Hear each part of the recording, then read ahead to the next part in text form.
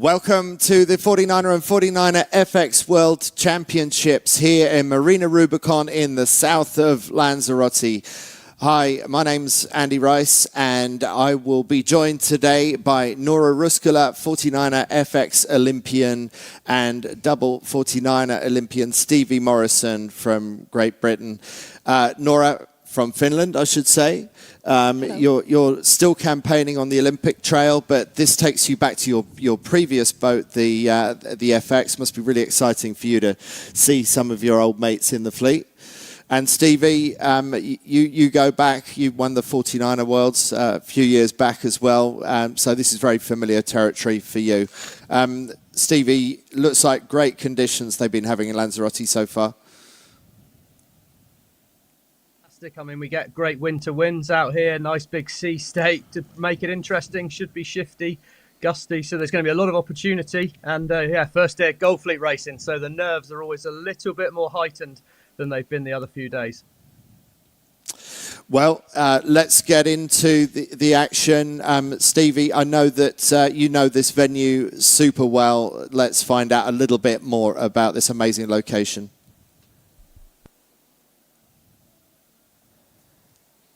Oh, we're actually going to go to some competitor interviews. So let's find out a little bit about some of the competitors racing here this week.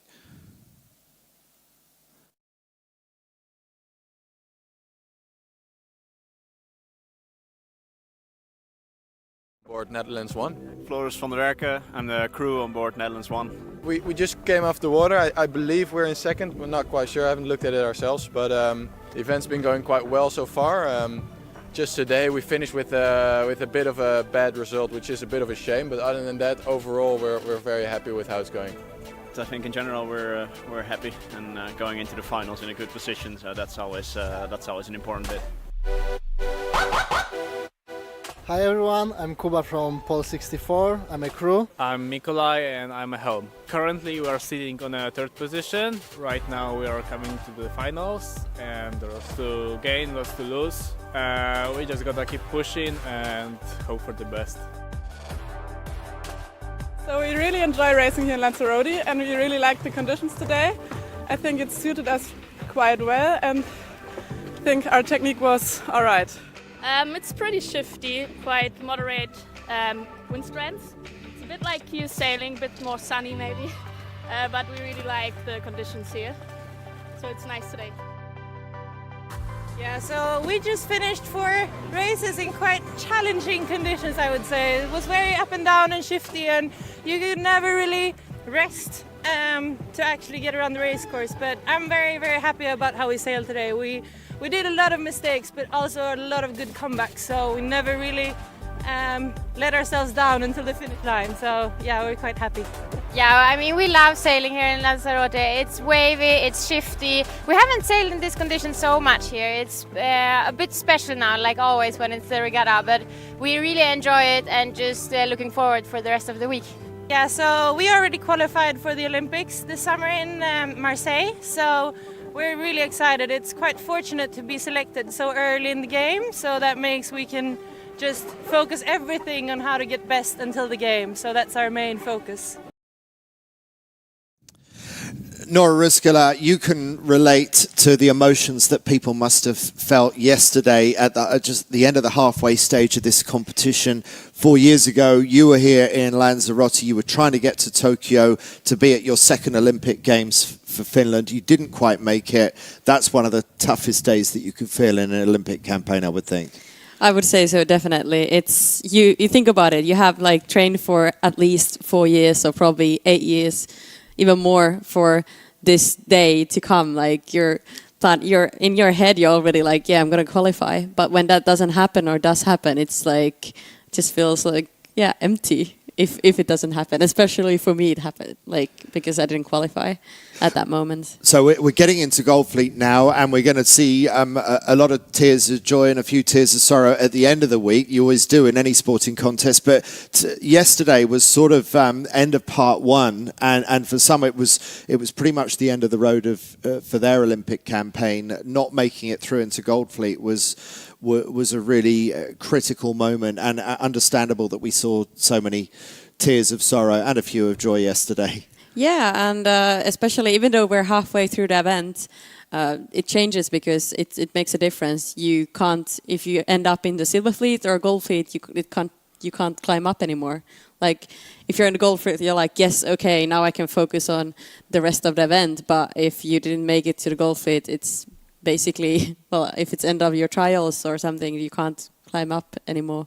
So there are lots of different scenarios, and we will talk you through those as we go. There we've got the World Championship standings in the men at the moment, and Erwan Fischer and Clément Pécan absolutely sailing out of their skin. The French are in a selection trial at the moment to see who's going to represent them at home waters for Paris 2024. And then winners of the last 3 World Championships, Bart Lambriax and Floris van der Werken, close behind in second place, and then a bit of a points gap to the top Polish Mikkel Staniel and Jakub Storch. They're in a selection trial, and the British Grummett and Hawes in 4th place. Absolutely jump out performance for them. And Stevie, these are exciting moments in any Olympic career, and really exciting, for example, to see the Uruguayans in 6th place from a small nation punching with the big guns. Yeah, it's brilliant to see them up in the top 10, and often you can see this in qualifying. I think today will be a really defining day on the scoreboard. I think for a team like Bart and Floris up there in the front place, that 20th in the last race of qualifying, I see that as a really big mistake by them. I think they tried to play it down, but they'll be disappointed. That's some wasted points. As you go into the Goldfleet series, you won't be racing a lot of your big competitors during qualifying. Now that every point is effectively doubled up, so big mistake by them yesterday. And for Vilma and Rebecca, you know, what a fantastic start to the racing here. And again, they sailed a solid series without a bad throwaway from their qualifying. So I think they'll be pretty happy, but they've yet to race their big rivals, the Dutch girls. So today really is a moving day. Yeah, now we get to find out which of these world champion teams is going to get the upper hand. I'm sort of billing this in my mind as very much a battle between Sweden and the Netherlands. The Netherlands having won in 2021 and 2022, then beaten to the punch. They were second last year, second to the Swedes, who were the fastest by far in the Worlds in The Hague. But of course, Germany and Bertuzzi from Italy in a selection trial, they will obviously want to have something to say about getting into the top two. And Laura Harding and Annie Wilmot, really great surprise to see that particular Australian team doing so well. And it comes back to what we were just saying just now, Noora, because the team that was third at the Worlds last year, Olivia Price and Evie Hazeldine from Australia, finished qualifying in 29th. They're not going to have a chance to go any further in Goldfleet. So a really surprising switch around in Australian fortunes. Yeah, exactly. And it's the 3 days that determine, but this is the race, so...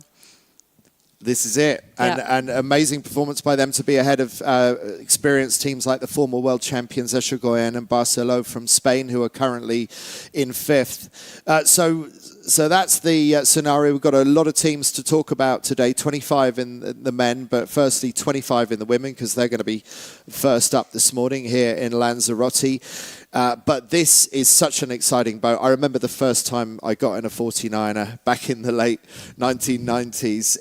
It was an absolute breakthrough. It was like going from a propeller-driven aeroplane to a jet-powered airplane. And Stevie, can you remember that first time you got on a 49er? Yeah, I do. I mean, I certainly remember plenty of stories about the first time you got into it, Andy, but I believe most of the boat came back in one piece after that, didn't it? But no, I think they're just superb boats. They've evolved over time. I think what's so interesting to look at is the size of the sailors from when we started back then. You know, when I was campaigning, I was kind of 73 kilos and I'm 1.78 tall. Whereas you look at someone, you know, like Bart, for example. I mean, he is a big, tall lad, stood at the back of the boat helming that now, and he'll be well up 85 kilos. And just there's a lot more horsepower on offer out there. They're driving the boat harder. The technique's a lot better than when we used to do it. But, you know, it's still going to come back to, can we get off the start line well? Can we pick the first wind shift? Because it's pretty tricky out there on the course today. Okay, well, let's find out a little bit more about these amazing boats, the 49er and the 49erFX, the Olympic skiffs.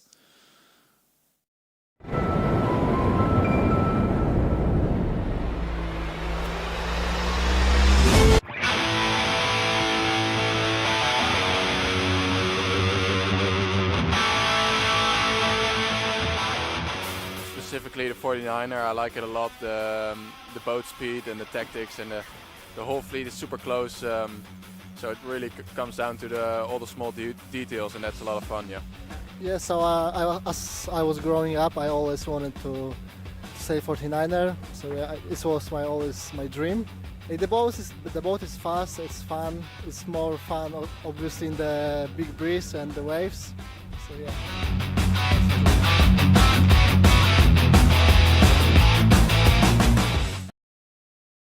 Noora, what I love about the 49er and your FX is that even when you've had a bad day in the results, you've still had a great day of sailing, haven't you? It's such a nice boat. Oh yeah, it's glorious. It's so much fun to sail these boats, and I actually miss it a lot now after having sailed it myself in a few years. Well, you're a high-speed kiter, so you're very much in the high-speed game, doing what you're doing now, aiming at the coming Olympics. But these are still amongst some of the fastest sailing boats that you can find. And look at the swell. You can see the swell rolling across. The great thing about sailing, Stevie, is that the racetrack, it's not the same 400-meter racetrack that you get in athletics. You know, this is not a level playing field. It's quite a lumpy one that we see here in Lanzarote. It's a really bumpy one, and that's a great view upwind. If you look to the right-hand side of your screen there, you can see a range of mountains or hills, volcanoes. There's one to the top left, there's another volcano. And I think what we're going to learn through the day is, does it tend to pay to go towards the right of our screen on those upwind legs? As we see the course here in front of us, it's a simple upwind, downwind course. And the boats, we can see it's gusty, it's shifty out there. So whilst, yes, there will be opportunities for different teams, everyone starts on the same start line. Everyone's got to go around the same mark. So in that sense, it is equal opportunity. But no, Ricey, it's definitely not a case of get in your lane, hear the gun go and run as fast as you can in a straight line. It's a lot more complexity to that. And there's going to be a lot more emotional roller coasters out there for the crews, because ultimately, when it's this gusty, this shifty, there's going to be a lot of mistakes made. And you're going to be able to get some real good opportunities to overtake and pass boats ahead of you and lose those boats. Well, what an amazing view we have on the water, and Marina Rubicon, where we're sailing out of, also quite a beautiful place. And Noora had a walk around the harbour to see what was going on in the pit lane earlier. 49erFX Bow Park, watching the ladies get ready for today's racing, day 4, and the Gold Fleet racing today. How are you feeling, Paula, from the Spanish team? I'm feeling very excited to go racing today. I think it's going to be a very challenging day like those we're having the past day, so we will see how it goes. We will give everything on the water. Oh, exciting! Okay, I'm really looking forward to see you go today and send it, okay? Thank you. And then after that we'll have the British girls here. Saskia and Freya, how are you doing today? How are you excited for today's racing? Yeah, well, it's Gold Fleet racing today, so it's exciting to go out and hopefully we have a good day today. Is it going to be different today than from yesterday and the other days? It might be a little bit lighter. We might be a bit closer to the shore. Yesterday we sailed quite a long way out, so yeah, well, there's a bit more swell, we think, so it'll be interesting sea state. Okay, cool. Well, good luck for today. Thank you very much. And then we'll go and see. So the girls are getting ready for today. We still have a bit over an hour or two actually for the racing, so they have plenty of time putting on the last stickers and stuff, preparing for. Well, they already sailed for 3 days. 3 days, so it's not that different today. Here we have the Belgian girls. Hey, how are you feeling today? Are you excited, and what's your strategy? Oh, strategy. I don't know, it will be a bit different than Gold Fleet today, so it'll be quite exciting to see how it goes. Yeah. We'll be ready to fight, I think. Yeah. Yeah, ready to fight? Like all in, or? Yeah, I think so. I think we said we need to push a bit on the starts for sure in this type of wind, so we're excited to do that. Okay, we're going to be looking after you guys. I'll see you. Okay, and that's for it. We're gonna go back to the studio and then watch the live racing. So we are just a few minutes away from the first race start, about 8 or 9 minutes until we kick off with the first of our 49erFX races, the Gold Fleet, just about to begin. If we can have just a look at that weather forecast again, let's see if we can bring up that graphic.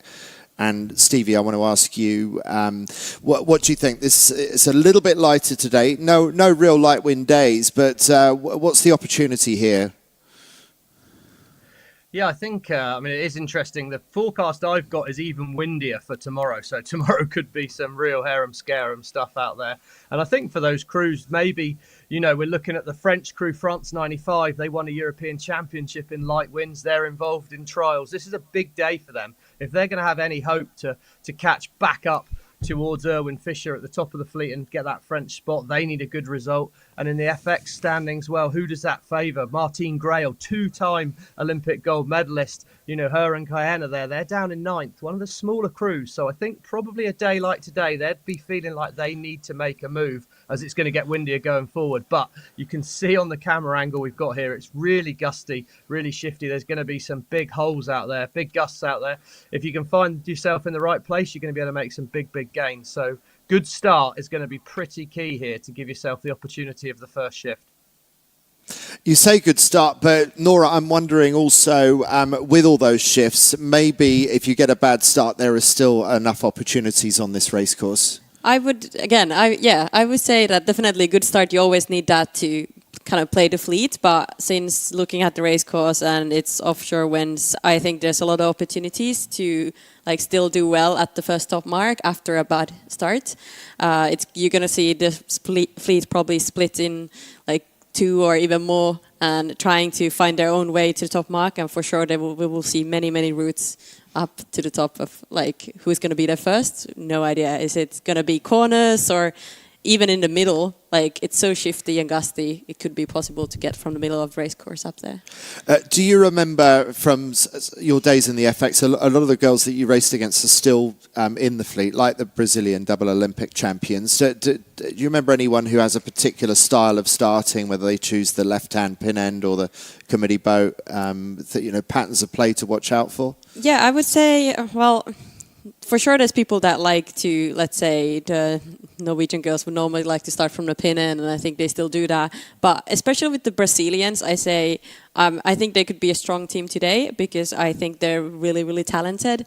And even though they can see, looks like they're deep in the fleet and they're not having a great day, they always find a way to take the right shifts and do everything a bit better than the others. And I've seen that happen so many times, and it used to frustrate me so much. I'm like, how are they so good at finding the way top to the back to the top of the fleet? They can be slow starters in championships, including in the Olympics, and somehow they keep on coming through. And I think it must be frustrating, the double Olympic champions, that they don't have much of that sense of invincibility about them that they did a few years ago. It does seem to be the story of the Swedes, who we see in picture now. Sweden won against the Dutch, Netherlands too. The last number of world championships have gone either to the Dutch or the Swedes. So I'm sure that's gnawing away at the Brazilians, and this is their opportunity for the Brazilians to show that they're still very much world class, isn't it, Noora? Yeah, exactly. And I hope to see them at the top today, but there's some very good sailors in there. Let's say the Swedes, as you said, the Dutch, I totally see them. I think actually Swedish, Dutch and Brazilians I would see in the top ones today with the shifty and gusty weather. Stevie, you've done some 49er FX coaching as well. Just remind me who you were working with and who you're familiar with in this fleet.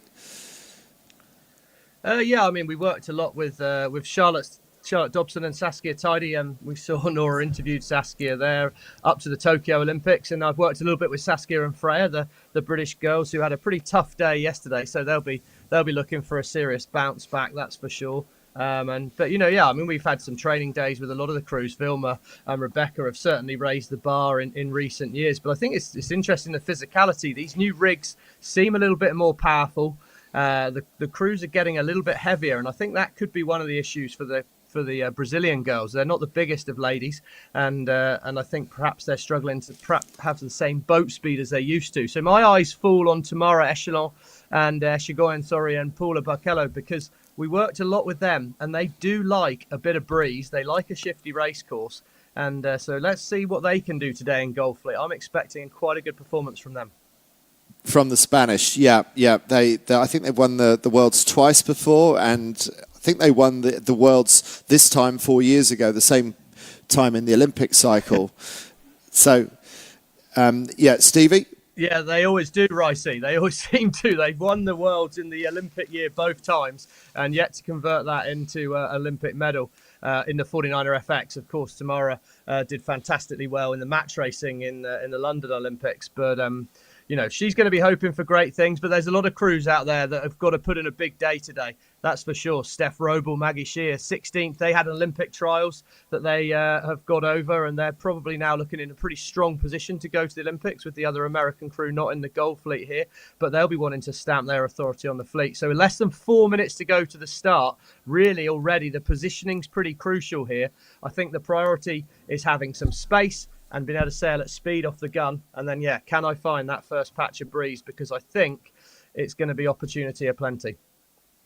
Noora, interesting also to see two Chinese teams, probably not teams that you raced against. They're relatively recent arrivals on the scene, but Hu and Shan, who you can see middle left in that grid, they were leading the regatta for the first couple of days, and they're still lying in 6th overall. Really impressive to see the Chinese coming on so strong. Yeah, I think it's super impressive, and I heard quite fast, so I think that helps a lot. And I'm interested to see how it's going to go today with them. Like, how are they going to keep up the high level, stay in the top, as they did in the first days? Now they fell a bit down, but I mean, they're still very close. Like, the points are so close that there's not really, you know, 1 or 2 boats are going to pass you in the racing, and it's going to change the results, the ranking overall. Just under 2 minutes to the start, so that final lineup. And Stevie, looking at what you see there now, where would you be choosing on the start line?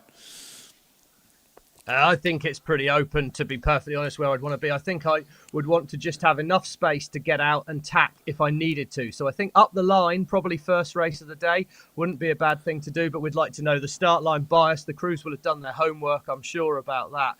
But anywhere with a little bit of space to be able to sail your mode, and then can I tack soon? So as we look up towards the right-hand side of our screen, that's the windward end of the line. I think if you can get a good start from there, then if you're in a good shift, good pressure, with a good lane, you can go straight. But you've got an easy attack out. These boats to the left-hand side of the screen, if they don't nail a good start, they're going to have to dip behind the whole fleet and try and find a way through if they do. So, yeah, I'm surprised to see these few boats down here, but it's all about hitting the line at pace when that gun goes. That's crucial. And who's going to be nervous? Are they going to be over the line early? Because at the moment, they look like they're pressing pretty close to the start line. Looking at the teams, you can see most of the teams are like closer to the committee and boat, and there's actually a few lining up, hoping to drift in. I was surprised to see the Swedish were just in the middle of the starting line, so I guess they just were looking for a start to somewhere to get free wins, and then the final ones are now trying to look for a place just before we had like roughly 20 seconds to the start. There's barely anyone at the pin end, so it's interesting. Or maybe they need just more space to get over it. It's a bit wavy out there, so we need more space to get the boat going and like to make sure we get over the starting line. Final 10 seconds into the start, 5 seconds to go. Still a clear line, but some really close. France 63, good acceleration, but great acceleration out the middle of the line also by the Spanish. And China looking very strong, about 5 down from the committee boat. So great starts from them. And meanwhile, Italy 20 starts on port tack and blasting out to the right-hand side, straight out into clear air. Stevie, how's it looking with the breeze, would you say? Yeah, it looks like all the boats are pretty keen to hold on that starboard tack if they can. These boats coming across our screen here on port, well, they've not had great starts, so they're taking second pick on things at the moment. But what a start there out the middle of the line by Australia 47. If that was a clear start, then that's an absolute belter. They've now got any opportunity they want here. They can sail straight if they want to. We can see top of our screen, good patch of breeze on the left-hand side of the course there. It'd be lovely to be back behind the fleet and take a look upwind. But yeah, look, this Italian boat early to tack back. I think most of the fleet will feel we're in a right shift at the minute. And for the Australians, what a start. They're in a great position. Yeah, I was really surprised to see the Italian team to take a port start behind everyone and just hit it to the right, or yeah, just for a short bit, and now they tacked back. But that's a pretty bold move, I'd say. Well, Stevie, that maybe plays back to what you were saying earlier, that with these shifty conditions, you want the freedom to be able to choose the shift when you want. And that's maybe why the committee boat was looking such a popular place to be. So what do you make of that Italian tactic? I mean, you won a World Championships by mostly starting on port tack underneath the fleet. That very move, that was your key move, winning the Worlds in 2007, wasn't it? Well, yeah, that's because it paid to go right, Andy. So it was a good way of getting us towards the right-hand side of the racetrack. I think often what you want in this fleet is you want to be sailing at VMG at your maximum boat speed for as much of the race as possible. If you're ever sailing slow, well, that's something you could control that you should be able to avoid. So by starting on port, what the Italians have done is give themselves a clear lane early. They've lost some meters early to be free and sailing at speed. If you're in the pack, now, if you nail the start like the Australians did, which comes with a certain level of risk, were they over, were they not? Hopefully they were behind the line. We'll find that out, no doubt. then you get a clear lane. But if you're a little bit back on the start, you've got someone tight to leeward of you, you're not a VMG. And I think the Italians have prioritised sailing the boat fast. And here we go. Look at this camera angle. Top right-hand side of the screen, massive puff of pressure coming down the course. Italians right in the middle of our screen. They've got a good angle at the moment. And I think they might well have positioned themselves nicely for that. But again, I think the priority for them is, can we be at VMG, at the gun, and then sailing fast for as much of the upwind leg as possible. Already some gaps opening up, but Noora, nice gust coming down the course now. Yeah, it's looking good, and I'm actually looking at the tracking right now. It's really difficult to tell who's here leading at the moment, but in the tracking it says the Italian team that are currently third place, that they're overall, they're currently leading this upwind, and but it keeps on changing, like Rob Boulanger, the US girls, some German, Australians, as we saw, they had the incredible start, but if I look at this race, I think it's better to be in the like mid right, the left, bottom left. I'm not sure how well they're going to come from there. Yeah, it does look a bit soft on the far left of our screen, and I agree with you, Noora. The gust looks a little bit better. The darker water looks a little bit stronger in the middle of our screen. Stevie, looks like some are dropping back just out of picture. It looks like middle left is in our picture is the right place to be at the moment, do you think? Well, yeah, I mean, I certainly seeing plenty of breeze coming down out of the Marina Rubicon there. There looks like there's some good gusts, and I'd be worried. Top left looks like it might get a little bit affected by that volcano, and traditionally the wind here tends to become between the volcano to the left and the volcano off our screen to the right. So I think that top right could well come in good up here, but I think I'd be quite happy to be somewhere near the middle of the racetrack right now and then take another look. We're sort of halfway on this upwind leg. Now I'm going to make my final decision. Big decision about the approach as we get in the boats on the left-hand side of the course. Seem to have got back onto a decent angle again now, and they're looking stronger. It's shifty day, Ricey. Patience, patience, patience. It looks like seeing here in the bottom of our screen that the British girls were pretty, like, I think they're a bit over ley line almost to the top mark, pushing it all the way to the left. Maybe they just want to get like the best breeze. You can see from the screen there's a lot of gusts here. So maybe just try to get the final advantage, but they're really pushing it all the way to the left, which is like going, as you said, we want to sail the VMG. I'm not sure if that's going to work today. That seems to be a little bit too early up on that ley line. Effectively, if you've gone over ley line, you've sailed extra distance that you didn't need to. But Stevie, in a dynamic boat like the 49erFX, can you still make that work if you've sailed the extra distance beyond what you needed to? Yeah, I think the difference in pressure out there, Andy, is so great that if you find a bit more breeze, you're going to be going 2-3 knots faster than those boats around you. And actually, when you look at the tracker there, I think they've ended up over ley because they all sailed into a huge left-hand shift. Now, I'd be nervous about being on the ley line that early, I think, because the wind is swinging around. We'll get a feel for how often is the breeze shifting. But I quite like the position of Joa Ley, the Kiwi boat, in the middle of the racetrack. The Dutch girls, well, there's no surprise to see them quite well positioned. They're just that little bit down, more towards the middle of the course, so they've got the opportunity to get 1 or 2 more shifts. I think it's quite quick move in the breeze here, so getting to the ley line early is not going to be a particularly good thing. And a couple of days ago, well, actually on day one of the competition, people were saying that they were aiming for breeze that they could see, but by the time they got there, it wasn't what it appeared to be. So you sort of had to sail with the breeze that you had in the moment. So it's always surprising to me how different the behaviour of the breeze can be. And Noora, you've done a lot of sailing here and in Fuerteventura, just across the water. It seems like even when they've trained as much as they have done here, this race course still always has surprises in store. I don't understand how that could be. Yeah, I think definitely when the wind comes from like offshore, you just can't know. You know, you just have to position yourself to the fleet and be ready for everything. That's why going far up on the ley line early, I think, would be risky because you never know if it's going to shift and stuff like that. But even though, yeah, I mean, a bunch of the girls have been training here for months and now 3 winters in a row.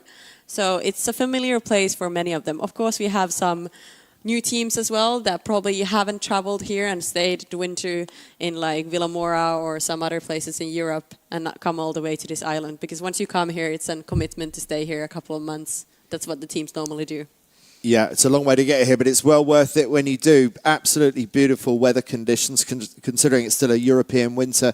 Germany 55, looks like they've just got across the front of the Belgian boat. Germany 55 won 3 races in light winds in the Europeans in Villamoura just 3 or 4 months ago, and looking good as they come out to this side. But Stevie, there's a bunch of boats up to windward of them, and it looks like maybe Brazil is in the hunt here.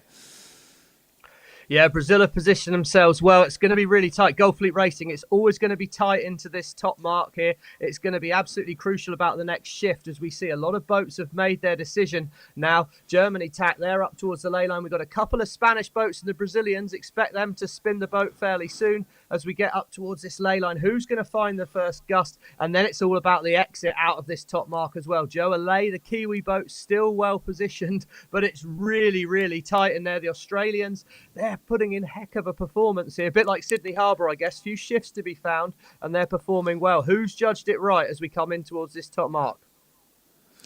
It looks like it's fairly actually light wind. You see the teams are now like really hunched over or like more squatted in a position. It's not that much breeze. I think we can see more gust and then they're like more straight on the trapeze. But wow, now actually the Spanish are they're getting a good lane, and the Brazilians, I'm impressed. The French approached from the left side of the race course and they pretty much did the whole ley line all the way. Garnier and Roux. So they found a nice lane. They could stay on their own lane and did a simple, basically a simple strategy, as that normally works. When you're in the top, it's easy. But the teams are so close. Like it's hard. If you get a bit of like dirty air from someone, you're stuck. Like you really want to be careful with that. Interesting to see the first jibe setters. Amongst the first jibe setters going the opposite direction is Netherlands 2, somewhere just outside the top 10, and Sweden 1, yet to go round the mark. So a really bad start for Vilma Bobek and Rebecca Netzler, currently leading overall in this competition, but with a lot of catching up to do. Well, it's Grenier and Rio with the red Jenica that's currently leading for France, chased by Echegoyen and Barcelo on the starboard tack. On a day like today, you can see there's a lot of like stronger wings coming from behind, and once you're in the top going downwind, obviously it's nice to be in the front, but then it's a problematic because from the back the wind comes from behind, so everyone else will get the wind before you.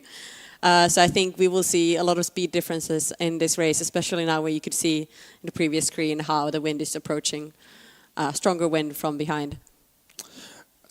So Stevie, we've seen some going for the jibe set. Is that tactical reasons, or is it sometimes desperation because you're further back?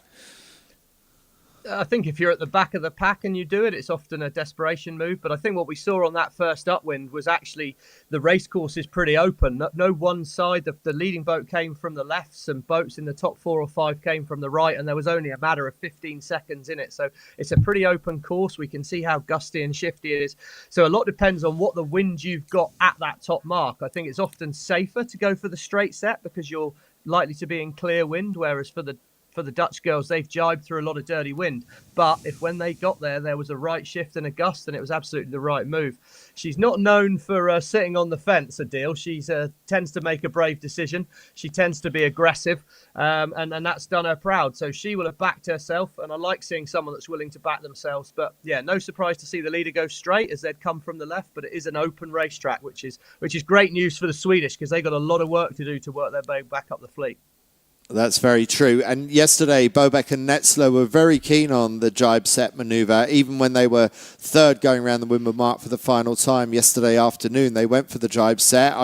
I wondered whether it was the right call for them, but they made it work, and they ended up just getting ahead of the young German team to win that race. Bobek told me afterwards that the jibe set had worked 6 out of 8 times yesterday. Obviously, different day today. The patterns change, but it has been a winning move. So yeah, interesting to see how much that's being used already. Now we can see that there's way more breeze down when the boats come down towards the bottom bottom mark. It looks actually pretty glorious. And you can also see the swell here on the screen, that they can actually surf on the swell. You see the French team now surf with the orange spinnaker. They're surfing the swell, and I think they get a lot of advantage from that. It must be absolutely glorious. It's like King Neptune is shaking this blue rug, and if you can just catch the right side of the ruffle of the rug, it gives you an extra few knots of speed. And then if you're the wrong side of it, well, on a 49er FX in these conditions, you still go fast enough to climb up the little hill and get down the other side. But you get these surges of acceleration and deceleration, which makes it much harder to judge on a port starboard cross whether you're actually going to get safely across. So there's so much moving underneath these boats all the time, and that's the fun thing about sailing, is it's so multidimensional. I think if I was after my Greek gods, I'd be a bit more focused on Zephyrus today, though, Andy, because I think the wind is going to be a little bit more important than the swell out there. It's finding these patches of breeze is going to be fairly definitive, and it'll be interesting when we look as the boats come back together. This bottom gate is absolutely crucial. Now, if you're in the lead, you're going to get a first look at it. You're going to get a chance to take a little breath, have a look upwind and say, where's the next gust of breeze? But if you're in the pack, it's how do I get in and out of here as quick as possible? Because it's basically a parking lot at rush hour coming up here. And the camera angle at the minute looks to me like the jibe setters have done pretty well. Be interesting when they come back together. But they've got the right of way, those boats, towards the right-hand side of our screen. And the French, it doesn't look good for them at the minute. They look like those boats that jibe set have found more breeze. It does look, but when the French are approaching from the left side of the coast, they're going to have advantage of mark space. If we're that close to the mark, though, I'm not sure. Yeah, now we can see the marks, the bottom marks on the right side of the screen. And yeah, as you said, Stevie, they're a bit late, actually. It took them way longer to get to the bottom mark. So the jibe setters did a good job here. It is a massive loss for the French on the left. They're just getting their Jenica down now. I think they've overlaid, actually. They seem to be getting their Jenicas down way early. So I think Brazil and France have misjudged their lay line. And that's been an who's in the water there? Stevie, what happened there? Oh, no, that's a big mistake coming in at the leeward mark. You get slow, the boat loads up a bit. I think that's Joe Allais, the Kiwis. Not 100% sure. We'll get a confirmation on that, but disaster for them. Simple boat handling error. Got tied up in this swell. You get slow at the bottom and the load comes into the boat and things get hairy. We can see there was this big gust coming in and it like messed up everything, and now it's like full on rush hour at the bottom mark gate, and people are not even even though it would be better for them to do a jibe and go around the mark, go around the left bottom mark, they all chose to take the easier way and to keep the speed. Some really funky stuff has certainly happened, because I've seen Sweden won, bearing in mind how far back they were. They've actually gone round the bottom of the course sooner than Spain 23, who were pretty much vying for the lead round the top mark. So Barcelona Eschelgoyen had an absolute disaster of a run. I'm not quite sure what happened to them. But meanwhile, Sweden, as we partially predicted, they had some catch-up opportunities. And the way this race course is going, with Neptune and Zephyrus having their input, I mean, there are many opportunities for comeback, and the Swedes are taking full advantage of it in middle of our picture there, actually. Looking at the tracking, we now have... we now have oh yeah, here we're going to have the live results. There we are. Call it for us. Yes, so we have the Germans, Netherlands, Australia, GBR and French. Oh, it keeps on changing a bit. Brazilians even squeezed in. I'm surprised though, coming into the bottom mark, it looked like some of the teams like Brazilians were really far down, and the French, but they're now back up in the top six boats. Yeah, a lot changed. I mean, we could. It would be lovely to look back at that whole leeward mark rounding in a little bit more detail after this race is finished. But there were big moving opportunities. Stevie, it is always a traffic jam down there, and it looks like Sweden managed to nip round the wrong way down a one-way street. Well, and I think what it highlights, Andy, which is such a great lesson for any youngsters watching today, is the simple things matter. So the French and the Spanish missed the ley line. They completely misjudged it. They sailed probably an extra 150, 200 meters. Now, yeah, okay, we can say it's gusty, it's shifty. That's fine. It is. It's not easy. No one's saying it's easy out there. But the ley lines are the ley lines, and you've got to be accurate when you're sailing around these courses. We can try and be clever, but if we get the basics wrong, things happen here. As we come back to a bit of a replay, we can see the Dutch girls here. They managed to go left and right, but New Zealand, Joalea, are tricky. She's had to do a double jibe at the bottom of the course here. So jibe, then as she goes for the second jibe, just got really slow and a lot of load coming in there. Didn't execute the maneuver well. They'll be disappointed with that.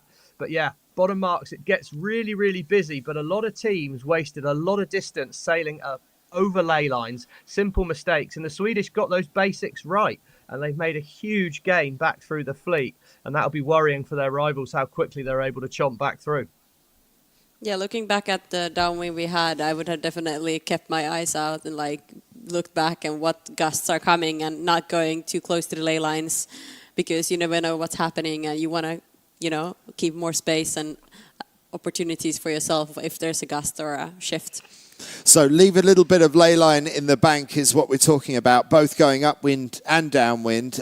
But what I'm hearing about these kites, certainly in the 49er men, I don't know if it's the same for the FX women, these kites are flat. They're designed to go for speed, and that doesn't give you a lot of variability in the angle. There is a certain angle these kites like to be sailed at downwind, and if the gust hits or if a shift hits or both hit at the same time, then suddenly you're on an angle way below where your original ley line was. So it seems like we've got to leave a bit in the bank on this variable race course. Do you think that's the lesson we're learning? Yeah, that's the lesson, especially today with these weather conditions.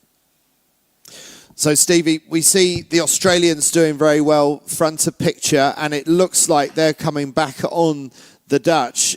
I thought the Dutch were in a bit of a higher angle for a bit. Actually, the Dutch tack away now. What do you make of the relative tactics of Australia and the Netherlands? Well, I think the Australian got the first pick at the bottom gate, took the right turn, and Netherlands took the left turn to be clear and then tacked pretty early on to follow them. So I think they'll all be trying to stay in phase with the shift early on in the leg to make sure they're setting up well. But a little bit, Noora made a great point earlier that there's often a little bit more wind at the bottom of the course. So I think the crews will make that decision early and then stretch out. But right now, what I was surprised about was the Australian boat didn't tack with the Dutch, and we can see the Dutch heading back across towards the top right, and that last camera angle from the drone looked like there was plenty of breeze coming out of that Marina Rubicon area where the 49er fleet will be getting ready for racing. And these Dutch girls, they don't tend to make a lot of mistakes tactically. So I quite like where they're positioning themselves, dragging themselves back towards the middle of the race course, and it looked like back towards good pressure. Australia, well, they're perhaps rolling the dice, but they picked it well on the first upwind leg. And meanwhile, Sweden, if you bear in mind that they were 19th around the top market, and now they are vying for the top 3 or 4 spots in this race, that run they executed absolutely brilliantly, and it goes to show what opportunities there are in this race course. Yeah, and like even looking at the starting, like I think whatever happened in the start feels like it's so last year, miles ago. It does, doesn't it? The start, we always love to get a good start, but as you said earlier, Noora, it's not the be-all and end-all on such a variable race course. There are some race courses where you absolutely need to nail the start because there's not many passing lanes. Well, we're seeing so many passing lanes here, and I would say, Stevie, quite a difficult race to defend.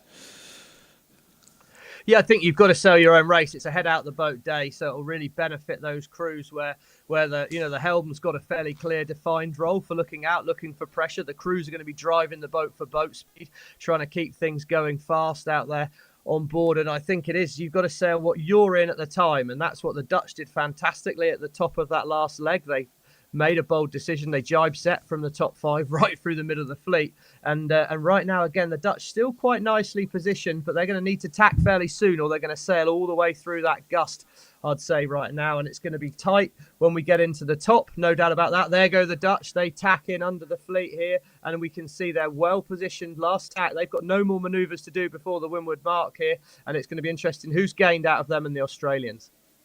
I'm really surprised the Germans, German 55, came all the way from basically the right and just suddenly now they're in the top. I didn't see them coming from there, actually.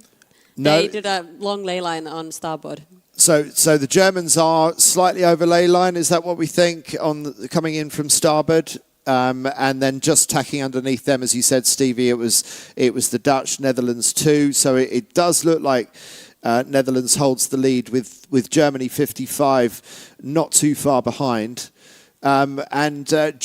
Great Britain also with a pretty good upwind leg here. I'm just trying to work out where the Swedes are. Anyone see the Swedes? Oh, there they are. Just left a picture. Just going out of picture. So the Swedes actually have dropped back a little bit from where they were, but they're inside the top 10.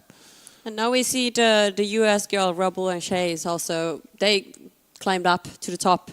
They were 14 in the first top mark, and then they did a good bottom mark rounding. They were 4th, and now currently they're sitting on 3rd. So look at this decision to go straight for the jibe set. Obviously, whatever worked for them on the upwind, on the right-hand side of the course, the Dutch very much wanted to enjoy that same breeze. They've gone for the unusual decision to go for the early jibe set, and they've been followed by Germany. And it looks like most of the fleet is going to go for that option. Yeah, I think what we saw, Andy, there was at the top of the course, we had a big right shift. And if you've got a big right shift coming in at the top of the mark, you want to jibe set and get early on it. So again, it's just another example of Odile doing a good job of backing herself to sail what she's in at the time. She's done a fairly simple job of trying to stay on the lifted tack as much as possible and sail towards pressure. So yeah, whilst the jibe set can often be risky, it's shifty, really shifty conditions out here, and she's just put herself on, well, downwind you want to be on the headed jibe, so she's put herself, gone from a lift upwind, jibe set straight into that good right hand pressure, and it'd be surprising to see her make a loss from here, but it's definitely been a pretty up and down racetrack. Can we take a moment to enjoy these amazing camera angles or the drone videos? It looks so nice. Honestly, I wish I would be on the boat like that. It just looks dreamy. Which boat would you like to be on right now, Noora?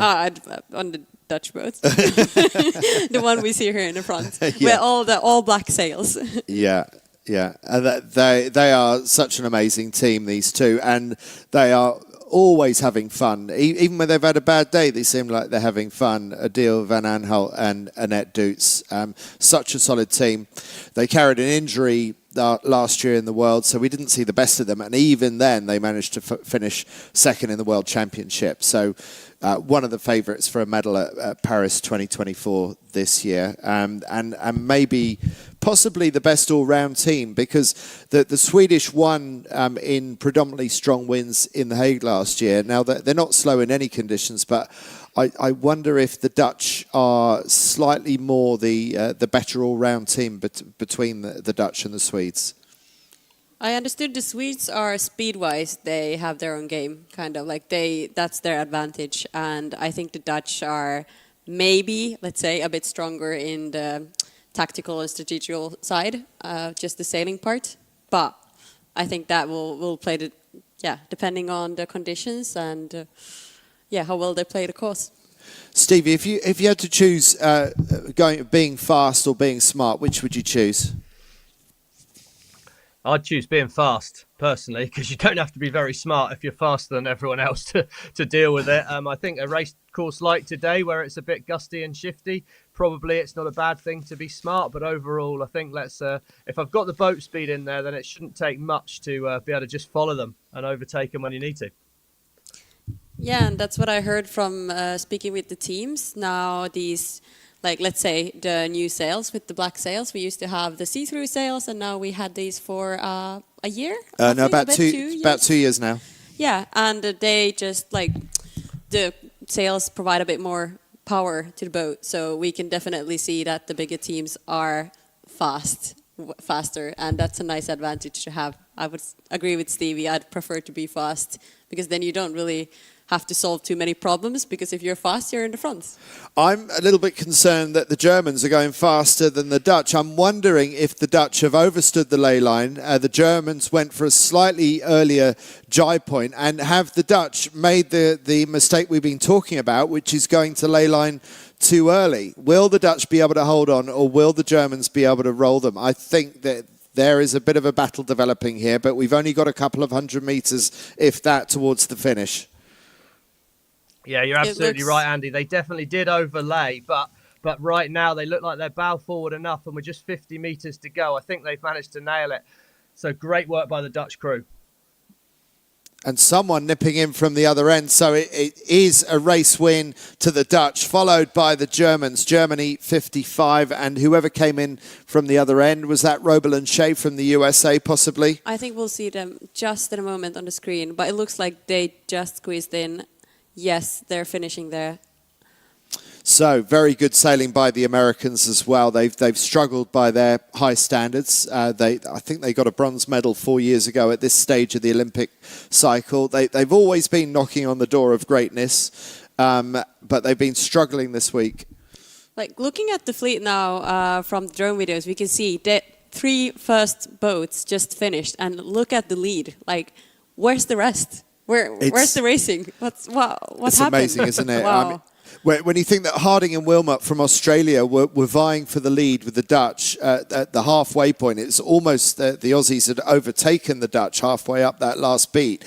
And then the Dutch tacked away. They found something really good on the right, and the Aussies got a little bit left behind further to the left of that leg. But there's so many passing opportunities and losing opportunities on the upwinds and downwinds. And that's Great Britain with the red Jenica coming across in 5th. And it looks like we are, that's the Dutch with their coach, and just replenishing with a bit of liquid intake. What will they be? Actually, no, let's call a few more across the line. We've got, who's this coming across the line? Bobek and Netzler? Yeah, the British just crossed the line, slack and tidy, and then the Swedish are coming in. I think they saved it. Wait, this week, yeah, it's still, no, actually, I'm so sorry, it's the wrong one. It's the Italians, just finished on... Germani and Bertuzzi. Yes, on 6th.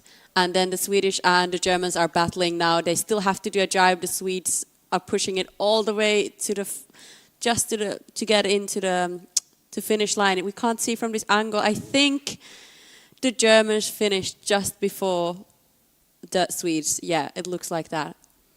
So the Swedes came back to, I think, maybe 3rd or 4th at one point in the race, and then they've slipped back to possibly 7th by crossing the finish line just now. And Brazil also doing really well earlier on in the race. And a bit of a surprise, Stevie, to see Brazil get up there and then let it slip again. I tend to think that they're not one of the faster sailors, but they're one of the smarter ones. But it seems like they didn't quite make sense of that race. I think you're right. I think you know, some days you can have a flow, and you know, someday you're a rooster and someday you're a feather duster. Some famous sailor once said that, I think, out there. And unfortunately, you get out of phase with things. We see here Helen and Marie, the Norwegian crew. I mean, they're coming across the line, European champions, but struggling clearly here in Lanzarote for whatever reasons. Tamara coming across the line way at the back of the pack. And you compare to someone like Tamara, who went around the women mark 2nd and has come in and finished back in 18th, to the Italians, Germani and Bertuzzi, 21st they were at the bottom gate, and they pulled their way back up to 6th.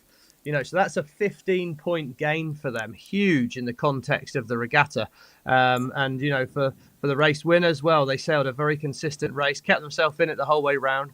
I think what would be nice if you were sat in the coach boat with the Dutch now, is the fact that they didn't do anything special. They kept themselves, they started relatively up the line, which meant you had the opportunity to take the first shift when you wanted to, stayed quite near the middle of the course. So with about 1/3 of the upwind leg left to do, they could make a positive decision. Is the next gust coming from the right or the left? And we're going to attack that last 1/3 of the beat. And they just sailed solid, trusted their compass numbers, and did the simple things well. Yes, they were slightly over ley line on that last downwind, but my guess is they probably matched jibes with the Germans, so were maybe a little bit more in control than perhaps we saw. And really good sailing for Marla Bergman and Hannah Wiel from Germany. Bear in mind that despite getting, I think it was a silver medal for Germany in the FX in Rio, and also getting a bronze in the 49er, Germany, a great powerhouse of Olympic skiff racing, hasn't yet qualified a spot in either the men's or the women's skiff competition for Paris 2024. So while there's a trial going on to work out who's going to be top German, they've also got to try and actually grab the spot, which comes up. The last opportunity is in Hier at Semaine Olympique Française at the end of April, when those are the last few spots available, and Germany has yet to get one in men or women. Okay, so I understand we may be going to an interview on the water. Let's see if we can go across to them now. And hi, so we got Adil. Adil, can you hear us, Adil? Like them breathing. Not sure if Adil can hear us. Hi, Adil, can you hear me? It's Andy. Hi, Adil. Okay. Not to worry, not to worry. So we're hoping to get our race winners, Adil and Annette, on the line. Maybe we'll be able to get back to some of the interviews a little bit later on. Noora. But I'd like to say, especially as you mentioned earlier, the Dutch, I love it. They're always so happy and like ease somehow. I saw their coach and he just like, helped me out and just like really just happy and saying hi to everyone and just have a good flow. Very, very different atmosphere going from team to team, Stevie, and especially when you get to the Olympic Games as well. But let's just analyse this start. I saw a really good start from Malta coming out the middle of the line. And anything you want to observe, Stevie? Well, no, I just think the Australians up here, I think that position's something to look for the day, really. That top third of the line on starboard tack, I think just gives you good opportunities there. A lot of the boats, I mean, the level of the fleet's fantastic, as we'd expect, really. But when you see this camera angle looking over the whole racetrack, we can see that you've got a lot of changing dynamics. If those gusts come down and you're not in a position to take advantage of that, it's going to make it hard. So I think where the Australians started was a really nice, safe position. They did a fantastic job with their trigger. But yeah, it ain't all over till the fat lady sings would be the other thing to note, because when you see the boats that went round first, second and third, they were absolutely nowhere when it came to the finish. So you've got to keep your head in the game. You've got to sail positively. You've got to sail aggressively. And the Australians did that. The Dutch did that. They put in a good performance. And then, if you are in the back of the pack, like the Germany and Butuzzi, the Italians were, there's opportunity to get through the fleet. But I'd still rather get to Windward Mark first and be making my choices from there. Noora, you've got some interesting stats in front of you. I'd be interested to know who did well, who did badly, what Stevie and I would call the snakes and ladders of the competition, and who managed to more or less be consistent. Wow. Okay, that's as we saw, there's a lot of people were climbing and falling, and everything happened. Like the Kiwis, for example, capsized in the bottom mark, and that was brutal for them. But let's say I was actually looking at the Malta because they did a good start, as you said, but they were around the 22 positions, and then they finished 11th. So I was very surprised. I'm happy to see them around and have more like new countries and different countries than the big powerhouses we have.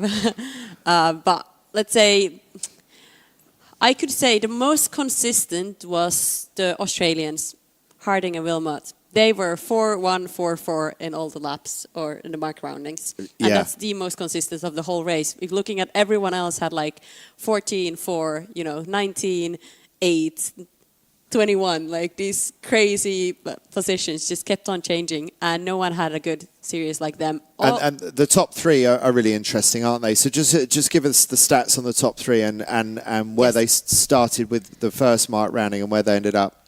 So So the Dutch were actually they were 8th on the first mark rounding, and after that they were 2nd and first. So that was pretty okay.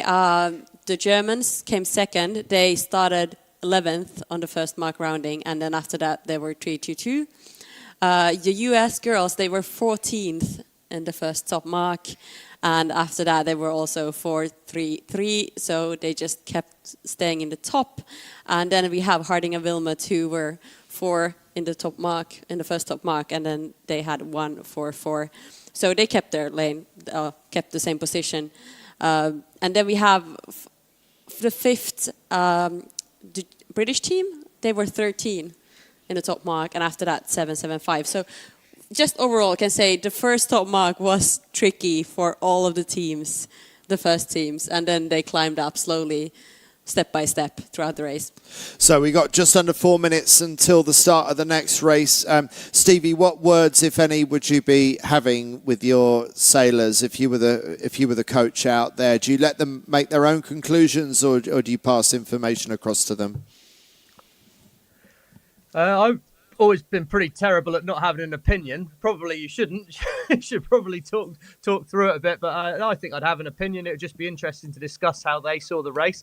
I think if you're coaching someone that's won the race, it's maybe demonstrating some of the pitfalls of the boats that were leading, like the French girls and the Spanish, doing the simple things well with the ley lines, being accurate. And for those crews that were in the pack, it's perhaps clarifying the fact that it's not magic that's happening out there. Ultimately, the leaders are managing to get themselves on the lifted tack as much as possible, find the pressure when they can, and try and keep themselves with opportunities as far up the course as possible. Don't get too stuck in the corner early.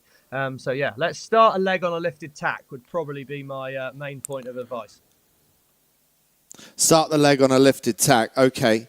That means getting the first shift right. So most people are going to start on starboard because that gives you the right of way. But we saw the Italians start on port underneath the fleet.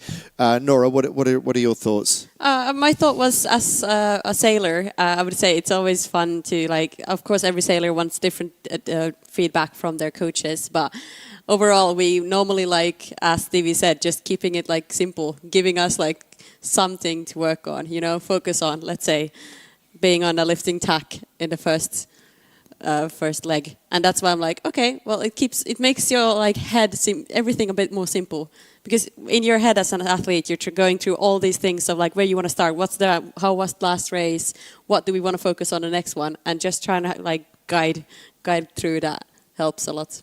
And meanwhile, we see that big stack up at the committee boat end at the bottom of our picture. Seems like that's going to be the popular place for people to try and start. And that comes back to what Stevie said earlier in the build-up to the first race, is if you start at this end, you probably have a higher chance of being able to tack out and get into phase with those shifts. So that's probably why we're seeing such a stack up at this end.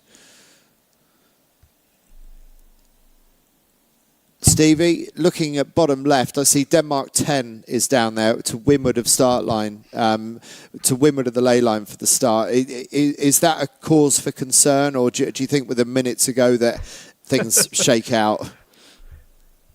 I think they'll be making a judgment call of that. It's definitely a cause for concern because you've suddenly lost control of your environment. So unless they know that actually they're inside the ley line when the boats rotate a little bit, I think with the 49ers, the boat handling's got so good in the pre-start. They're all holding really high and close to the wind. We can see how close they are to the start line. They can all hold the boat really well. But yeah, your positioning really at 2 minutes is going to be quite definitive. So where we are now, we're just 44 seconds or so until the start. It's absolutely important that you're clear, and interesting to see down at the bottom end here, Lara and Amélie Rieu, the French there, they led at the top mark last time and they're keen to be off the pin. What they're going to do from that position is they will be at full speed, that's for sure. They're going to have a clear lane, but wow, they need it to be good on the left by starting this far down the line. So that's commitment to going to the left for the French, and as Stevie says, they will be hoping that the first shift and the best breeze comes from the left-hand side. With 5 seconds to go, we're just about to get launched. Belgium pretty poked out. Will it be an even start?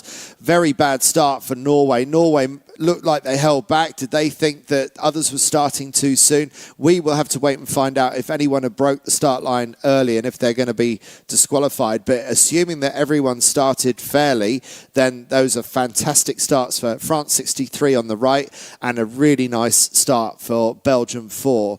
And also looking good, Spain 73 further up the racetrack. And we see there's a couple of boats that probably couldn't find a lane to to go with near the committee boat on the right side. They have tacked away. Let's see if that works. That worked for the Australian team in the previous race, so it will be interesting to see. You have always like, you know, the second choice of like, if you can't keep your lane, at least you can tack away. Absolutely. We saw Malta get a great start in the previous race. They've got a great start in this race as well. One of the strongest starters. So Antonia and Victoria Schultheis, the sisters from the small island of Malta, they say they feel comfortable here, being living island life, albeit it's a different island and not in the Mediterranean where they're from, but they seem to be pretty in tune with the conditions here. So sailors from a small nation doing really well and out-punching the bigger sailing nations, certainly off the start line. Yeah, now we can see the fleet. Sorry, just go, Stevie. Oh, no, I was just going to say, as we see the fleet moving up here, they've done a great job. They're really tight tack by the French.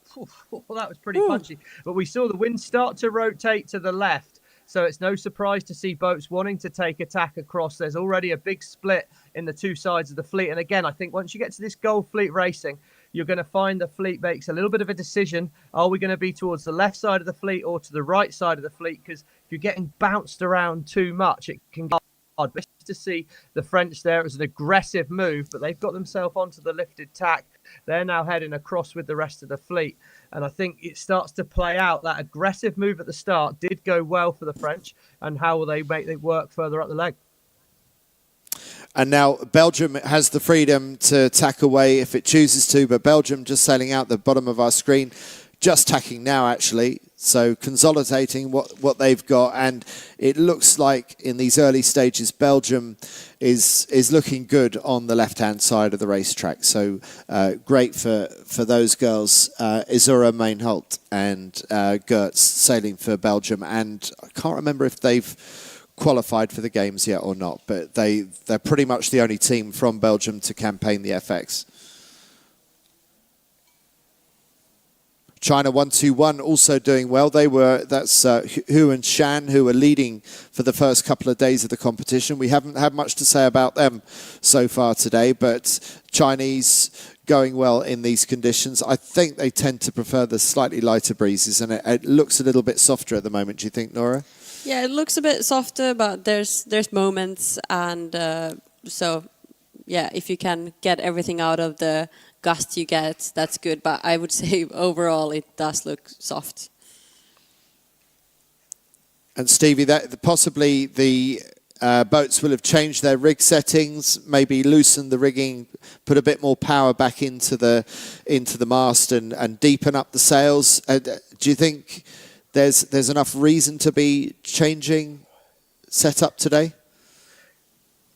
I think it'd be a really hard day setup-wise. I think you're going to be constantly feeling compromised. I guess overall you're probably going to choose to be setting yourself up a little bit more for the lulls than you are the gust, because normally if you're in the gust everything feels pretty good because you're gaining anyway, and when you're in a lull it feels like the absolute end of the world. So you'd like the boat to feel a little bit better for you and a little bit more powered up under you. But that last camera angle we had, it showed just how gusty and shifty it is. And the Belgians there, you can see they just stayed a little bit long their first tack, so they've now had to tack back again, and I think they've lost some meters. Looks to me like you need to be relatively early on the shift today. If you're slow with the shift, you're then behind because the breeze is moving quickly. So here we go. We've got more pressure coming down from the top right-hand side of the course, but it is going to fill in fairly evenly over the racetrack.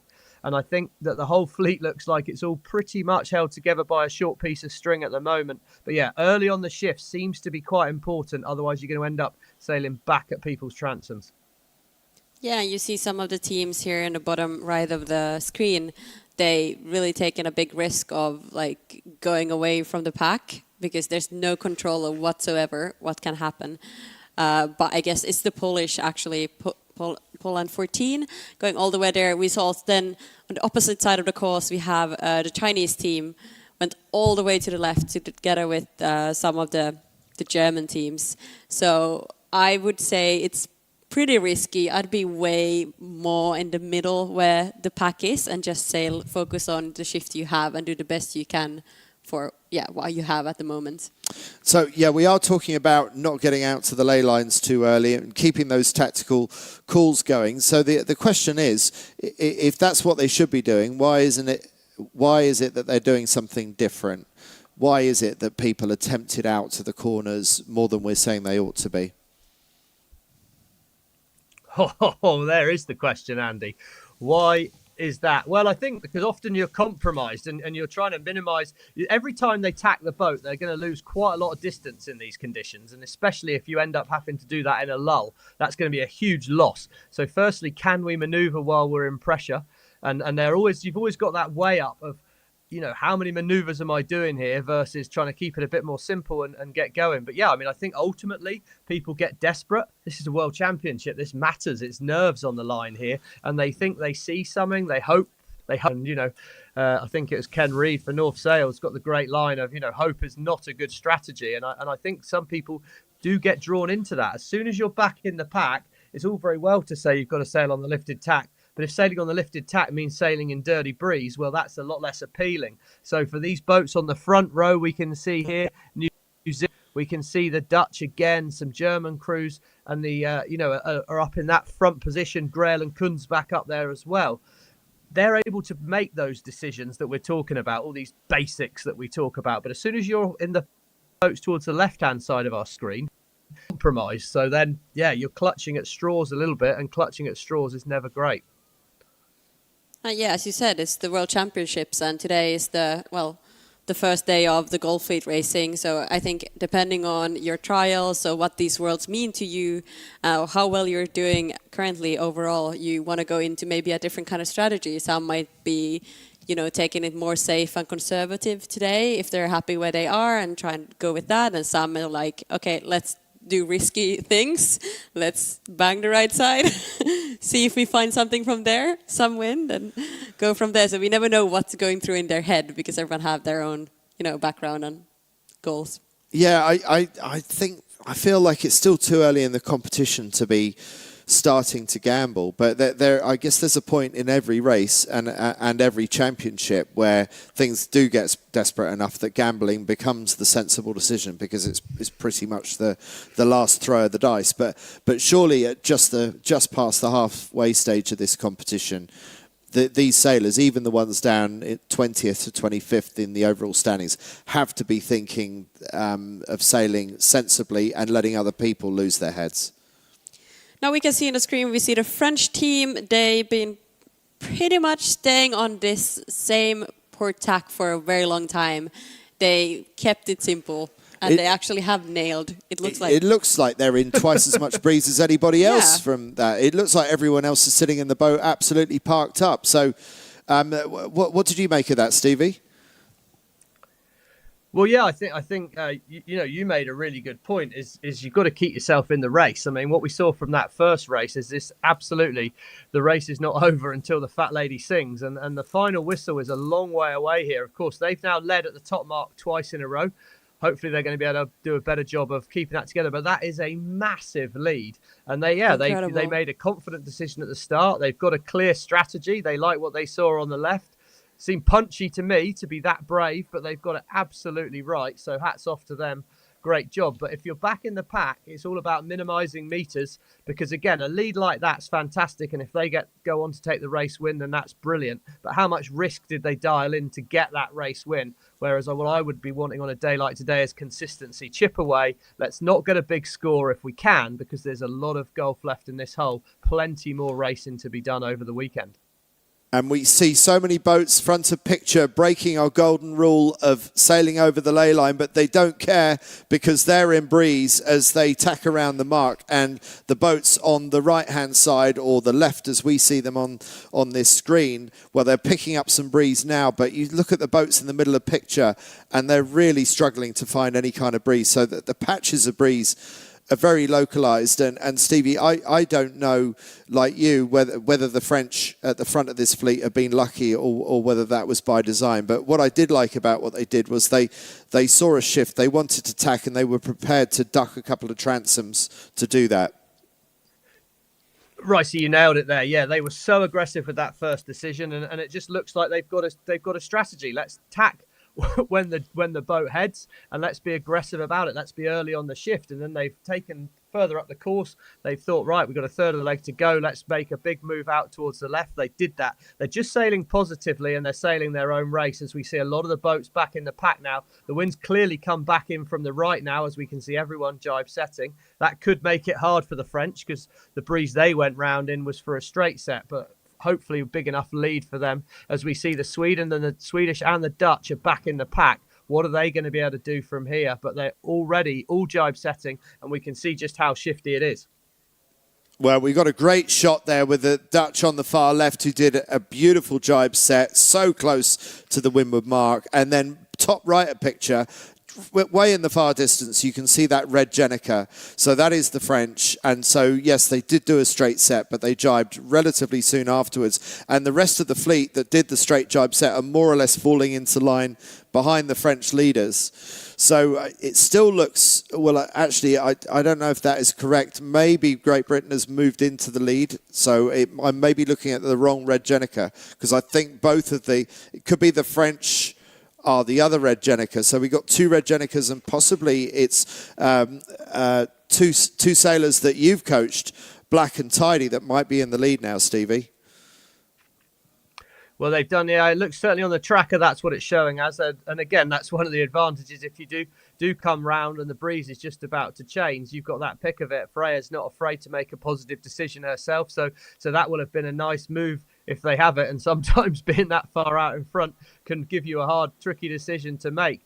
But I think, they'll be happy on board the French boat to stick to their strategy if they can get themselves back across it. But yeah, it just highlights how this race is never over. So keep yourself in it. Don't play all your chips too soon, because if you can stay tight, there's a lot of opportunity to make some gains. It looks like actually the Danish that are currently third, they went a bit further, continued going downwind and didn't do the jibe set. So they're approaching more from the left side of the course and trying to challenge the French who've been winning. Actually, I think they had even 200 meters of lead in just when they went around the top mark. But now it looks like they lost a lot of distance on this downwind. For the French have lost a lot of distance? Yeah, they had a bigger lead. Okay, well, someone out there, it's quite difficult to match up the tracking sometimes with what we're seeing in the picture, but someone looks like they've got an enormous lead way out there. And just trying to home in on who this is. Stevie, any clues as to who we're looking at there? That's the French there, isn't it? That's the French. That is the French, yeah, absolutely. And it's going to be interesting how they manage to piece together the bottom of this downwind leg. They look quite nicely positioned at the moment, but it's so gusty that actually getting an accurate ley line is going to be not super easy. But if you miss the ley line from close, I've not got such a problem with that, just a little one. It's when you put yourself on the ley line a long, long way out on the leg.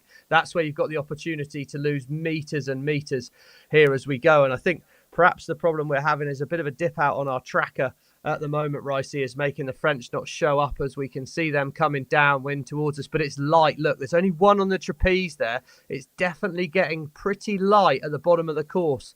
When you are in a lull, you're going an awful lot slower than those other boats. So the distance can change massively here. The angles are going to be really hard to sail, and it's a technique change. Here we go. Perhaps no surprise to see the French setting up to turn towards the right-hand side of the course. They've come down in right-hand pressure, and they're still in the lead. Nice job on that downwind. French fans at home will be able to relax a little bit here.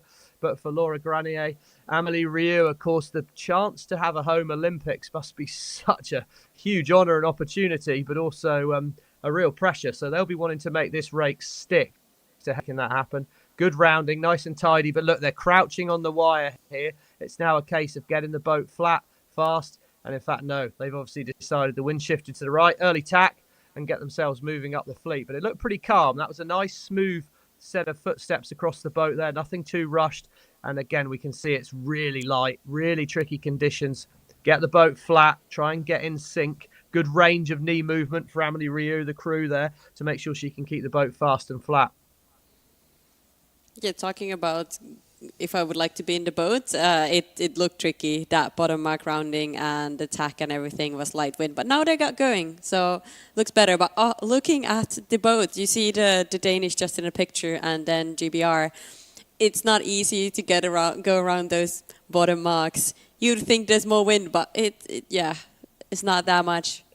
That's not a great rounding. I don't know what Saskia had to do in the middle of the boat, but without Saskia, I mean, she's very much the bigger of those two sailors. So Freya by herself doesn't amount to a lot of righting moments. She really needs Saskia out on the rack as well. And I don't know if she was still putting the kite away, but that was a bit of a giveaway by Great Britain there.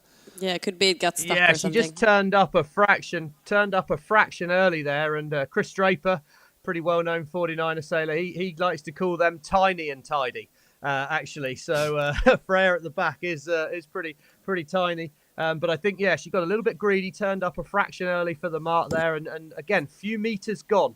It's those sort of controllable things. It's very, very hard to guarantee the meters, but can we sail accurately? I thought the French did a nice job of the rounding. And there you go again. They're not really looking back. They're sailing the breeze that they're in. And what a beautiful sight that is for the French crew at the moment.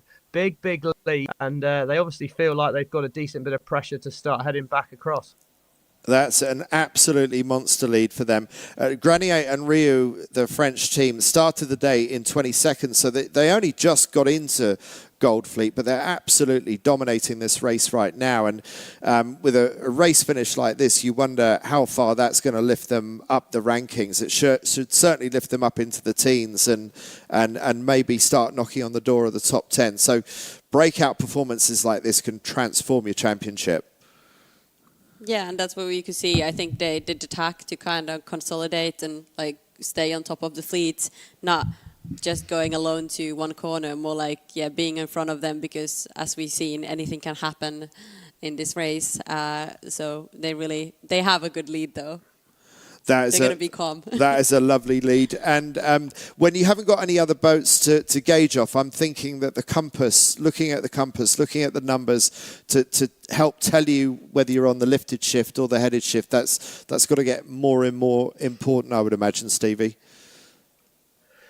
I think it's pretty crucial. I think the shifts today are really quite big. So I think if I'm stood at the back of the boat, making the decisions, my biggest thing is, am I sailing towards pressure? Am I in pressure? So I'm going to be looking for those darker patches. And then from that, the shift is probably secondary and then will dictate. I think you're assuming that the wind's going to be shifting left and then right.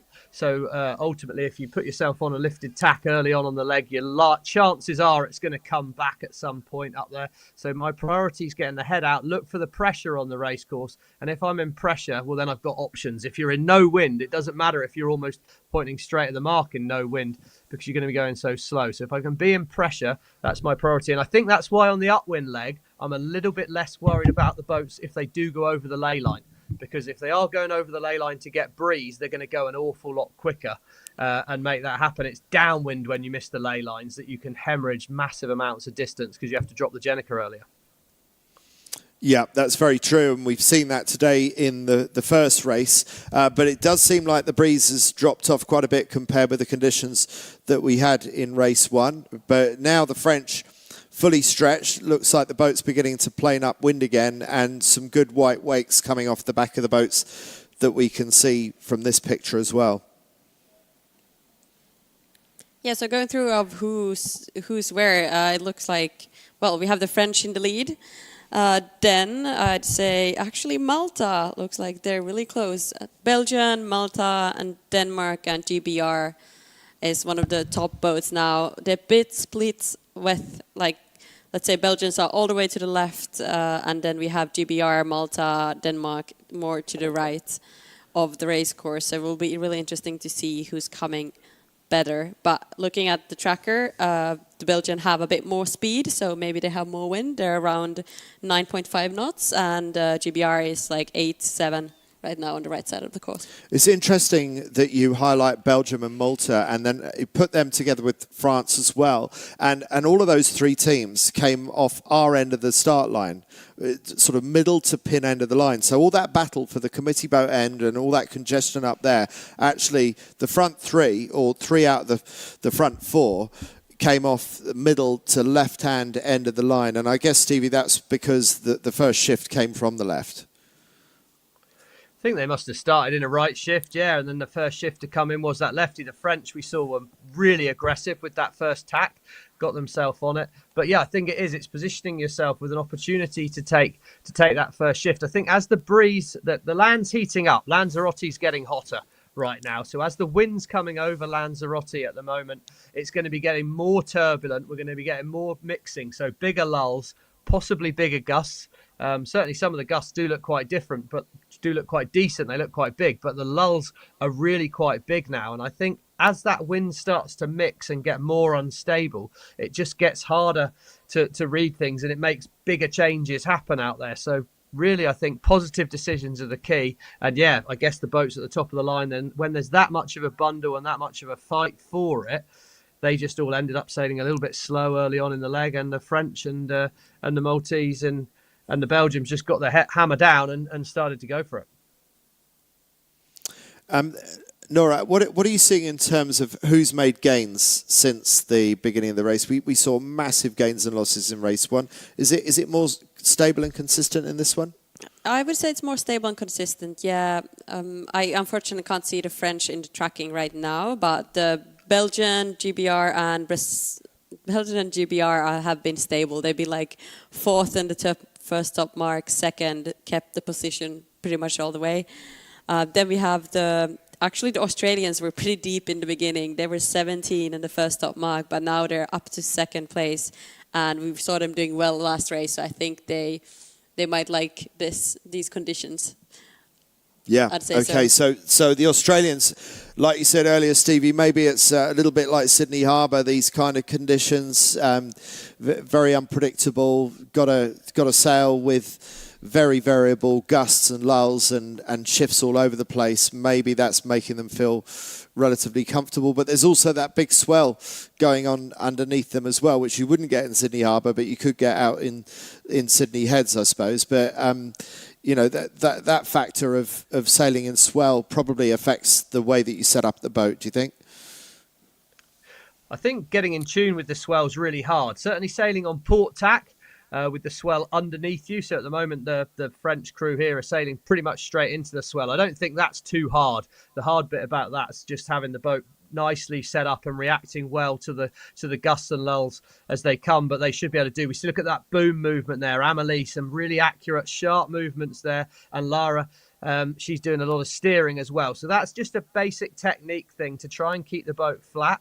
I think you know, it's obviously not easy conditions. They're relatively jerky with their movements on that. I wonder if they could smooth that out. But certainly when you're on port tack and you've got the swell rolling over your left-hand shoulder, the boat's going to be powering up and depowering a lot. That's going to be really, really hard. But I think ultimately, if you can put yourself in a gust, the boat's going to be feeling so good and the gain's going to be good. We've got a tight moment here. The French and the Belgians right away with France. Belgium, I don't know if they'll try and tack underneath. No, I think that's a good decision.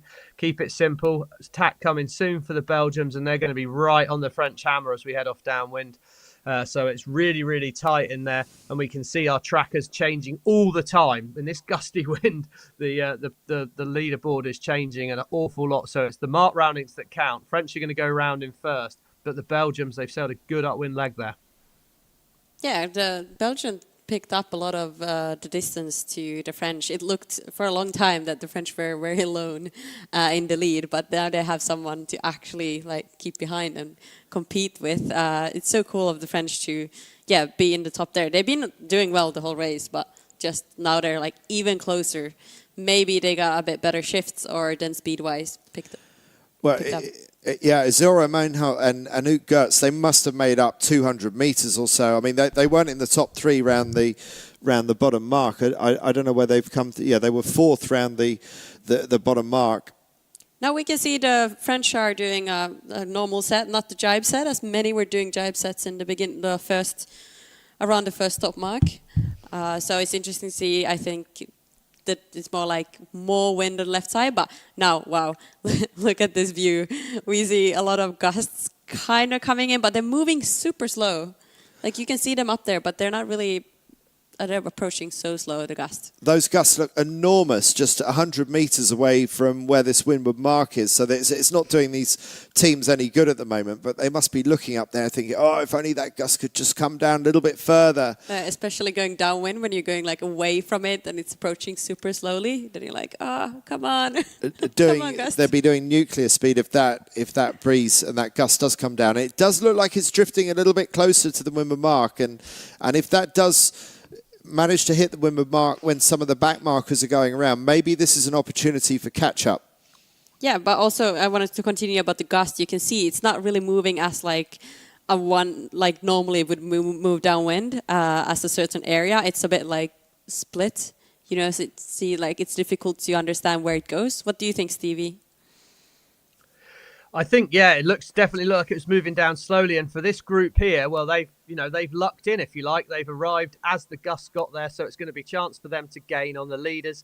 Definite jibe set on the race course right now. And the leaders, I think, probably did the right thing that they were in. But as you said, Noora, that what's really hard, if you are in the lead, the breeze is going to come back from you. If you go around the windward mark in a good gust of wind, then it's fantastic to be in the lead because you often get to stretch away. But in that situation, it was light when the leaders went round, and this jibe set's only really just presented itself. So I like what the Italians did. They were aggressive. They saw it coming, and they probably took a little loss jibing early before it actually got there.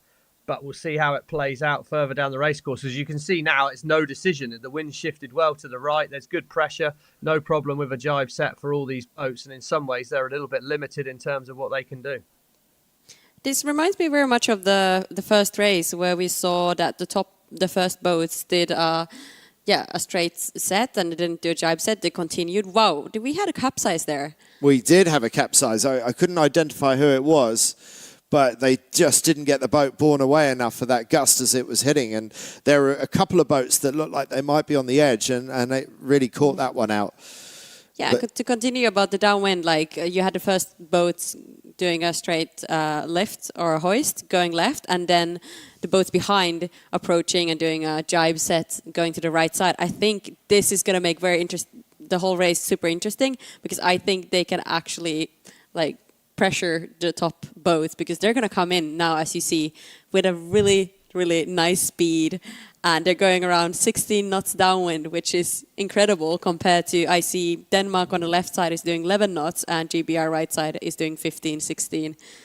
So that gust has really filled in across the course now. They're going so much faster than they were just 2 or 3 minutes ago. And Belgium, with the red Jenica in the middle of screen, looking pretty strong. We know that they rounded the last windward mark in second place, and they're still looking good now, but I'm not quite sure where the French team is that was leading.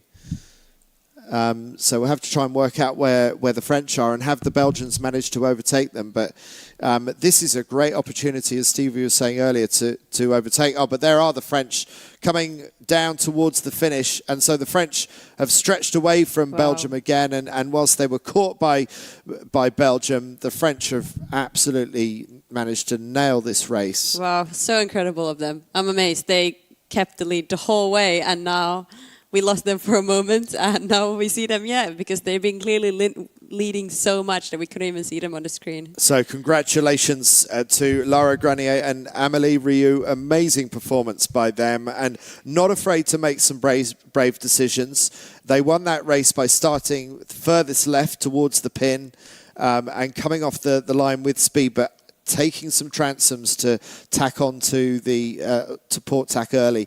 Now you see this red Jenica to the left of our screen. I think that's Great Britain looking stretched. The way that they're stretched, Stevie, looks like they've overstood the ley line. They do look a little bit pushed out to this side of the course. They're going to be fast at the bottom. I think what I like about their position now is if they're not too overlaid, then that group up there will potentially slow themselves down. It's all going to depend on how much it is, but if you have got no more manoeuvres to do, that's well positioned Here we go, Martine Grail. She's done good work down here as well. The Brazilian, that's a little bit more what we're used to seeing. But yeah, look at the distances that have changed. When you think how close Belgium and France were at the top of the mark, it shows you quite how frightening these downwind legs are, to be frank. It's really scary, the distance changing. And they've done a nice job there. Mahoud and Kurtz on board the Belgian boat. They look like they're going to get this second place. Solid result for them. Amelie Rieu and Lara Granier, wow, that was 2 firsts at the windward mark. But of course, what a day it would have been if they'd have had 2 firsts at this stage. But anyway, they'll be positive for the next race. Nice work by the Belgium girls. Lovely tidy jibe there. But yeah, it's so hard at the bottom of this course to judge things accurately. But that just means real opportunity. Oh, well, we've just heard actually that the boat that we thought we'd seen crossing the line, it wasn't the French. Apparently Belgium, we've just been told, did win that race. So I think we need to check on that. I think we need some verification on that. I felt we'd seen visual confirmation on the screen that France had won, but we need to check on that. Whoa, look how tight it is at the finish there, Ricey. Oh, the Germans, New Zealand, oh my word, it's a blanket finish. We're going to want to get some comeback stuff there. The Swedish come across slightly out the back of the pack, a tricky race for them, but wow, that got so tight at the pin end of the finish line there. No room, don't think we got any collisions, which is good news, but yeah, tight action, and it's just all on right the way to the finish.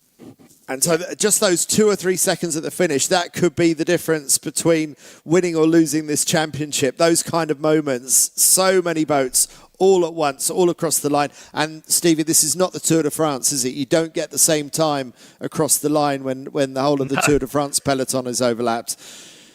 No, those meters are just points here and there, points everywhere. And in fact, right now, it's the Dutch girls. They're finding themselves sat in kind of 11th, 12th position at the moment, so quite costly for them. Swedes as well, they've dropped some points, so it shows for all the crews. It doesn't matter how good you are or how good you've been over the week so far. This is a challenging race course, and it's going to show no mercy. So there's a lot of points up for grabs with 1 race left today. You'll be starting to be tired, brain a bit frazzled. Are you feeling confident as to how you're reading the race course, or is your confidence a bit down with your decision making? So big few minutes for the coaches here to get them reset and looking forward for the next race. Wow, what a race for the French! What a race for the Belgians! And let's see if we can get some confirmation one way or the other, whether it was France or Belgium that won that race. We're hearing that it's Belgium, but what happened to the French? They seem to disappear off the race course. I can only think that they were pulled out of the race because they've been over the line or something. I don't know what's happened to the French. Yeah, but they normally don't pull out. Even though you would be over, you wouldn't be pulled out from the race. Yeah. So it's interesting to see what happened. But anyway, great race for the Belgians. If not, they won, but second at least. certainly well up there. And also looking at the stats, Brazilians, where did they come from? They got, they were after Belgians, and they were 16th on the first top mark, and then they just climbed up 10th, 6th, and 2nd. That's more like the Brazilians we expect to see, isn't it?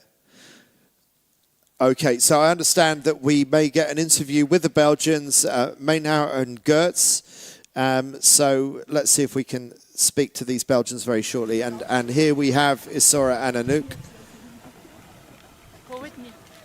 Just grabbing a drink. Oh, they can hear me. Isora, can you hear me? It's Andy Rice here. Can you hear me? Just checking that you can hear me from Andy Rice. It says the host is connected or unable to connect. No, I don't think we can get them. So yes, if our interviewer can tell us if we can get some feedback from Rafa, who's working out there with our team, if we can find out what happened down that final leg between Belgium and France, that would be really useful intel. And so if there's anyone else we can get some news from the water, that would be great to get.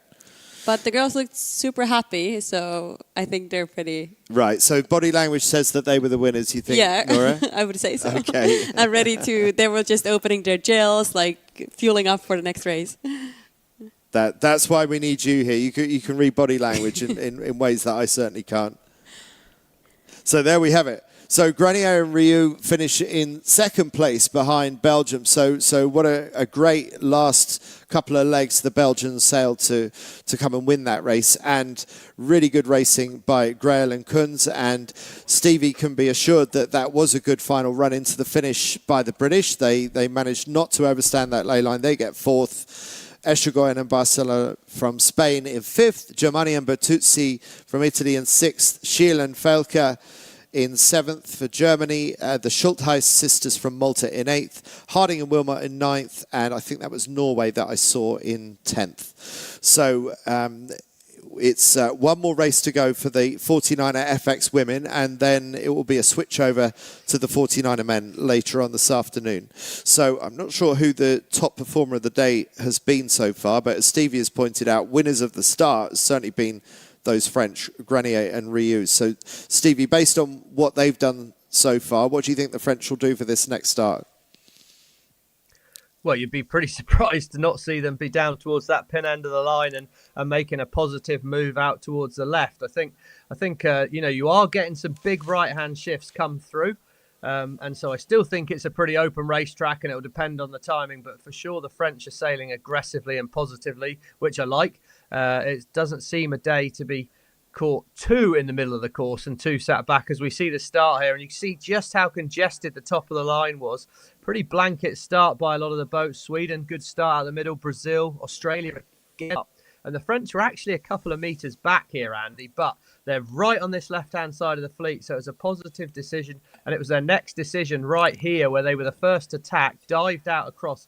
It was pretty punchy, but again, just that positive mindset, attacking the shift, being aggressive, and then that gives you opportunities further up the track.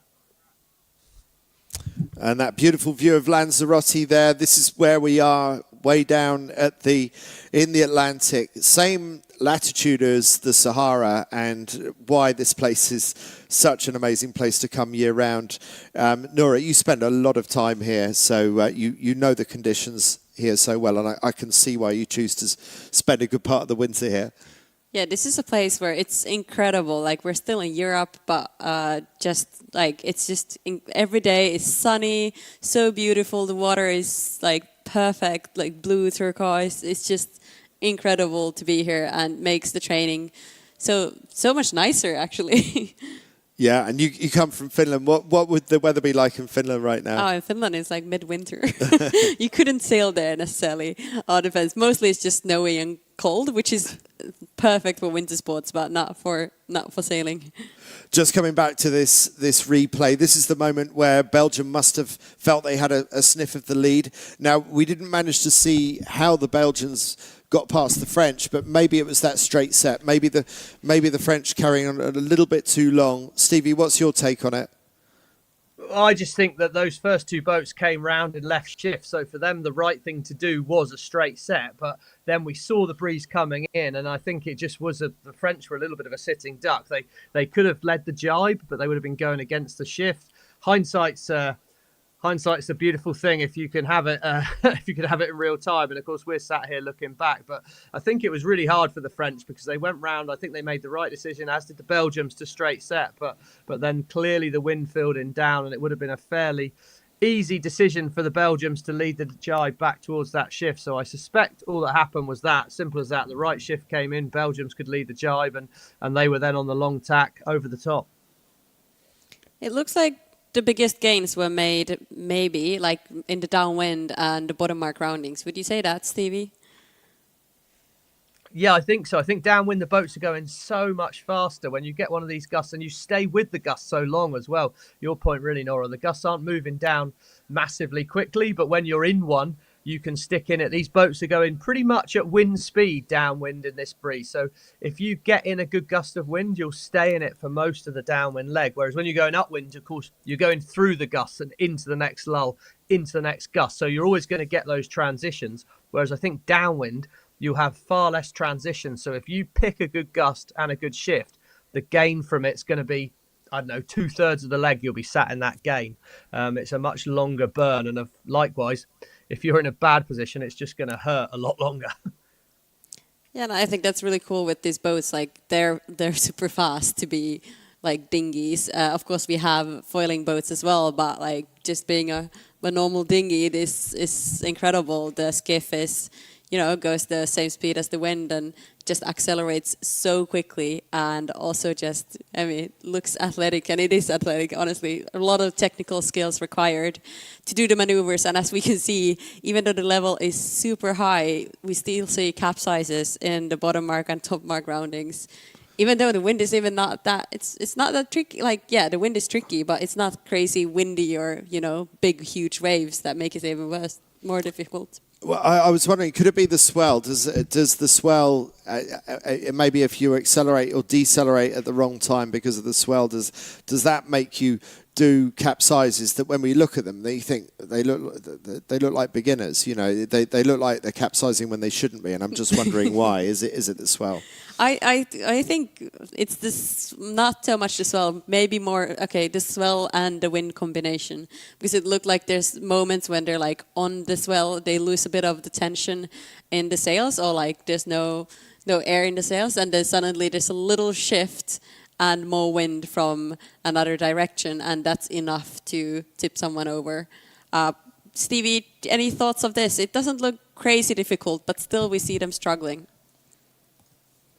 Yeah, I think as soon as you're kind of in the pack and compromised, then you can be focused on other things. And a 49er, you know, fundamentally, if there was no one on the boat and you put it in the water, it'd fall over. So if someone hasn't got their attention on it to keep the boat, it just wants to tip over. And I think at the bottom gate, firstly, there's a lot of distraction. So there's a lot of other things to focus on. The gusts, when they come, are pretty massive. So if you are a bit slow, you're not focused on the gust. It comes up and bites you in the backside pretty quickly, and that's what's happened to a few of them. Let's go to a quick break. We'll be back with you very shortly.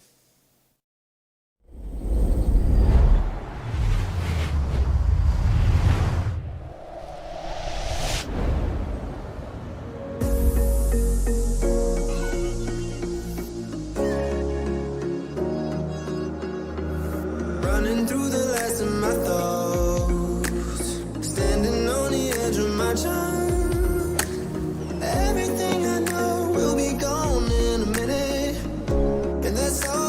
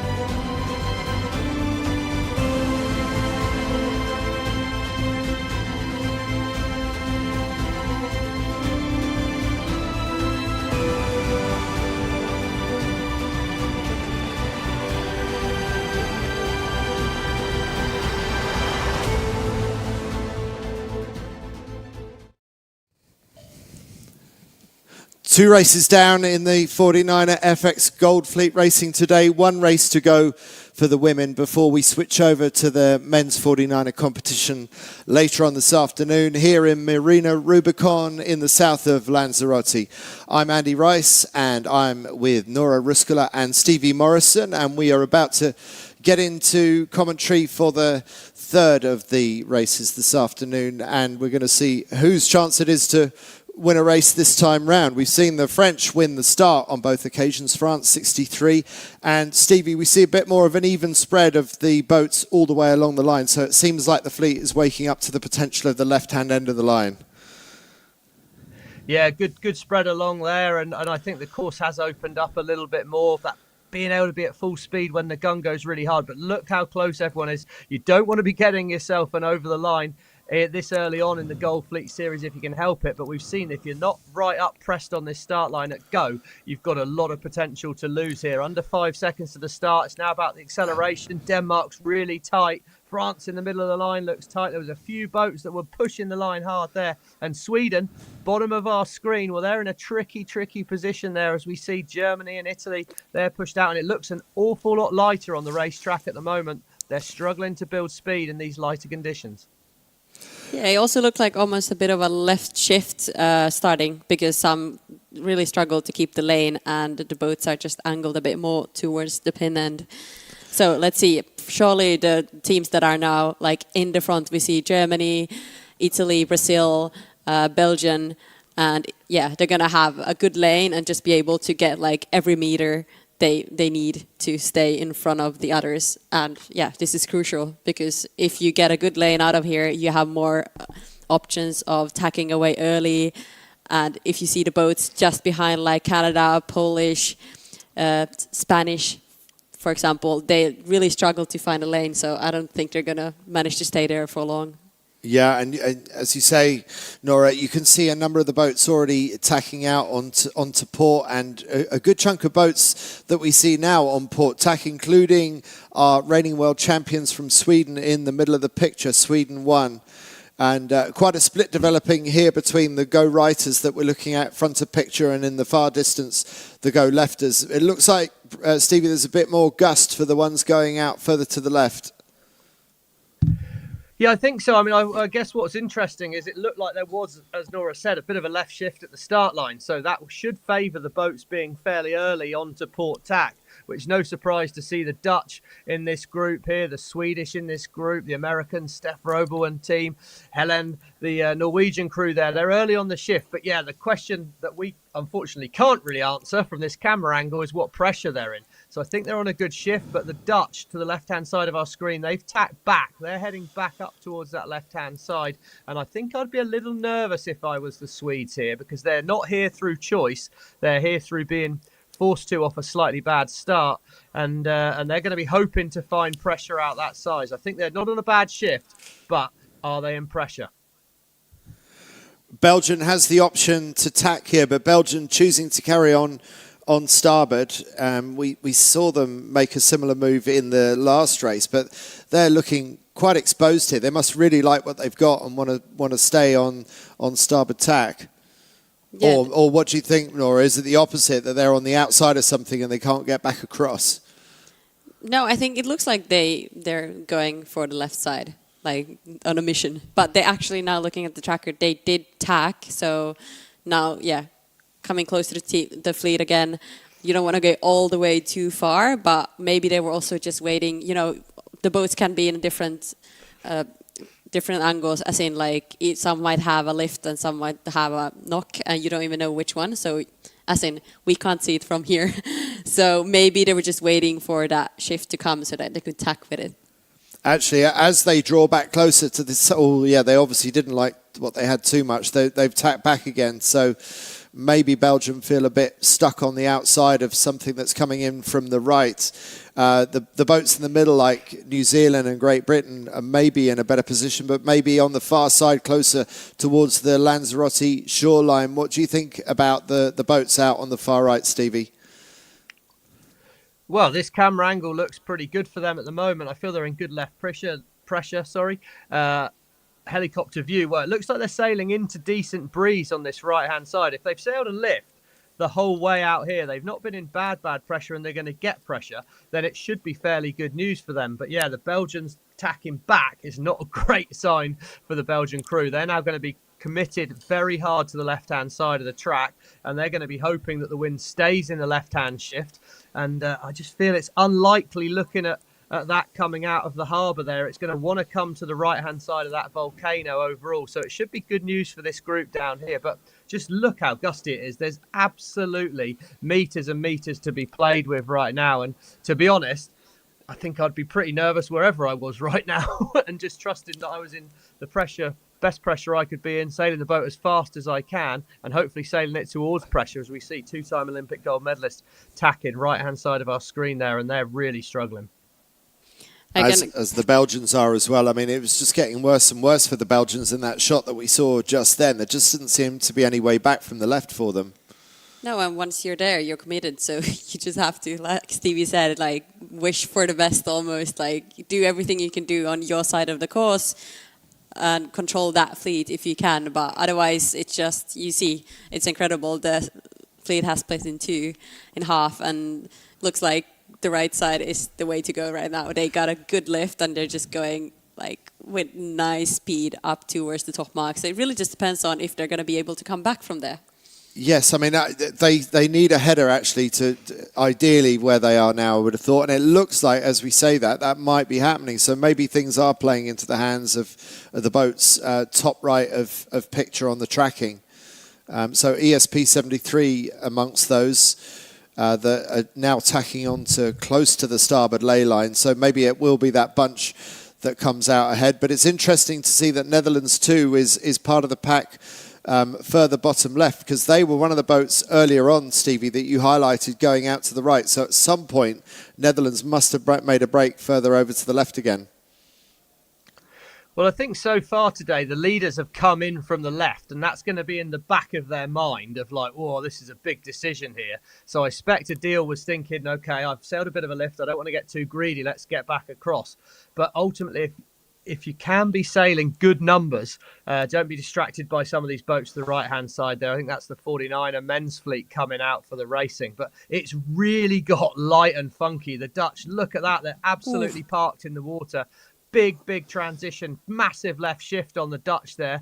So that's not going to be a bad thing. But the fact they've got no breeze is a big problem. So coming back to your point, Andy, that the people on the right will want a righty, probably, but I'd be more desperate to have pressure. I think I just want pressure. And even if I'm going to sail a bit of extra distance, if I can actually sail that in pressure, it's good. As we see the Dutch powering up, that swell starting to have effect. It's really getting funky. So this next bit of beat, a lot could change very quickly, but I think the right has been the place to be. They've just stayed on the lifted tack. So it's looking a little bit better for the Dutch on the left of screen now. They're into some breeze. They're back on the trapeze. And maybe, as you said a couple of minutes ago, Stevie, the left has tended to be the place to be towards the top of the race course. Maybe that's why the Dutch chose to go that way. And it does seem like, despite those painful moments a minute or so ago when the Dutch tacked, that things are coming good for Netherlands too, yet again. I would also say, like, even though it looks like, oh, scary, or the right side is better, it definitely does depend on the final gust and the shift just before the top mark. And it's like a gamble. You don't know where it's going to come from 100%, and you just hope it's for your benefit, depending on which side you're on, right or left. We saw the gamble of the gust in the previous race, and just to remind you that this is day 4 of the 49er and 49erFX World Championships. We're in Olympic year. This is the second most important event of the season, right after the Olympic Games themselves this July, with the Olympic regatta taking place in Marseille in the south of France. And there's a number of teams out here racing to try and qualify their nation, but also to qualify themselves for the spot. But this boat we're looking at now, Adil and Annette from the Netherlands, they're confirmed to go to the Olympic Games representing the Netherlands, and they are one of the hot prospects for a gold medal this summer. Yeah, as we can see with the sail numbers, they're number 2, so they got second at the previous Worlds, and the Swedes were the first. They won the previous Worlds. But also, coming to the sail numbers, all the top 10 have the the results they had from the previous World. So 1, 2, 3, 4, 5.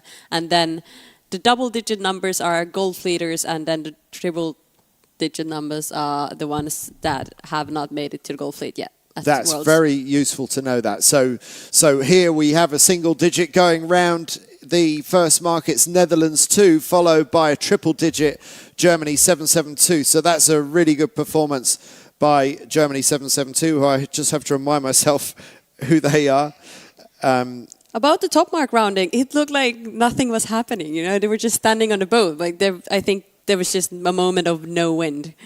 I think now there's a bit more breeze, so you can see the top marks are like the roundings are way nicer after the Dutch were standing still, and they lost a bit there to the Germans. Did you find about the Germans? Yes, I did. We haven't mentioned them all day actually, and it is Sophie Steinlein and Jill Parland who are around 15th overall, and we haven't seen them featured in the racing so far today, but having a really good race against the Dutch. With a bit of a stretch back to the next bunch of boats. I would think they're a bit like nervous at this point. Like you're, wow, in Gold Fleet Racing doing second right now. Okay, what's happening here? Stevie, what's going on here? This is a disaster. Oh, they've just sailed off the front of a puff of breeze. These two boats, they've got really, really slow and caught up in no wind. And this is just going to be so hard, helicopter gusts. I think they both came round. They had a bit less breeze, but the decisions are going to be really, really tough. Again, big left-hand shift. So the straight set was the right call when they made it. But the problem is that can change really, really quickly. And the boats behind have the advantage. They get to see what you're sailing in. A deal here, being very confident still on board that Dutch boat. But I'm surprised that she hasn't jibed. I'd expect her to jibe back across fairly soon to try and block off anything she can with the rest of the fleet. But yeah, the wind's got super gusty out there, and they just got into a big light spot, parked up, and the boats behind, well, look at that. They're seeing a roadblock ahead, and they're moving down really, really quick. It's going to get messy for the Dutch from here, I think. And like you said, Stevie, they haven't really done anything wrong. They worked with the best that they had available to them. And this is all amplified with asymmetric spinnakers like you have with the 49er. You can only really sail in one direction with an asymmetric spinnaker. So if someone gets the gust behind you, it's very difficult to respond. But having said that, Noora, it looks like it's coming back in their favour. Yeah, actually, Stevie, you had something to say. I did. I think what they could have done, Andy, in that situation was sometimes you've got to cut your losses.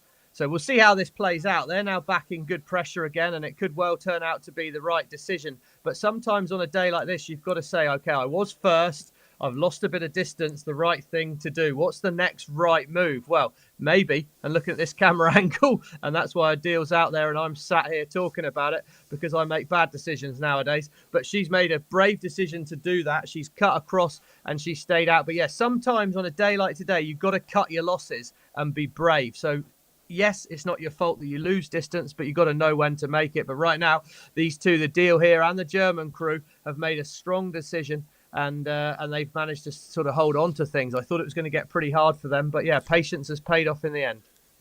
Yeah, you got to keep your head cool, but wow, I think there was so much happening that downwind.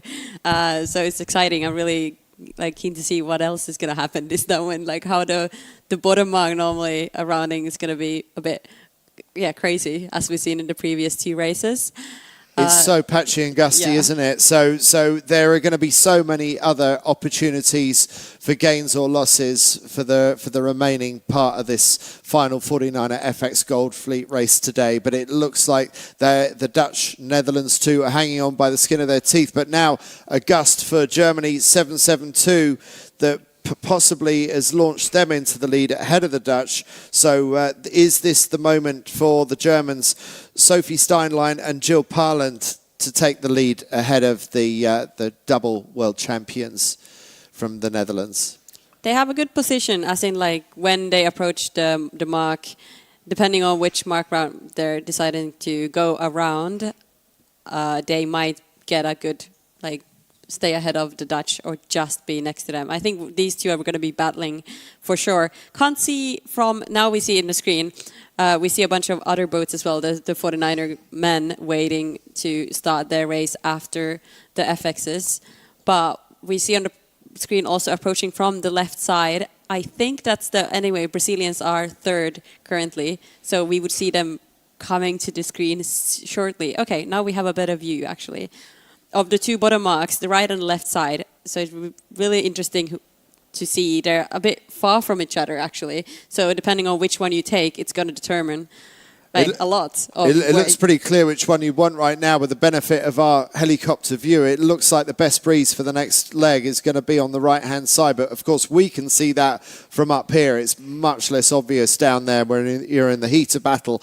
And we got 3 boats, possibly 4 boats, all vying for the lead. And this is actually really tightening up. And it looks like Brazil now have taken the lead. Finally, we see the reigning Olympic champions take the lead in a race. And things are really tightening up as the Dutch go round the opposite side. And I have to say, Stevie, I fancy where the Dutch are headed towards. They're on a really big lifted tack on port tack as some of the others are coming down on starboard, struggling to hold their kite. Suddenly the breeze is up, the gust is in.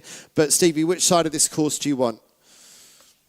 Well, yeah, I think you're right, Andy. I think the obvious choice there was the left turn. The Dutch were well set, but they've just sailed into that right breeze there, looking absolutely parked. They've stopped again on board the Dutch boat, and you can just see how bandy the wind's got. It is really, really gusty and shifty out there. So a few meters lost technique-wise for the Dutch. They didn't read that wind, and they're still not up and sailing properly. So whilst I think sailing towards that on the right was good, they've just hit an absolute hole in the wind, parked up, and the Germans are nearly straight up and over the top. But yeah, do you think was that a loss? Breeze early? Was that a loss of technique, or was that just pure bad luck for the Dutch again? It just feels like the breeze is not playing their way. But was it more than that? Noora, what's your thought? Yeah, I just wanted to mention that it's the other German team actually. The Germans that were next to the Dutch, Stein and Poland, they are still next to the Dutch, and then we have the German 55 that we can see now on top of the Dutch. So they changed. We mixed up the German teams. Right, there's a lot of Germans out there. But yes, as you say, it's Marla Bergman and Hannah Veal, the Germans that are fighting with the Dutch. Oh, but I don't know what Germany 55 are doing. Looks like they're taking a spin. So there must have been an incident further back. And if they are taking that spin now, it seems a little bit late in the day if that was something that happened back at the leeward gate. A bit of a strange move there. Yeah, the rules say you should take the penalty turn right after the event, or right after what has happened, and this is a bit long after. It looks like they're putting one in the bank in case someone protests them, Stevie. But you could. Well, I'm speculating because I don't know where that incident occurred, but I'm assuming it must have been close contact with another boat, which would have had to have been at the leeward mark. But that's let the Dutch off the hook to some extent. At least the Dutch are the best of the boats on the right again, Stevie. Yeah, again, like we said, if we can win your side, that's going to not be a bad start. We can see there is breeze up on that Lanzarote shoreline, but how quickly is it moving down is the question. Feels like it's not a bad right shift at the moment. So that should be good news for the boats here. But here we go. Tight moment at the bottom of the course. And I guess there was a protest from the Spanish boat on the Germans asking for room at the mark. So I think that's why the Germans will have taken their penalty. They'll argue that they were trying to get clear of the gate for the safety of the fleet to take their penalty safely. I'm not entirely sure that they'd get away with that, but it would have been a pretty subjective one as we see now. Wind shifted back to the left. Martine Grael, 2-time gold medalist. Well, she's on a good shift there. Well lined up with the Danish crew as well. They seem to be sailing in a good angle. And the Dutch, well, does a good job again of cutting her losses a deal when she makes a bit of an error. And you said about whether or not it was luck. Well, I think, is it luck? I don't know that it is luck. The wind is shifty and gusty. If you're sailing the boat right on the edge, maybe that's a bad decision. Maybe you should be sailing with a little bit margin in the bank to catch up, but that's definitely not Adil's style. She is all or nothing. She drives the boat hard all the time, and that leaves you open to having a few little moments like that. But she's got herself back up and running, back in phase with the shifts, back in phase with the fleet. And again, if she can come out of today, looking at the overall points right now, she's showing as being on 37 points collectively. And if we remember the Swedish were the biggest challengers at the beginning of the day, they're now on 51 points. So that's a huge day at the office for the Dutch if things stay as it is right now. Yeah, a huge day, a good day for the Dutch and a difficult day for the Swedes. Noora, what are you making of the race at this stage? Actually, I wanted to speak about the Danish. They were the final. They qualified at the previous Worlds for Olympic spots, and now also by making the gold fleet, they have basically qualified their internal. They secured a spot within their country. So that's incredible, and they're doing so well right now. It's crazy. That's the Danish sisters, Johan and Andrea Schmidt. And as you just said, Noora, they were the only Danes to get into Gold Fleet. And by doing that, by getting into Gold Fleet and the rest of the Danish FX sailors not managing that has effectively sealed the Schmidt sisters' bid for Paris 2024. They know they're going to the Games, which must have been an absolutely amazing feeling for them yesterday. And now they're in the thick of Gold Fleet racing at the sharp end of race 3 of Gold Fleet. Yeah, and they were, I think, 10th at the Worlds, at least in the top 10 in the previous Worlds, and that was a bit of a surprise, let's say, for many teams to see them there. And now it seems like, yeah, they're on it. They're going to be serious about this and trying to push in back to the top 10. I'm sure they are. The Danes have done really well over the years in the 49er and the 49erFX. So they've won medals in both the men's and the women's skiff. Here we are with Australia 47. I would say one of the surprise packages of these World Championships so far, Laura Harding and Annie Wilmot. And I'm sure you know this, Stevie, but Annie Wilmot, that's a famous surname in Australia. She's the cousin of Nathan Wilmot, the 470 Olympic champion from Beijing 2008. Yeah, Nathan worked. Lucky enough to have Nathan coach me for a little while. Certainly one of the top sailors in the world scene, really, and he knows his way around a racetrack. So that Wilmot family's done a lot of winning. I'm sure she's not going to be short of feedback, knowing what Nathan's like. He's not one to keep his opinions to himself, but generally speaking, pretty good feedback. And yeah, I think they've sailed superbly so far. But big moment in their regatta right now. They're punching out towards this left-hand side. Of course, that did very well for the Dutch on the last upwind leg that we saw. But the Aussies here, they'll be wanting a good race to finish the day with, because they've had a very good day out there so far. Really got themselves in the hunt for a medal in this first day of finals racing. But with that much exposure on the left-hand side of the course, you'd be pretty hopeful that you've seen breeze out there to get you back across. Also, looking at the picture right now of the camera angle, you can see how, for example, the angles are crazy with the boats. You see the Norwegians and Brazilians they're in a nice lane, they have a nice gusts, but the boats behind them just can't keep up with them. I don't know, is it the camera angle that's lying, but it looks like they're just in totally different breezes, and it's like I'm just confused of where they're going, you know? It's almost like it's just so shifty and gusty that you can't tell. It's all over the place, isn't it? But we're seeing some of the more expected teams up here now. Some of the older, more experienced teams, Martine Grael and Kayana Kunz, the double Olympic champions from Brazil, now in the lead. And the Dutch still hanging in there, look like they're possibly second or third, with Denmark 10, the Schmidt sisters, one of the lesser expected teams up there, but having a really good race right now. It's also the Brazilians Really? are current. Yeah, Stevie, you go. I was just saying, yeah, it's really tight at the top of the course here as we're coming in. It's final moments as they approach this windward mark, and you can see the whole pack's built up. It's going to all be about where is the pressure on the exit from this top mark, as we're some way further back in the pack here. We see the Swedes. They're struggling a little bit. They've dug their way up to 7th at the moment, but they're showing as being a few metres back, and they're well out towards this port ley line. So they're hoping for breeze to come in. Top of our screen, that's the group including 2 times gold medalist Martina Grael, Kayana Kunz, and then Adil is up in that group as well, the Dutch crew.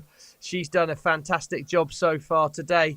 And they'll be looking, where's the breeze going to be on the exit from this mark? Because we've seen how much happens on this downwind. And right now, it doesn't actually look all that windy, which to me says, hang on, because we're about to get another big gust on the downwind. That seems to be the pattern, doesn't it? Just when you think the breeze is disappearing for the day, down swoops another gust from the volcanoes of Lanzarote in the distance. Looking at the Brazilians, they were actually 10th in the top mark, and after that they've just been winning. So all day had this trend of like starting a bit slow, a bit back in the fleet, and then just like climbing up slowly. It's going to be interesting to see who was top performer out of the day, actually. And I wonder, well, it's probably going to be Netherlands. I'm putting my money on the Netherlands as maybe having had the best day today. But Brazil, I wonder if they're a top 3 performer today. Bit of a slow patch there. This looks a little bit uncomfortable for the Brazilians at the moment. Very low mode. They're both in the boat, just like they're going so low. It's incredible, but there's no wind. It's so light. This, Stevie, looks like another opportunity for a gust to hit from behind and for the Brazilians to have a sticky moment, a bit like the Dutch suffered a lap ago. Yeah, I think in this light winds, this is the sort of moment now the breeze has dropped. You know there's probably another hammer punch going to come later on in the race. I would imagine you're gripping the tiller fairly hard. The one thing that's made it a little bit easier is we've got a shift and we couldn't see any real breeze coming down from the right. So I think it's a slightly easier decision this time round in the sense that there's no gusts moving. The gusts are a long way upwind, but there you go, Martine. She's decided to jibe out, try and put herself back across that pressure. But that breeze up on the Lanzarote shore is a long way up. That camera is foreshortening that distance quite a bit. So we can see it's probably going to be quite a light wind run. And I wouldn't be at all surprised to see the last third of this downwind leg, things get really tense. So big decision from the Brazilians here. They've gone with the percentages of feeling those shifts coming off the right-hand shoreline. But yeah, looks like they're on their own in that decision at the moment. Well, the other thing is, when you're in that position that the Germans and the Dutch were the previous time round, you hoist on starboard and the fleet starts going underneath you on a better gust. You're on starboard. If you jibe onto port, you don't have any rights. At least once you get this side of the rest of your rivals, like the Brazilians have done, at least when you jibe back, you're onto starboard, you've got rights. Is that a factor at all? I think it's a factor in the close match on things, but she's gone a long way here. This is a big, here she goes, jibing back. Looks like the breeze doesn't look bad for the straight. So I think that she might end up ruining that decision in the long run here on board the Brazilian boat. I think that, yeah, the boat on boat thing becomes a bit more of an issue, but ultimately I think when it's this shifty and gusty, you're probably slightly less worried about those little intricacies than you would be on a steady day in Palmer Bay with the sea breeze and the meters counting for a lot. It's more about the tens of meters on a day like today and where the breeze is coming down. And you talked about the performer of the day, and I think Adil and Annette on board that Dutch boat, they've been pretty standout. They've made those good decisions a lot of the time, and generally speaking, they've prioritised well, because we can see, look, it's still light on that Brazilian boat. Them inside it, and the boats up that have straight set and not done it look like they're twin trapezing in a little bit more breeze up there. Noora, that was an amazing shot that we saw of the Swedes just now. I mean, if you were campaigning a 49er FX or thinking about doing so, we're getting privileged view of these sailors and the way that they're sailing these boats so accurately. But coming back to Stevie's point, it looks like Brazil is just getting back on the trapeze again. They're just picking up the breeze, and maybe it's redemption time. What do you think, Noora? It's tricky. I've been looking at the Brazilians. Like, I thought they would go further right because they chose to do the jibe set, but I think they got a bit scared of seeing that the left side was doing way better. But now it looks like they're doing a bit of a comeback. So I don't know. I'm like, my thoughts have been changing throughout this downwind of like, oh, yeah, no. Now there's a gust, now there's not a gust. and we've got the privilege of seeing this from a bird's eye view as well. So whatever we're seeing, we're getting a much better picture up here than they are from sea level. But it looks like Brazil have held their nerve, just about managed to stay in the lead. Denmark 10 definitely threatening the Brazilian lead. But yeah, it's a really close one to call, Stevie. I don't know who you would pick for winning this race across the finish line. Got any thoughts? Well, I think the Brazilians have done a nice job, as you put it, of cutting your losses. A little bit what we talked about on the first downwind leg, where the Dutch were very brave. They chose not to cut their losses. but Brazil did. So I think that was the right move. But this boat way out here, as we see it towards the top of our screen in the corner there, that's the Schmidt sisters. And they're definitely exposed themselves, but they are really, really pressed. Both hammer down on the trapeze. Whole fleet lined up well. I think tactically still advantage with Brazil. They've positioned themselves very well down here, but it's ultimately going to come to the breeze you have in the next 30 seconds. If Brazil can get down to the Schmidt's line, then I think they'll be safe. And the Schmidts look pretty pressed. They're well down towards the ley line. So, yeah, I'm going to go money on Martine at the moment. Yeah, certainly looking like they got a better gust, and the Germans left a little bit high and dry as they're going out of picture with the red Jenica, just not got that gust that the Brazilians have got. So, Noora, there must be an element of luck. You've got to string your luck together, and when you get the luck go your way, you've just got to make the most of it. Yeah, especially today with these weather conditions, you just gotta go with whatever you have. And can't get too stuck on the fact. To hear just the Germans, they were about to roll the Brazilians, and they looked like they were going way faster, double trapezing a bit harder than the Brazilians. And then now they just fell out of the wind, out of the gust. And you don't want to do it's impossible to do a jibe and try to stay in the gust all the time, because then you'll be doing a lot of jibes. So you just gotta pray and wait for and position yourself to the fleet. Obviously, you can't just wait for things to happen. No, but still, you got to choose your lane and you stick to it. It's really close between the front four right now. We can't have long before we're seeing that finish line come into view, and it looks like the Americans might even have a sniff of a top three here as well. We've hardly mentioned them lately, but look at America come across the front of the bow of Germany and Denmark, and Brazil looking a little bit safer. Not really going to know until we see where that finish line is. So the top ones came from the more left, and Brazilians also a bit left. But the US girls, they came a bit more from the right side, doing their own game, and now they're just showing up to the party. Amazing. Going ahead of people. So Roble and Shea, what an amazing comeback down this final run. I know they were somewhere up in the top 10, but they've made a really good game. But congratulations to the reigning Olympic champions, Martine Grell and Kayena Kunz. We predicted at the beginning of the day, I certainly remember you did, Stevie, that you thought this might be a kind of day that would suit them, and winning this race. Oh, that was Noora, actually. I'm going to take the credit now. Yeah, that was Noora. Who made the prediction that the Brazilians were going to be a force to be reckoned with, and that's certainly proven to be true. Second across the line for the USA, for Steph Roble and Maggie Shea, and then looking very tight across the line with the next few. Germany 55 coming across the line in third.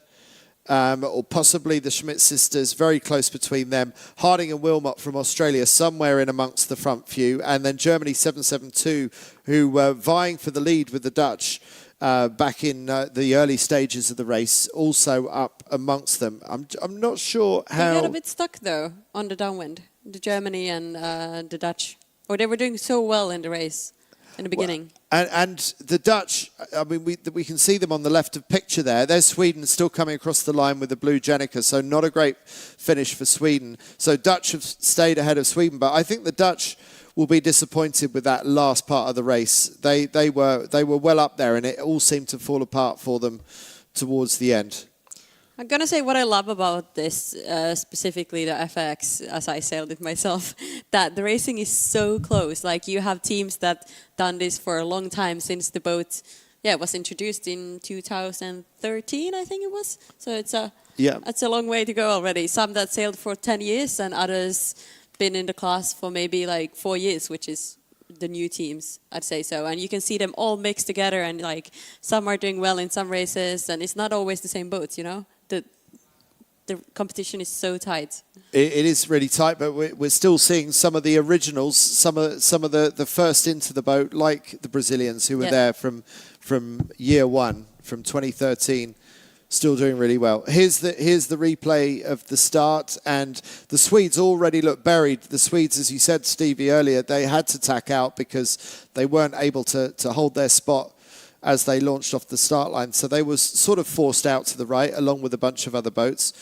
Really good start by Germany, 22, middle left of the line. And early on, the Norwegians and the Dutch behind the Swedish mainsail looking good. There are the Dutch going round in the lead, chased by Germany 772. But look, they get left high and dry here. Nothing they could have done about it. And then the rest of the fleet come down on a better gust behind them.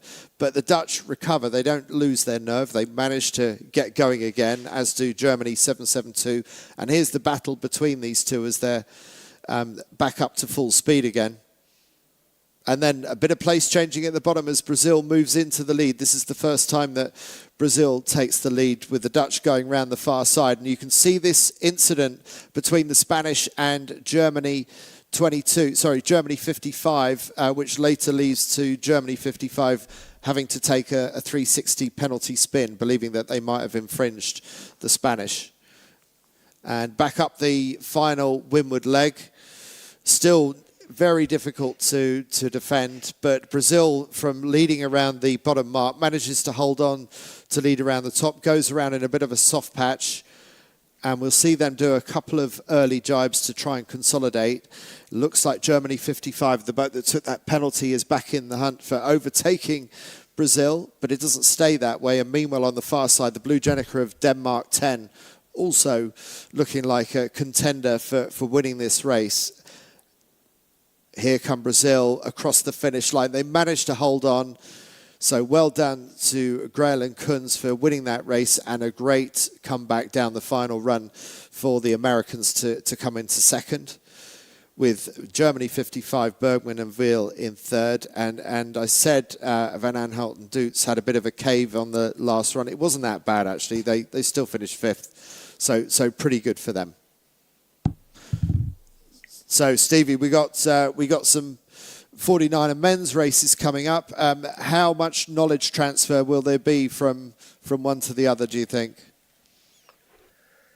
I think the teams will make sure they get across what they can, but I think, from what we saw of the racing there, Martine and Cayenne on the screen in front of us right now, it's pretty harem scarum, snakes and ladders style racing. There's a lot out there. I'm not sure there's too many golden rules to be found. I think trying to get on the shifts as early as you can, sail towards pressure, and you won't be able to get an awful lot more information than that. I think the girls' fleet, the ladies that have put in a fantastic shift out there, but they'll be pretty glad to have a day like today over and done with, because there's plenty of opportunity for things to go fairly pear-shaped fairly quickly. And I imagine, there'll be that little bit of knowledge transferred, but then possibly a final sign-off of rather you than me, because it definitely feels like it's getting a little bit trickier out there. It's getting bigger holes in it, bigger gusts in it, so there's more ups and downs to be had. And I think there'll be a few tense crews on board those 49er male teams as they get ready for racing. Noora, we'll probably go to a break fairly soon, but just who stood out for you today? Who impressed you? Not necessarily the Dutch, because we know they're the best, but anyone else that you want to mention as well? Well, the Dutch did an amazing job today, but I think the Brazilians, I'm just looking at the results and trying to figure out who did the best out of today. And it looks like there's a lot of double-digit numbers, but... In terms of the leader, it is the Dutch. It's the Dutch, but the Brazilians did a good job, definitely very good today. I think they were consistent, not in the actual racing, but they were consistent overall over the day with the finishes. But a lot of shockers today, as in you can see, I think the final, so much happened in the final downwind and just before the finish line as well. And I think that affected a lot on the results. Stevie, you said that we're in for a bit more breeze from the forecast that you've seen tomorrow. There's an 11-point gap now between the Dutch in first place and the Swedes, who are now down to second. That will probably be good news for Sweden in their bid to fight back against the Dutch, that extra breeze, do you think? I think so. One thing I would say from my time coaching was that I think Adil and Net have probably got, if not the best, certainly amongst the best boat handling in the fleet. And I think these gusty, shifty conditions is ultimately boat handling conditions. So I think they've got good gains they can make there. They definitely know how to sail the boat really nicely around the course. And I think a standout performance for me, really, Martine and Cayenne, of course we expect them to come back a little bit. But for Laura Harding, Anna Wilmot in fourth, you know, it's possibly their first time at the front of a World Championship fleet, and they've sailed back through the fleet quite well. I think, you know, Australians normally like a bit of breeze, so they could be looking forward to tomorrow pretty hopefully. But yeah, the whole fleet's congested a little bit. What a good day is, I don't know what a good day is really, because the points are really high. So I think for tomorrow, yes, Vilma will be happy, but Adil and Annette as well, they sailed very, very well today, and I think they'll be confident of stretching out further. Thanks, Stevie. We'll go to a quick break and back to you shortly before we get into the 49er men's racing.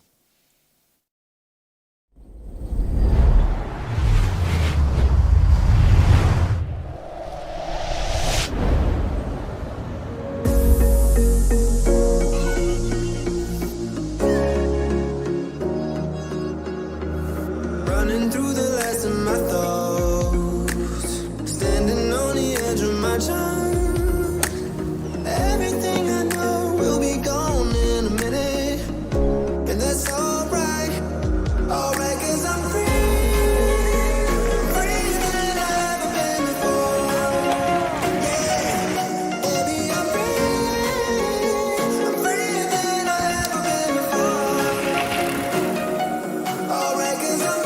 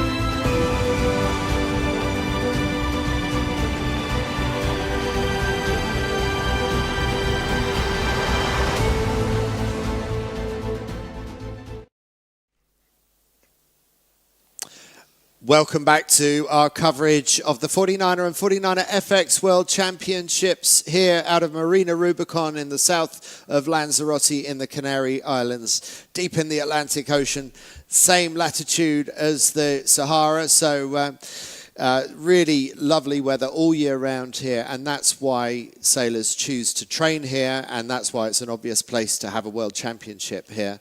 My name is Andy Rice.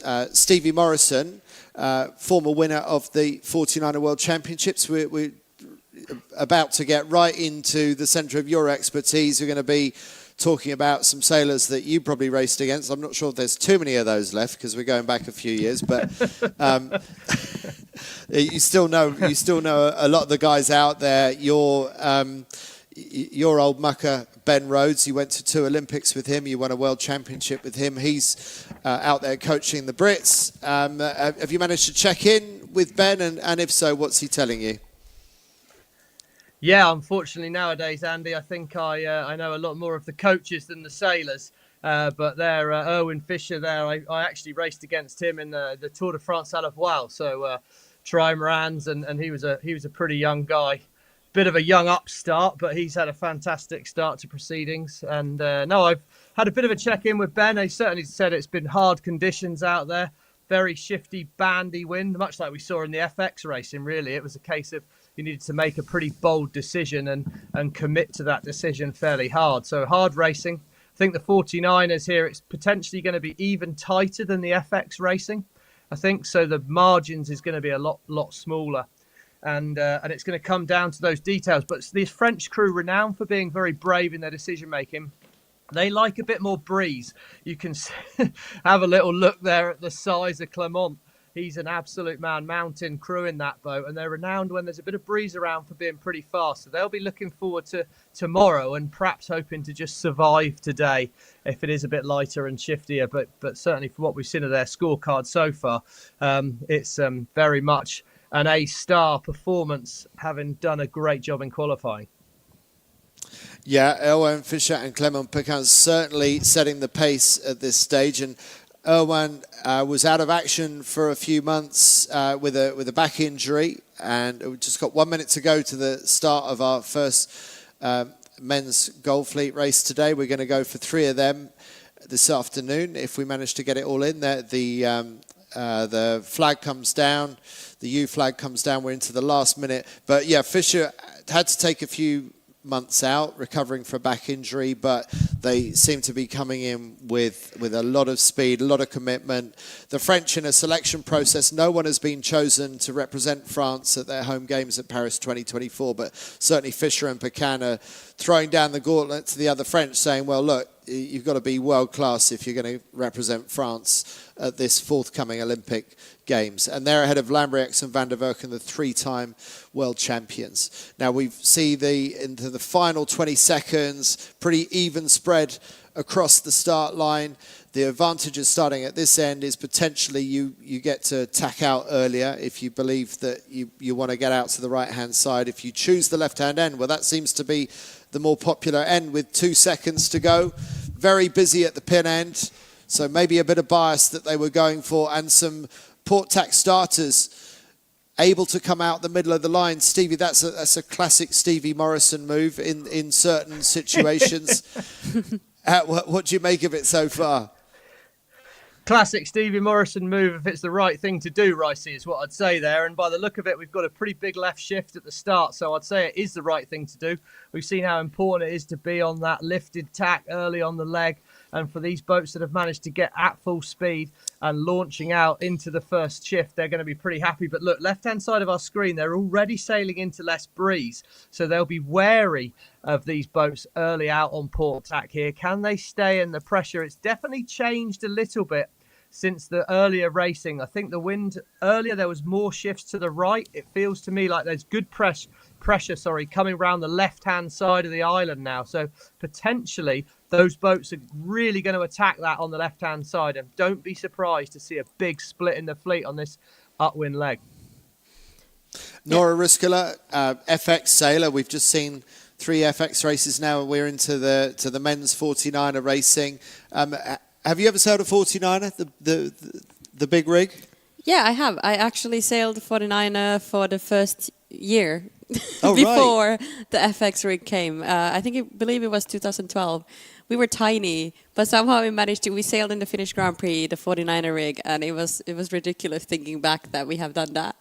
But that's how I was introduced to, basically, from the 29er to the 49er rig, and then FX. But it's different, though. It's bigger. I mean, it's not that much bigger, but it's still like a square meter bigger mainsail. And It's pretty powered up, isn't it, this boat? And it doesn't take a lot of wind to get both sailors on the trapeze and fully stretched. But at the moment, Stevie, it looks like it's got its soft patches still. You were saying a few minutes ago you think maybe the FX fleet had the better of the conditions today. You think it's going to get a little bit softer as the afternoon wears on? It wasn't what the forecast was, but it just seemed to get really unstable, and I just wonder if maybe that was a cue for it doing a bit of a shift to the left and coming around the left-hand side of that volcano. I guess we'll find out in the next little bit of time here. But we can see some of the early leaders in the fleet are pushing out towards this side of the course. And of course, there's no shortage of talent out there. Australia 25, that's Tom Burton, laser gold medalist from the Rio Olympics. So he's back in the pack. He really needs a good day, I'd say, today. And a shifty day like this, you'd think would favour an ex-laser world champion or laser gold medalist picking those shifts up the course. But yeah, look, massive split in the fleet. Very different ideas on what's going to happen out here on the race course. And at the moment, the breeze looks a little bit steadier across the course. But we'll see. It's definitely not going to be easy, Andy. Stevie, what's your take on the people, sailors that change classes from like laser to the 49er, and what do you think of that? Is it similar? Do you think it works? I think, I think they do a fantastic job of it. We actually had Robert Scheidt came into the 49er class for a little bit, so it's definitely not an easy transition. Some people have done it more or less successfully. Peter Burling, of course, was a 470 crew in the Beijing Olympics, and he's gone on to, I think we've heard of him, haven't we? He's done all right, old Pete. But it's definitely not an easy transition. Tom's doing okay. He's had some good performances. It'll be interesting to get his own report card on it. But I think at this level of sport, it's fine margins. So just your body shape, your mindset. Tom will be used to making decisions at a different speed, more decisions. Thinking a 49er, you've got less decisions to make. And but still comes down to those basic skills, and Tom we know is going to have those. So we'll see how he does. But at the moment, Erwin Fischer on board that French boat, France 16, stretching out towards the left. He likes what he sees on this side of the course, and it's a brave decision because he doesn't appear to be looking at the boats on the right too much just yet. Yeah, Erwin Fischer and Clement Picano, current series leaders, looking very good, winning their side of the course at the moment. France 16 ahead of Australia 25 with Tom Burton, the laser Olympic champion that we were just talking about. There goes Tom Burton, and as soon as they go, so the French tack as well. So now's the moment of truth as they're on converging courses. James Peters and Finn Sterrett from Great Britain also tacking, and Peters and Sterrett in 11th overall at the moment. They will be hoping for better, and they're certainly capable of better. So a day like today could be a big moving day. We've already seen that with the 49er FX. There's huge opportunities in this Gold Fleet racing to make big leaps up the leaderboard. We've seen the Brazilian Olympic champions do really well today and haul themselves back into podium contention. And there's a lot of sailors out here on the 49er course hoping to do the same. I think you're a little bit soft on the laser sailors, actually, Stevie. I don't think we've really seen a jump out transition from a laser sailor into 49er skiff racing. Robert Scheidt wasn't able to do it. Absolute legend in the laser. Maybe he didn't give it long enough. Maybe he was getting too old by the time he had made the transition. And Tom Burton, absolutely amazing sailor. Anyone that wins an Olympic gold medal in the laser has to be. But it's a very different type of sailing. You say there are fewer decisions to make in the 49er, and that's because of manoeuvre loss, tack loss, and the ability of the laser, by contrast, you can tack pretty much whenever you want. It means that every decision that you make, you have to make stick. It has to be made at the right time, and every decision has more importance hanging on it. Would you agree with that, Stevie? Oh, I so agree with that, Andy. I think that's the thing. I used to sail boats like Fireballs, which many of our listeners might not have heard of, but a national class in the UK and Australia, some places around the world.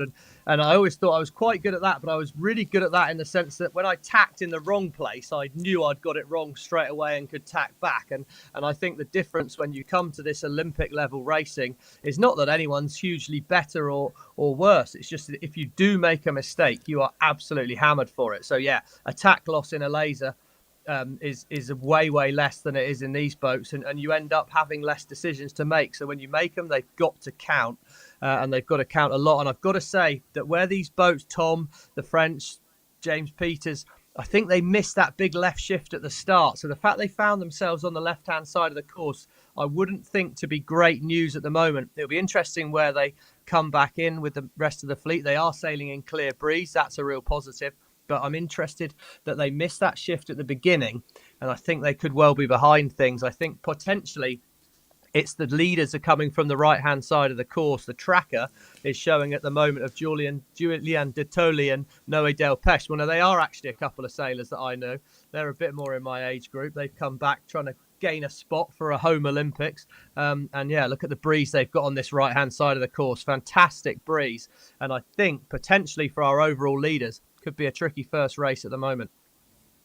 I think you're absolutely right. I mean, it looks like France 16, who are winning their side of the group, are way at the back. So the left really hasn't paid, and that really pays into the hands of Dortoli and Delpech, who remember, are also in French selection for Paris 2024, and they really need to start attacking their fellow Frenchmen if they're going to be considered for Olympic selection for the home games. Noora, it looks like starboard side is working out pretty nicely as they come in towards the top mark, and Bildstein and Hussel, Austria 29, who we can see in the middle of the picture, also doing really nicely here. So it looks like on this occasion the right-hand side is working out. Would you agree? Yeah, I mean, yeah, on this occasion, exactly. I'm just waiting for like the final. Give it 2 minutes and it'll change. 1 minute. No, but definitely, I think they're going to go around the top mark now, and the right side came a bit better here. Definitely, the start made a huge difference. Gosh, there's so much happening here, and you're going to be, like, when there's a shift, you have to react right away and just get the best out of it, to just get that nose as close towards the top mark as possible and sail your own lane.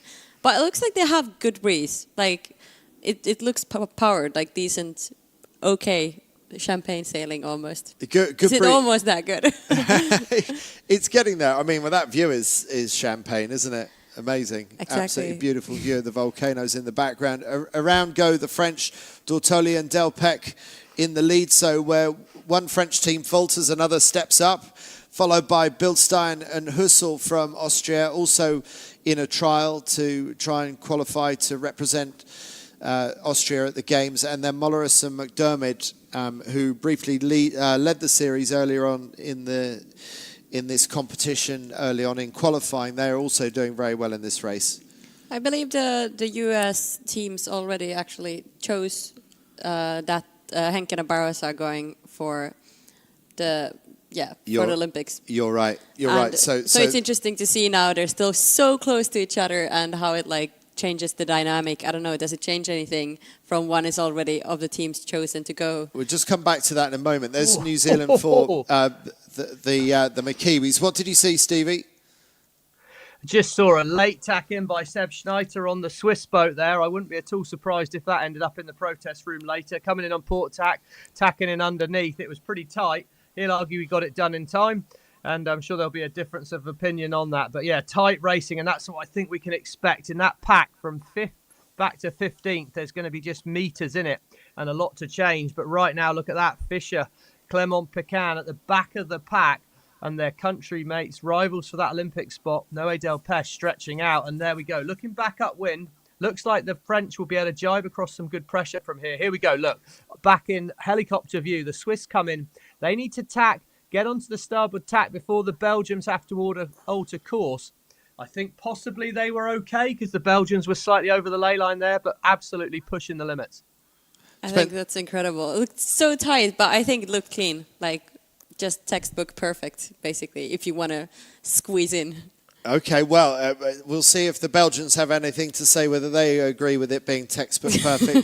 but it is only day one of Gold Fleet. I suspect if it was the final day, or if it was the cut-off day for qualifying like it was yesterday, we'd probably see that being protested. But maybe they're going to go a little bit softer on them, the Belgians, and let the Swiss off the hook on this occasion. Yeah, but they also, like, being the Swiss, they really had to go in there, because that's the only way they could, like, keep that level of sailing. Otherwise, they would have needed to duck 4 boats, or even more than that, and they would have been deep. Yeah, it would have been a long way round, that's for sure. That's for sure. So here's our front pack of 4 and then a bit of a gap back to the next. But as we saw with the 49er FX racing, it looks like the pack from behind have got a slightly better gust that's carrying them deeper. A double jibe there for the boat in 3rd place. I guess they went to jibe and saw the Americans and thought, oh no, we can't actually do that. So that was an expensive double jibe executed there. Yeah, you don't normally see that this part of the course because it costs so much. Maybe they must have missed the Americans or something. Yeah, they must have sometimes been in their blind spot or something. Sales, yeah, you can't just see. Like even though you try your best and to look around and know who's where, of course, there's times when you just lose someone. And Stevie, that is a big thing. You know, there's a lot of blind spots with asymmetric racing.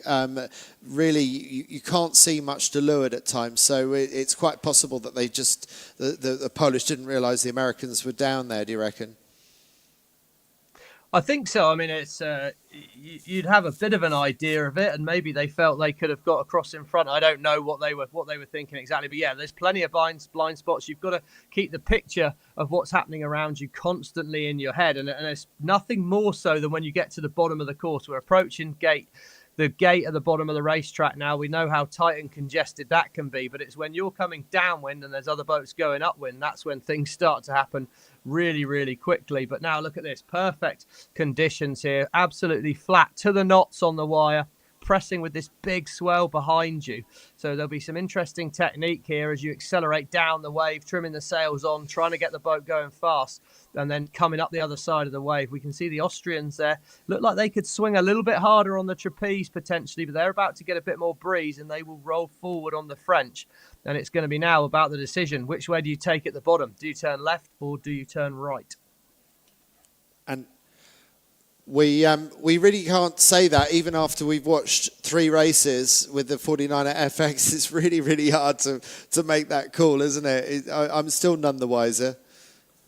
I mean, looking at the fleet going downwind right now, it just feels like it's okay. It's been crazy, but it's a bit more simple now. Like the wind is steady. I would say it's like looks like it's a bit more even when it's been. Possibly. I think you're just about to call the commentator's curse on the breeze there, Noora. No. Just as it was looking like it was going to get steadier, it's all going to go funky again because that's been how it's been all day today. That would be exciting, though.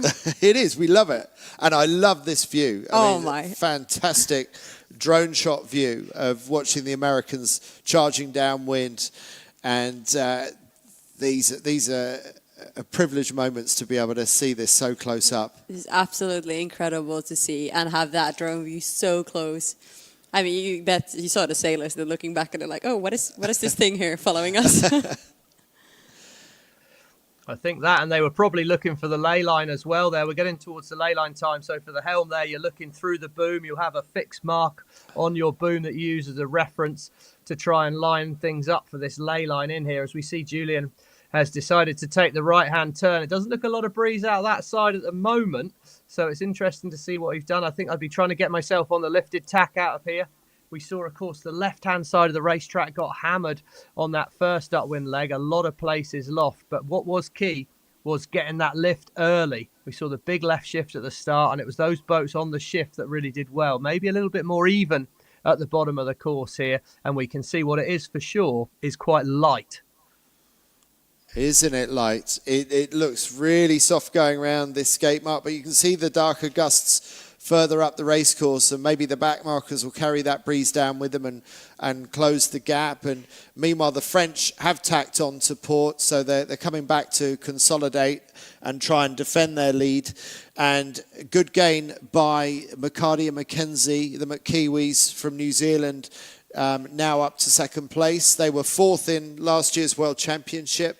That's why they've got NZL4 on their sail, and they've really got some catching up to do because they've not had a great regatta by their standards. A bit of a strange scenario. Logan Dunning-Beck and Oscar Gunn not able to compete here. Dunning-Beck injuring himself, a foot injury just a couple of days beforehand during training meant that he had to fly home early to go back to New Zealand. This was going to be a trials event to decide who was going to represent New Zealand at the Olympic Games, and I'm not sure what what the scenario is now, because Dunningbeck and Gunn not able to compete here. So does that mean that they're out of the trials, or does that effectively hand it to New Zealand for McCarty and Mackenzie? I'm not quite sure, but devastating for them, and also for Shime Fantella, who got, it sounds like he's got some fairly debilitating illness as well. So the Croatian sailor had to fly home without competing in these Worlds. But Shime and Mihavil, his brother Fantella, I think they're already confirmed for representing Croatia at the Olympics. So as long as I texted him the other day and wished him well, and he said, well, you know, the second half of the year matters more than the first half of the year. So if he has to miss the Worlds, he can cope with that as long as he's back in time for the Games. Yeah, and I think what we see here, as we come back to the screen, it was a good decision at the bottom of the course by the French crew there, because they found themselves in a lot of breeze, and those boats that left out of that bottom gate have really run into some light breeze there. Look at this. We're really on board with the US crew. US seem to be loving the drone. And look at the two Hellman crew working together, bending those knees. Jib looks a little bit loose. Probably chic that in a bit, boys. But yeah, right now, look, they're just working hard there, bending the knees, trying to keep that boat absolutely flat. But with it being so gusty, they want to be low enough on the trapeze to be able to move forward. And I think physically for the crews in these conditions, thankfully not something I ever had to do, really, really hard work, working in that forward triangle, hard work on the legs. But you're trying to keep the sails optimized, maximum power, and work your legs around it. And there we go. As soon as you do find the breeze, Julien Dottoli there, bit of age and experience out on the trapeze with this French crew, and they've absolutely picked this race course together so far. They're nailing it. Good breeze, good pressure, moving nicely up the middle of the course. So they'll love what they see in race one here. But look, I think Noora absolutely stitched up the 49ers with her call of saying the breeze is a bit steadier, because this second upwind has turned into a bit of jungle ball by the look of it. It's really getting crazy and hectic out there, and we've got to see what we can do to maximize things. Look how quickly you can lose distance there. The US getting rolled over the top of by that Kiwi crew. Looking at the tracker, it looks like they're they're all on the port tack, going. It looks like they have a left shift and they're kind of following each other, but the speed differences are huge. But see, the fleet is so close to each other. Like, they're not split like the FX. It's just very different right now, and I think definitely the speed differences, as we saw, and how you work the boat is going to make a huge difference. Really interesting to see also what's next. You know, are we gonna continue like this all the way to the starboard ley line, or will we have something crazy happening, or will it just be like racing, following each other around the race course? Yeah, I mean, that's the last thing you want to do, of course. If you have any opportunity to split away from the leader, that's what you do. But the fact that the back markers are pretty much following the leaders, we haven't really seen that, as you just said, Noora. It's a different style of sailing, and it just must be so obvious what they need to do at the moment, get out to the right-hand side, that everyone is doing it. Well, yeah, and I think, Ricey, the other thing to remember, though, is you don't deliberately do the wrong thing. So every point really counts here. And if following the person in front of you is the right thing to do, then it's the right thing to do. Noora said the whole fleet was on a big port lift. They were really sailing the long tack up the course. So I think the right thing to do is probably to do that, wait for the next opportunity to make a good tactical decision. If you deliberately do the wrong thing, trying to force something, especially this early in the regatta, you're going to come to regret it, I think. So be patient, wait for your opportunity. If you can turn a 15th into a 12th, that still can be a good result at the end of the week. If you turn an 8th into a 10th, that's pretty stupid. But if the decisions are that obvious, it is all playing into the hands of Dottoli and Del Pec. If it's becoming much more obvious which way to go up the racetrack, I think we can only expect the French to extend. Let's also mention that France has got another boat in second place now. That's Ruel and Amoros, who managed to win a light wind Europeans in Vila Moura, Portugal, just a few months back at the end of 2023. Yeah. So another team that we haven't seen the best of this week, but they are coming back into consideration as they lie second in this race at the moment. Also, I'm wondering, where do we have the Dutchies? They have their, yeah, it looks like That's they're deep. a very good point. They're very deep. We haven't seen them since the start. They did a start from the right side, a bit low, they tucked away, but maybe they just couldn't get back to the game, or even like, yeah, get to the game, it seemed like.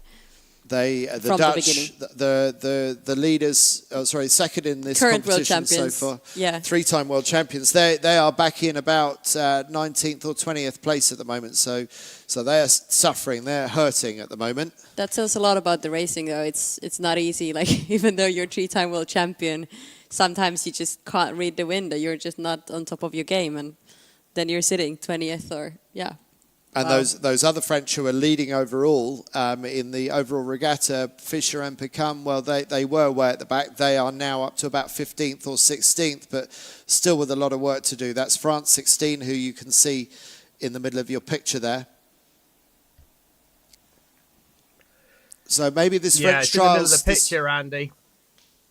Sorry, mate, you go, to Stevie. interrupt you there, but sorry to interrupt. I think the French trials will very much be all on. There's such a high caliber in that squad, absolutely. And I think it's races like this that's going to make the Dutch crew rue that 20th in the last race of qualifying yesterday. For me, that was a big mistake by them, a bit of an error. We're coming back here on board. On board, is that Julien? It looks like Julien and Noah. Here we go. Let's watch them set up for attack, maybe. They're sailing into good pressure there. Fantastic camera angle.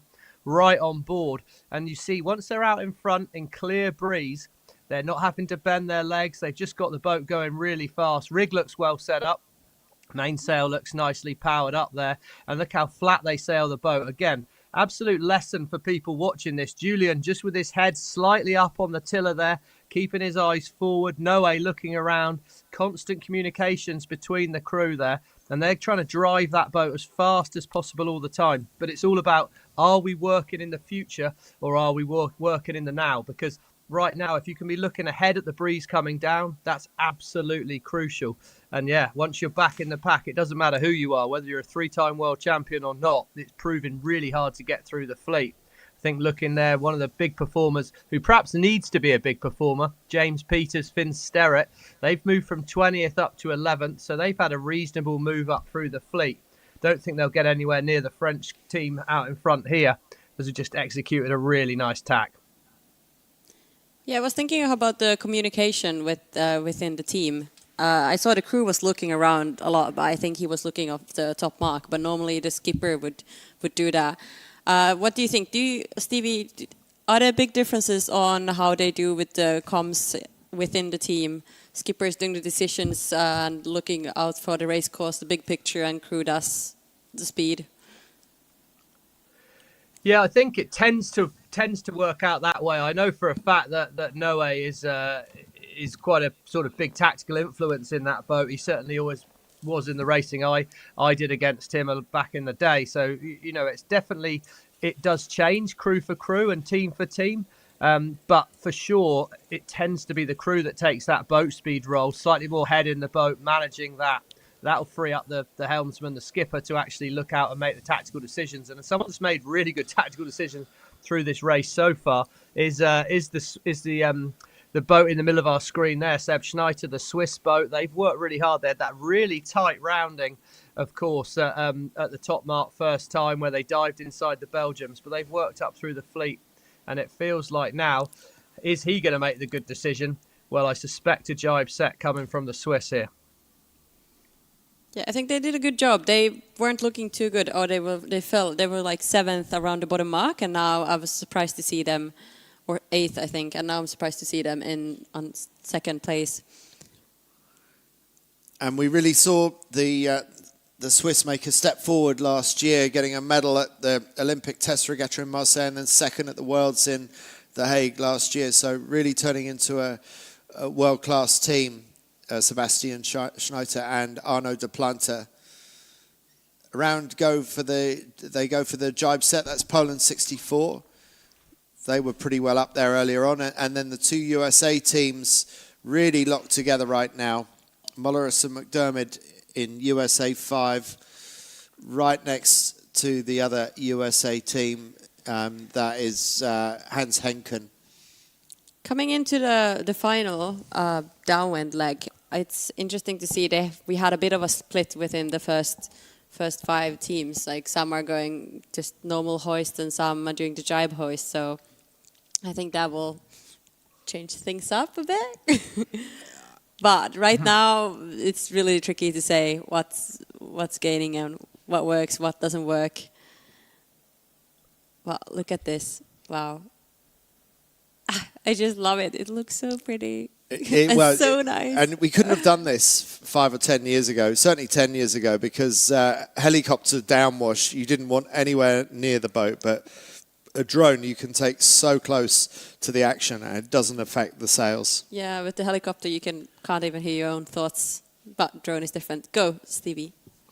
Yeah, I just think it was a great camera angle. It showed us how flat these new spinnakers are, and it does mean the boats are that bit quicker, but we're back in the pack now, and it doesn't really matter what shape your spinnaker is now. You're just trying to fight for some clear breeze. It's really tight, really messy when you are back in the pack there, and the world champions, the Dutch, they've just jibe set, but they are well back. They'll need some places on this downwind leg because they're sat in 16th right now. The young Uruguayan team, they're coming in, perhaps struggling in Gold Fleet. All starts to happen a little bit quicker. But, of course, this is only the first race of the day. Plenty left to work out. 2 more races after this one if the breeze stays in for us. And, yeah, it's not easy in the pack. Stevie, what would you say of the new spinnakers or the new sails, as in like how powered the spinnaker is? You said it was flat, but what does that mean? Yeah, I think it's just you have to push the boat. I think what it means is you don't have as many options for where you sail it. You have to kind of constantly be pressing it up towards the breeze and trying to keep the boat loaded. And what is interesting with these new rigs is you know, the weight of the crews has slowly crept up here. We're on board the French crew. We get a little view of their technique. They've got the yellow jerseys on. They won't be liking those yellow jerseys at the moment because they're shining quite brightly towards the back of the pack, and they'll be wanting to move up through. But yeah, I think these new rigs are a bit more powerful. The crew weights have crept up. So when I was sailing in the boat, an average crew weight of maybe 148 kilos. Then when I did the London Olympics, it had maybe got up to nearer 158, something like that. And nowadays, I think the average 2-person crew weight is about 165 kilos. So just that little bit more horsepower. You've got to drive the boat fast all the time. And the French have done a pretty good job of that so far. You're giving away some key numbers there, Stevie. I'm sure those were jealously guarded numbers. I've retired, Ricey, so it doesn't matter, mate.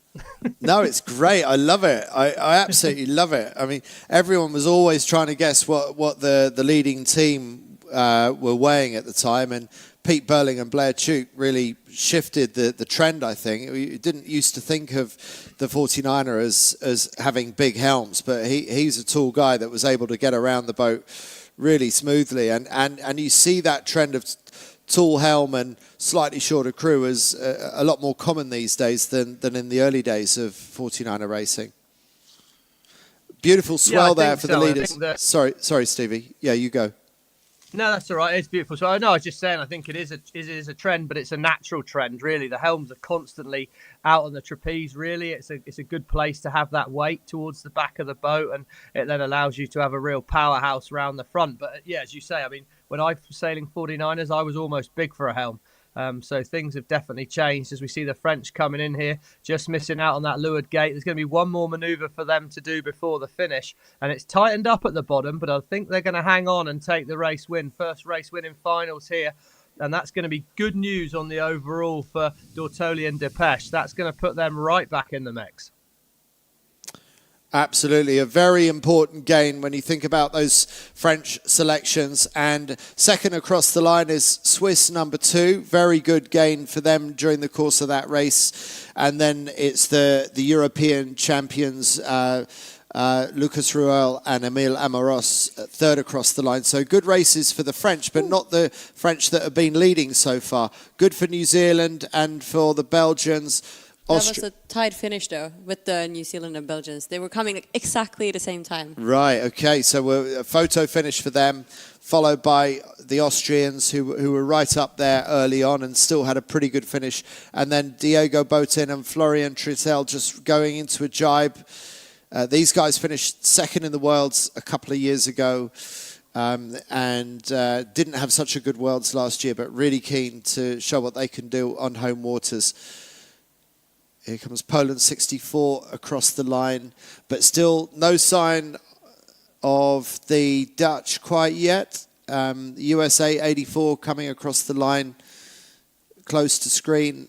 That's Poland 7. Where is Netherlands 1? We still can't see Netherlands 1. So I believe Netherlands 1 is with the black spinnaker all the way in the behind there. Their rank, what are they now? 15? So they're 15th. deep. They couldn't find a way throughout the fleet to gain any rank, gain the ranking, climb the ladder in this race at all. Peters and Sterrett just across the line, GBR 30, then Italy 23, and then the other, James Grummett, Ros Hors, GBR 12, having a great regatta so far, coming into the day in 4th. And then finally, Bart Lambrechts and Van der Werken come across in a very lowly, by their standards, 15th place.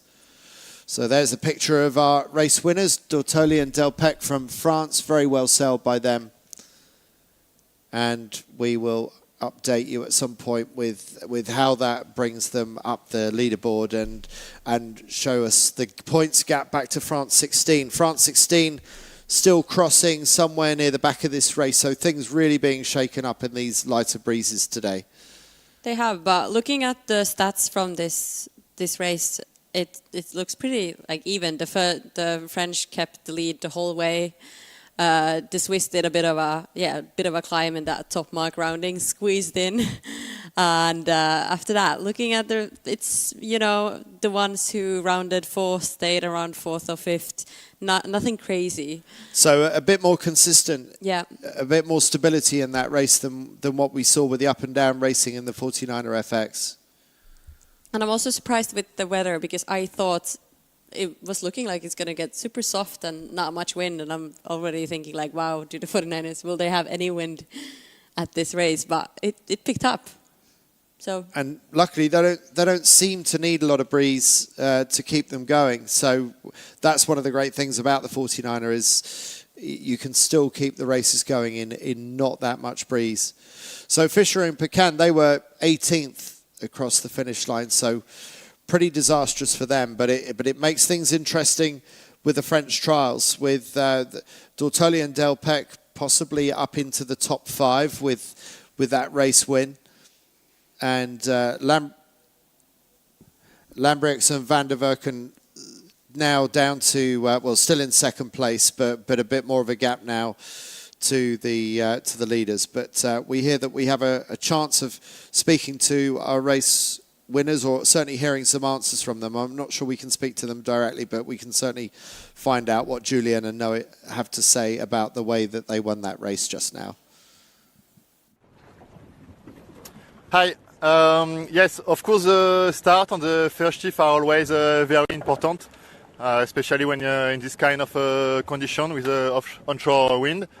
Well, we managed to get the first left shift quite well, and we were the first on tack, and then we go straight. The shift stayed quite long, so we did a very long port leg on the first leg, and then we were on first, and we just tried to control the other. So when you run on first, then it's quite the life is a bit more easier.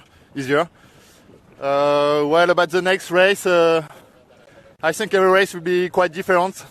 So the wind is is very tricky. There's some low pressure and quite high pressure. The difference on pressure are really big. So we'll try to take each race one each other, and we'll see what happens. Thanks to Noé, because he make an incredible job in the first Upwind, and then after we was first. And thanks for the support to our family, to our friends, and for sure the GTP. Thank you. There we have it, Julian and Noah, and luckily for us, they speak great English as well. So, Stevie, how far back do you go with them?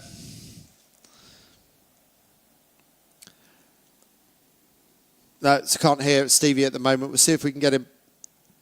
See if we can get Stevie Sorry, back in Andy. again. I back now, I think, hopefully. But yeah, I've known them a long time. They've been in the fleet a long time. They actually retired after the Rio Olympics, but of course the chance of a home Olympics was too much to resist. So they came back and they did a great job. As he said, maybe something. Oh, here we go. Look at the Dutch at the top end of the line. That's why they were back in the pack.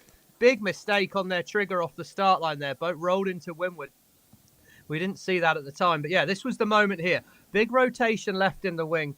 I think there's maybe something about the French accent that manages to make something sound very, very simple because it was very easy. We just take the long tack and we stay on this until it shifts back. Noé managed to make racing sound very, very simple. And that is ultimately what they did. Great use of the first shift, got out in front and then made some brilliant decisions from there on in. So good to see them doing it. Good to see them doing it for the old guys in the fleet. I still would love to think I could get back in a 49er, but unfortunately my body and my back tend to disagree with me.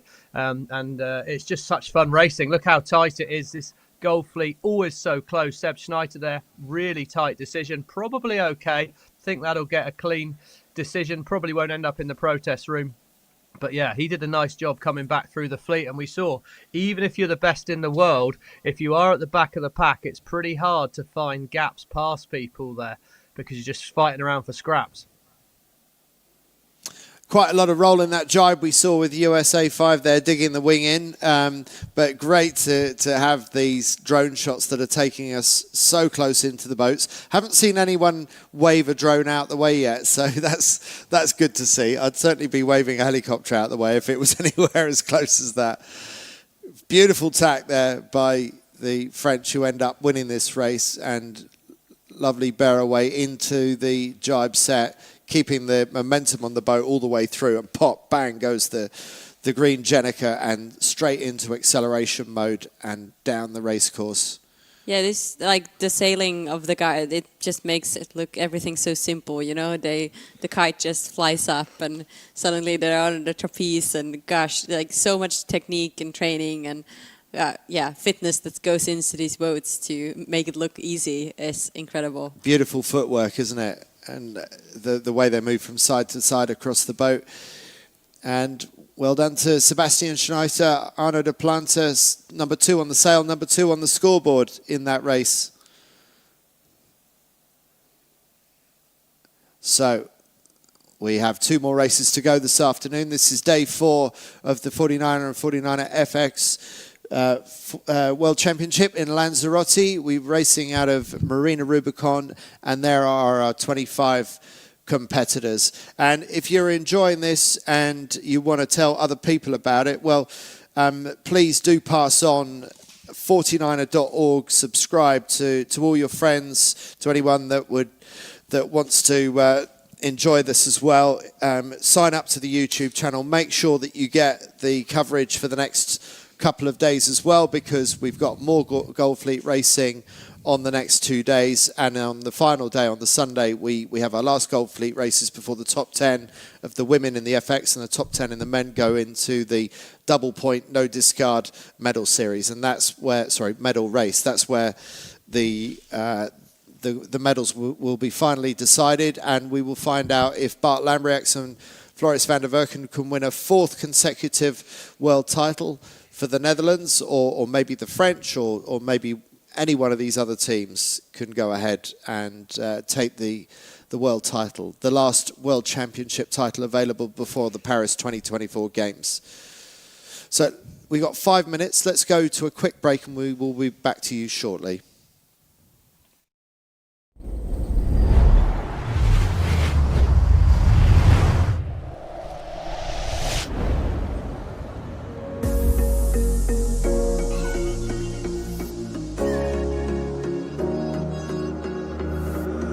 Through the last of my thoughts, standing on the edge of my time.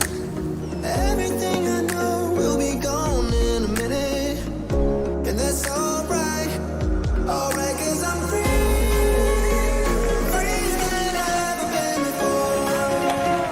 Yeah, baby, I'm freer than I've ever been before.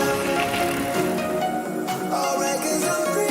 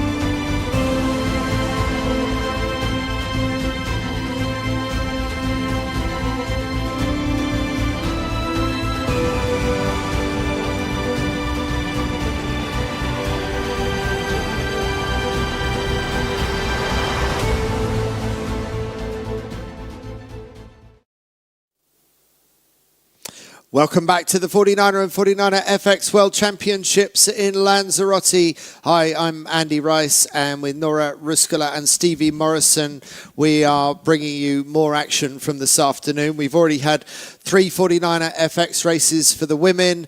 We've just completed race 1 of Gold Fleet for the 49er men, and that was won by one of the French teams, Julien Detoli and Noé Delpech, and we are about to get into race 2. And whose turn will it be this time? Stevie Morrison, we saw a...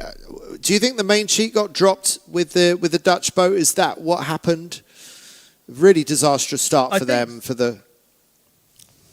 Yeah, I think so, Andy. I think there'll often be a transition between the helm and the crew in that moment for the pre-start there, and it's all, there's quite a lot happening. But yeah, if you pull the trigger and then let go of the trigger at that moment in time, it all gets pretty bad pretty quick, and they were suddenly out the back door. So certainly something they'll be kicking themselves about, the hours and hours of practice to make sure that sort of thing doesn't happen. But equally something you can easily resolve. They won't normally do that. Silly mistake, right, okay, wipe the slate clean and let's go forward. Now, as we see, this was on the start here, you see them start to accelerate and then bang, boom, just goes out. They fall into windward.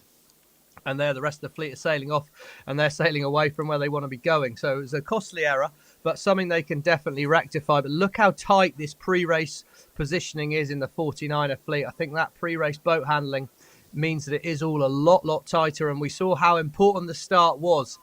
Both Fisher and Pekin here and Lambro and Workin didn't get good starts, and it doesn't matter how good you are. If you don't get off the start line and in a position to take the first shift, you're struggling. Well, the exciting thing for us is that has closed up the gap on the leaderboard. We haven't got runaway leaders the way that it was looking a day or so ago. And here they are off the start line. Great start for Ireland 99 out of the middle of the track, and also for Uruguay 14 who've started off the pin end. So great for them. And then you look to the right and there's a couple of teams, USA 84 and New Zealand 4, that have decided to start on port tack, and that all looks a little bit ragged to me. Noora, I'm quite surprised that doesn't look like an Olympic class start we've just seen there. I don't know what you're referring to, but yeah, I did see our Dutch team struggling again, being a bit behind, but otherwise I think it was an okay start. Well, I just mean that already there you don't see a clear line of boats all fighting neck and neck for front row. There's Andy, yeah, I Stevie. think it's a great point you've made, and I think the reason that you say that is there was a big wind shift just before the start, I think. So suddenly the line went from being relatively square to quite pin end bias really quickly, and then people are basically having to react on the hoof real fast, and I think that's why it does all look a little bit scrappy in terms of the handling. They're all having to accelerate in a high mode because they're struggling to hold a lane at that pin end, and then they all desperately want to get onto port tack. They want to get onto that lifted tack as soon as possible, and we saw the French there were early to manage to do that. These two down at the bottom here, the Dutch and the French that were leading overall, they're on port tack early, but from a long way back in the fleet, so they were struggling early on in the race. But yeah, I think you're right, it did look a bit scrappy, but that's what happens. It's shifty, gusty wind, the dynamics changing, the racetrack is changing all the time. And when it changes with about 5 seconds to go, things tend to get a bit ragged. Now it really looks like the ones that could keep their clear lane are doing so good right now. Like Uruguay kept their lane. Ireland lost it a bit. They're falling into the Belgian here in front of us. But we have like clear leaders here from Uruguay for the left side of the fleet, and then on the right side of the fleet are the Dutch were there. I can't. Is it the French that are? They look like they're in the lead overall. Yes, the French is. They kept their right. They're committed going to the right. Let's see how far are they gonna go and push it all the way to the corner now, or come back to the left. Especially there's a bit more boats going to the left, so that could be a bit risky. But they're already all in the right side. So they absolutely are, aren't they, Noora? Committed. I mean, they have all the options to tack across onto starboard if they want to, but they're choosing not to take it. So Erwan Fischer and Clément Pékin choosing to stick to their guns. And Stevie, you said they're not afraid of making some bold decisions. That's what we're seeing right now. Stevie, I just need to get you. I don't think we can hear you at the moment. Sorry, mate. That's yeah. I think the French, they've made some pretty big decisions, and they need a good result here. But they are renowned for doing that, for taking a confident decision and looking for good races. I mean, if you look at their scorecard, they've got a lot of race wins, but they have had the odd slip up. But I think ultimately a big decision and then committing to it is often a good way of going about things. But right now it looks like fairly good pressure on the left as we see the Irish and the Uruguayans. I would expect the Uruguayans to tack pretty soon. They're fairly exposed out here. But Belgium up the middle looks like he's got a good angle. And I'm not sure how it's going to look for the French on that top of our screen at the moment. They look pretty light and headed.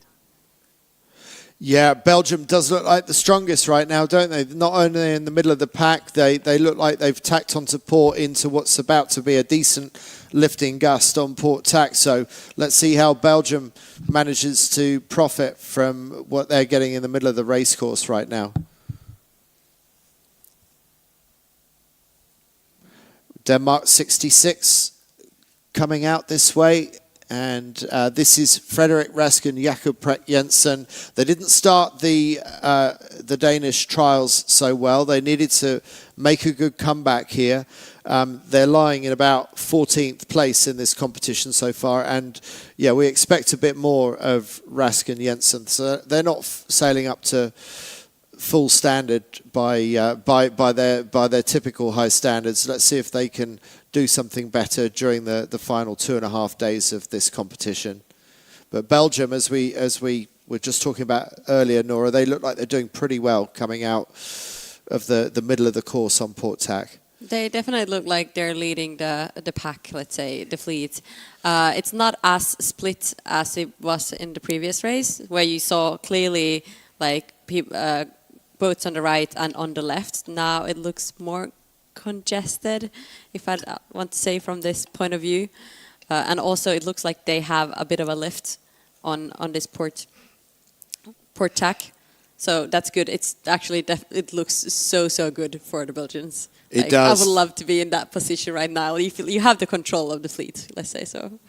And it'd be interesting to see how Netherlands 1 do fare against France 16. France 16 went all the way out to the right. Netherlands 1 tacked off earlier. I don't think they're doing particularly great either, but maybe they've limited the damage a bit more than the French. It'll be interesting to see how those two come out against each other. Yeah, it looks like the Dutch, they were doing so well, and now they're actually a bit behind and in the middle. But it's hard to tell from this angle, but I'm not sure what happened there. Did they get a bit stuck? Sometimes it can be that you just don't want to tack away because there's no shift, and then They tacked away when they weren't forced away. They chose to tack onto starboard, and when they went back into the middle of the course, it didn't seem to be with particularly strong breeze. So I wonder if they suffered for boat speed for a couple of minutes there.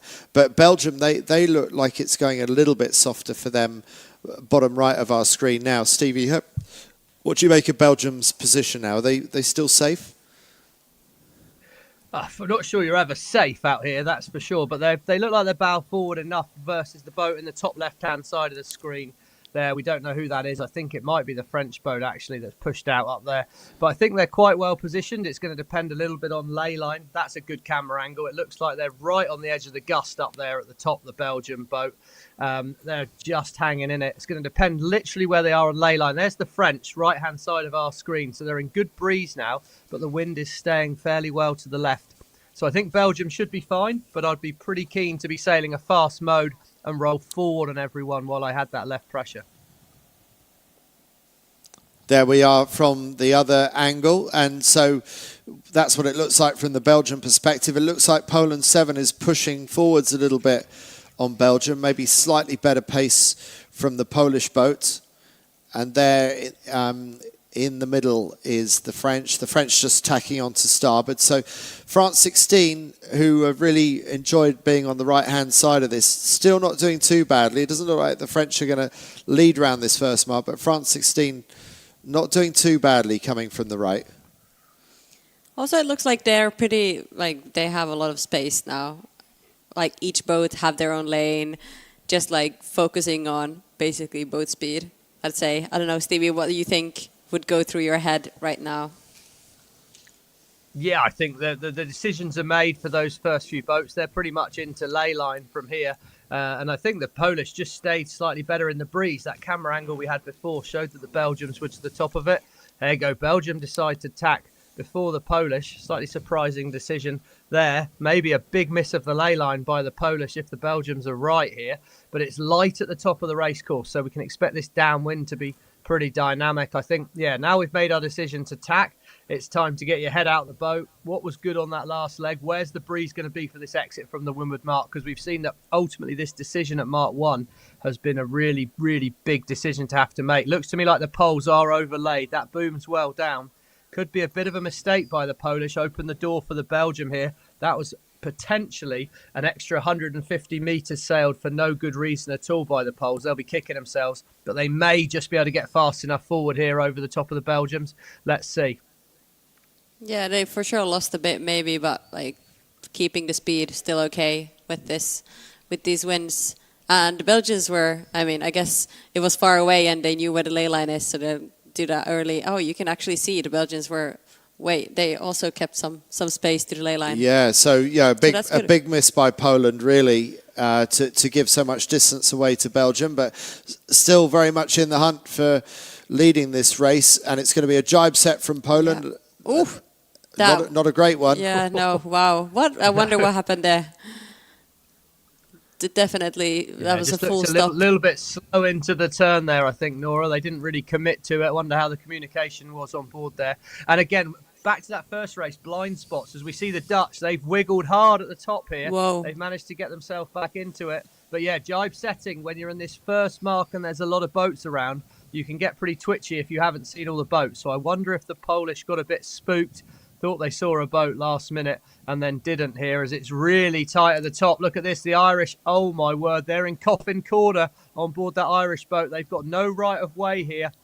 Could be a long couple of minutes for this young Irish crew. Can they find a gap to tack back in? Maybe just, yes. Oh, well worked.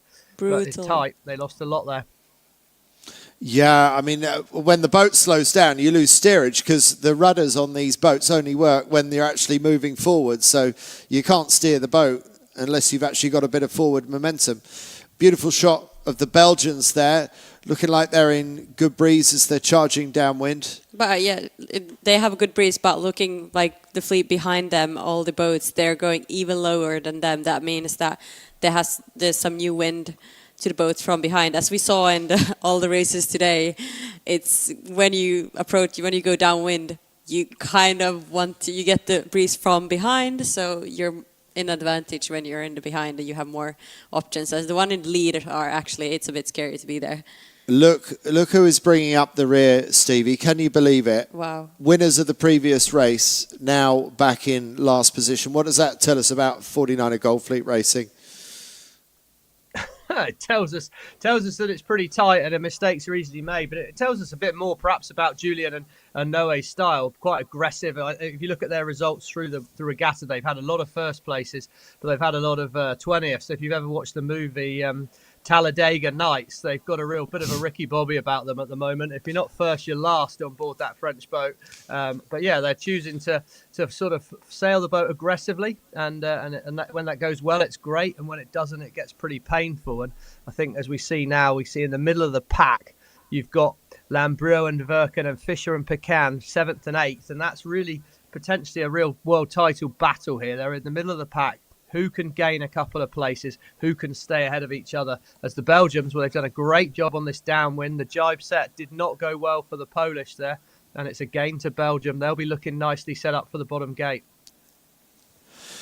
Yannick Lefebvre and Ewan Bertin on the Belgian boat. They started the day in 21st, so they only just qualified inside of Gold Fleet, but this will do them the power of good. You just wonder what this will do if they manage to hold on to this race win.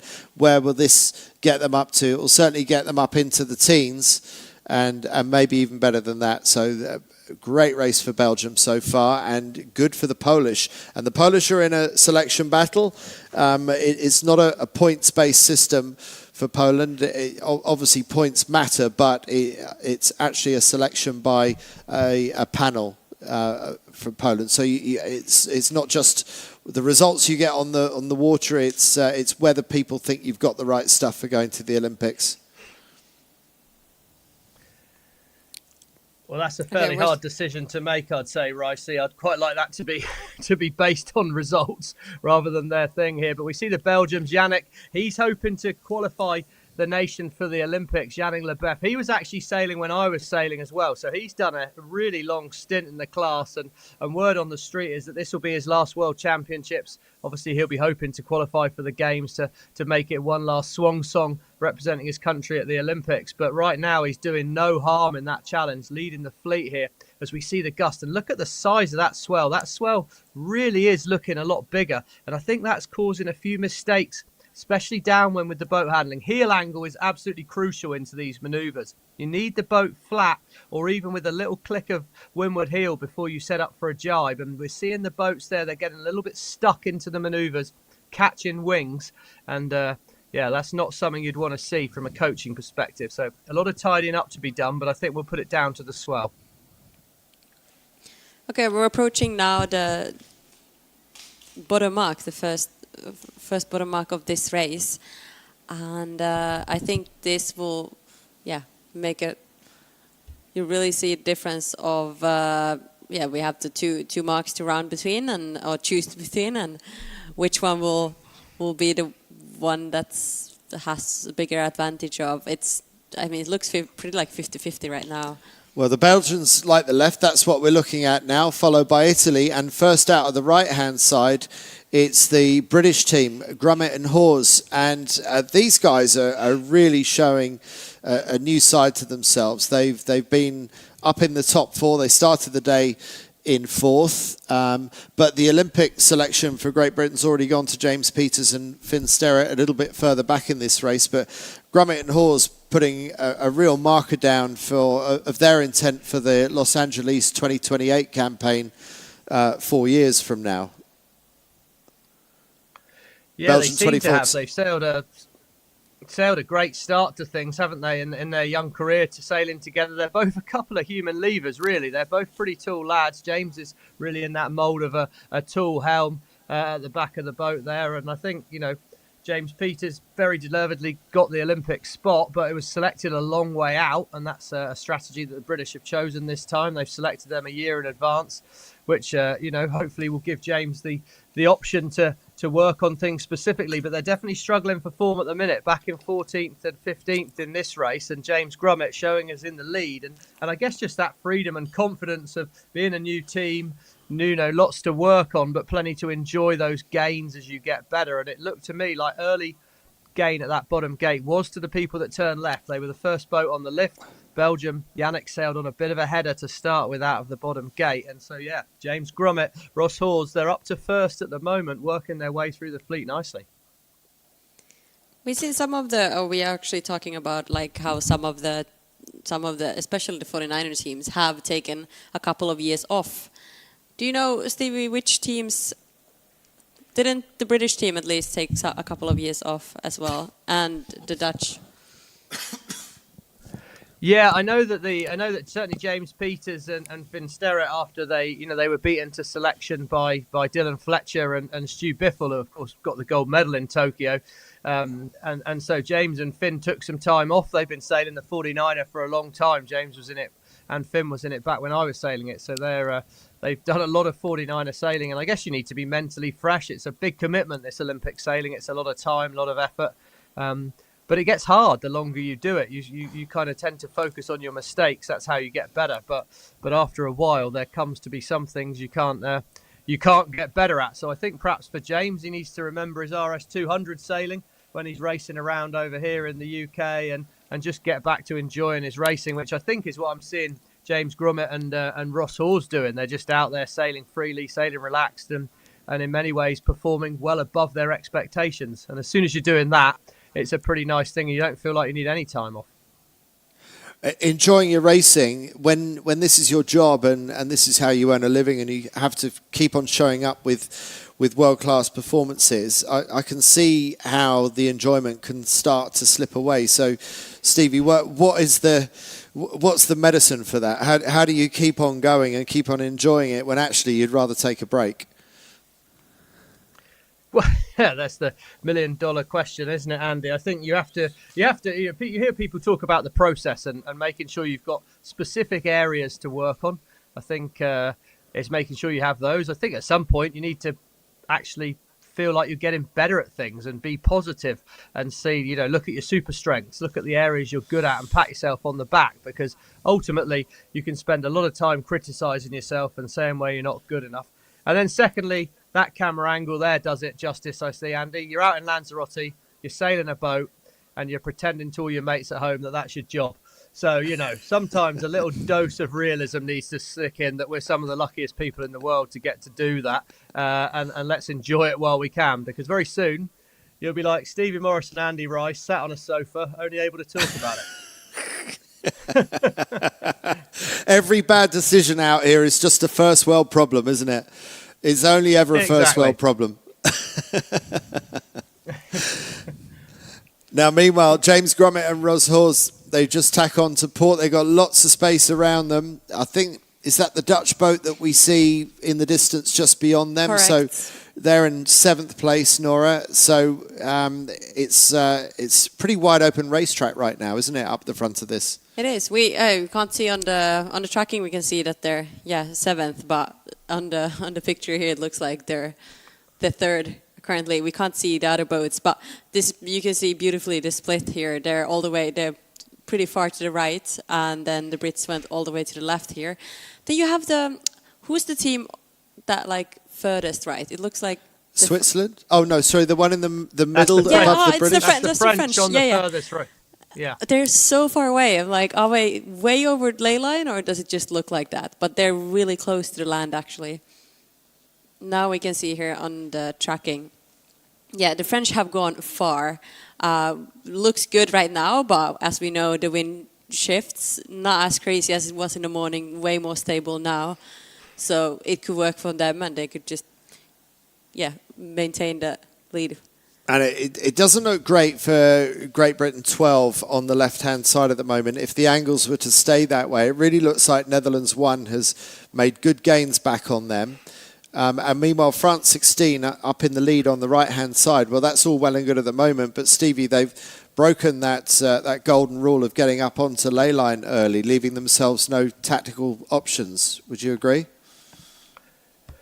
Well, they've got no tactical options, but if they're up there and the pressure, they've seen wind and they're going to stay in the breeze, then it won't matter for them. So ultimately, it's now in the hands of, what was he called? Zephyrus, we talked about earlier, wasn't it? It's in the wind god's hands right now, and can we find pressure up there? So if the French, I think what they've done ultimately is they got a reasonable left shift at the bottom of the course, and we can see there the British, they're sailing in pressure coming down from the right. So that is good news for the French crew, because it looks solid off the shore for me. So yes, no tactical options, but that means the French can just put their head down, think about nothing else other than going fast, and I think they could be quite well positioned up there. But Dutch, middle of our screen, they're well positioned as well in nice breeze. They're sailing across a great finger of pressure at the moment, and it could be a decent jump out for these first few boats. So yeah, French have got no more cards to play. They need to hope that the hand stays in their favour, but if it does, they'll be fine. I like where the Dutch are. I think they've given themselves options. They're probably going to definitely be in the top two. If it comes left, it's going to be good news for Grommet. If it goes right, it's going to be good news for Fisher. But if it goes either way, then I think the Dutch will still be in there. Yeah, the Dutch have definitely climbed up the leaderboard since from the beginning of the race today. They were 7th and 9th in the two past mark roundings, and currently, yeah, looks like they're first right now. So now we're not talking about Belgium anymore, are we? I mean, considering that Belgium were leading around the left-hand gate mark at the bottom of the course, and they seem to have fallen completely out of contention, while there's some others coming up into consideration up the front of the fleet. And I think Peters and Sterrett, for example, have had a pretty good comeback. The other British team, GBR 30. So there's a lot of place changing going on behind the front pack. Yeah, the Belgians are currently going towards the right, but they're behind a lot of boats that are on top of them windward, so they will struggle to get out from there. They're a bit in a locked position. So they're down to about somewhere in the late teens, the Belgians. So that's been a massive fall from grace for Belgium after leading this race in the early stages. It's shocking how quickly that's happened. Yeah. Meanwhile, what do you make of the positioning of Netherlands 1 here? They seem to be having a good beat here, Stevie. They've sailed it. They've sailed a really nice upwind leg. It was good to be a little bit to the right of the pack early on the leg. I think that's where the Belgians lost out. They got left early, and I think they ran into a bit less breeze. The Dutch really have come straight up the middle of the course, would be if you were to put a line pretty much as straight as you could hope for. And they've just kept themselves with options and in good pressure. Now, of course, you've got to get those opportunities, but they've certainly taken big advantage of them. Same with Diego Bortin, right-hand side of our screen there. Him and Florian Trittel, they're up to 6th. They were 15th at the bottom gate, sailing a nice wind shift up the middle of the course here. The French, well, they're not scared, are they? They've hung it out there, and they're still pretty much in the match here, the French crew, that's for sure. But they've been a lot braver about it, and they've been happy to roll the dice. And at the moment, good pressure. They can see the Dutch are quite comfortably ahead of them, but the French will be happy just to get a solid race in today and chase him back through, because they would have been heart in the mouth for a while. They were a long, long way out on that right-hand side, very exposed. It really looks like the ones that have been going towards the right in the end, they go a bit over the ley line to give them more space. Maybe has been knocking by the time they're coming to the mark, and there's a lot of changes. But a lot of them, I think, prefer to come with speed towards the mark, and that has looked to be working. And then you have the opposites, like the Dutch that approached from the left side and just went around the top mark. That is magic. That's the kind of stuff that freaks me out when someone just manages to sneak through the middle and suddenly take the lead of a race like that. That is just phenomenal sailing and possibly one of the most important legs that the Dutch have sailed in this championship so far. Exactly, and especially as normally it looks, you have more opportunities to come from the sides and win the races, and when you just sneak up, it's like, where did you come from? What happened? Stevie, what's your take?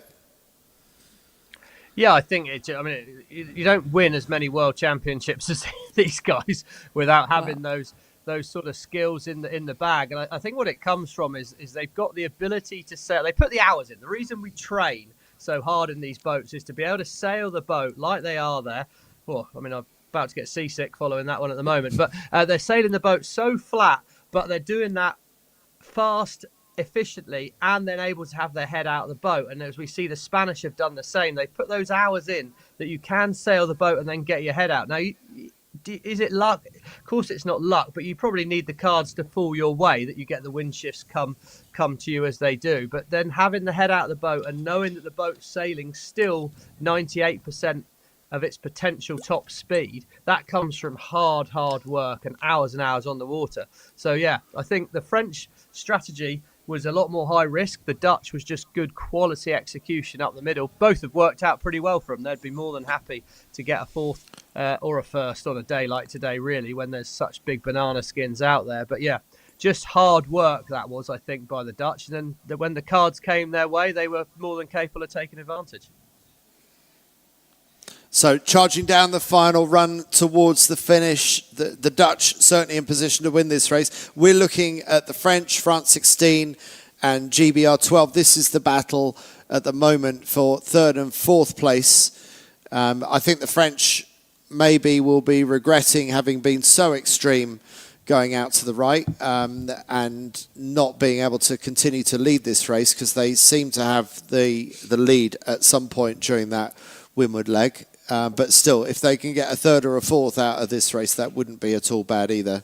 No, they just rolled the Brits, so the Brits had to jibe away. That means that they basically made the Brits jibe. So I guess it looks like they really want to commit hard to the right side, looking from the bottom. And here we can see the French there, France 16, still committed. And now they actually jibed, so yeah, joining the fleet. But I would say the left side, gosh, with the Dutch and the Spanish, they're coming well. They are, aren't they? They look like the angle on port jibe in towards the finish is looking pretty good for the Dutch leaders and the Spanish in second. So looks at the moment like we can still expect the Dutch to continue to win this race. Maybe they're under a little bit of threat from Spain 74, from Botin and Trittel. And France 16, GBR 12 also in contention. So very close between those front four boats right now. It's really interesting to see the Botin and Trittel, the Spanish. They were 15th and 12th in the first marks, and now they're second, and now, yeah, basically first to second. I don't know where they came from. They just appeared. Yeah, amazing. Wow. So this is the Spanish that we're looking at. They're looking like they've got the yellow bibs of the leaders, but actually those are the Spanish Federation bibs. And charging along, just riding this massive swell. Must be beautiful conditions to be enjoying 49er racing. The Spanish going into a jibe, jibing down the face of a big wave, up over the top of that, just going past the gate mark, down towards the finish. And is this going to be a race win for Spain 74? It's going to be close, but it looks like Botin and Trittel have done enough. They've managed to overtake the Netherlands on the final. Oh, it's a bit of a shaky jibe by the Netherlands on the right-hand side, so it's a race win confirmed for Spain. It's going to be very close for second. It looks like the Dutch have done just enough to hold on to second place ahead of France 16 in third, and across the line come GBR 12 for fourth place. And then the next boat along, I think, is going to be one of the Polish boats, followed by Italy and Australia and Austria somewhere in the mix, just back from there. And Belgium 24, who were leading the race early on, maybe they've just managing to sneak back into the top 10. Stevie, good game by the Spanish. We haven't said much about Botin and Trittel yet today, but they were second in the Worlds 2 years ago, and definitely medal prospects. Botin, of course, being fourth at the last Olympic Games, and certainly wanting to put that right.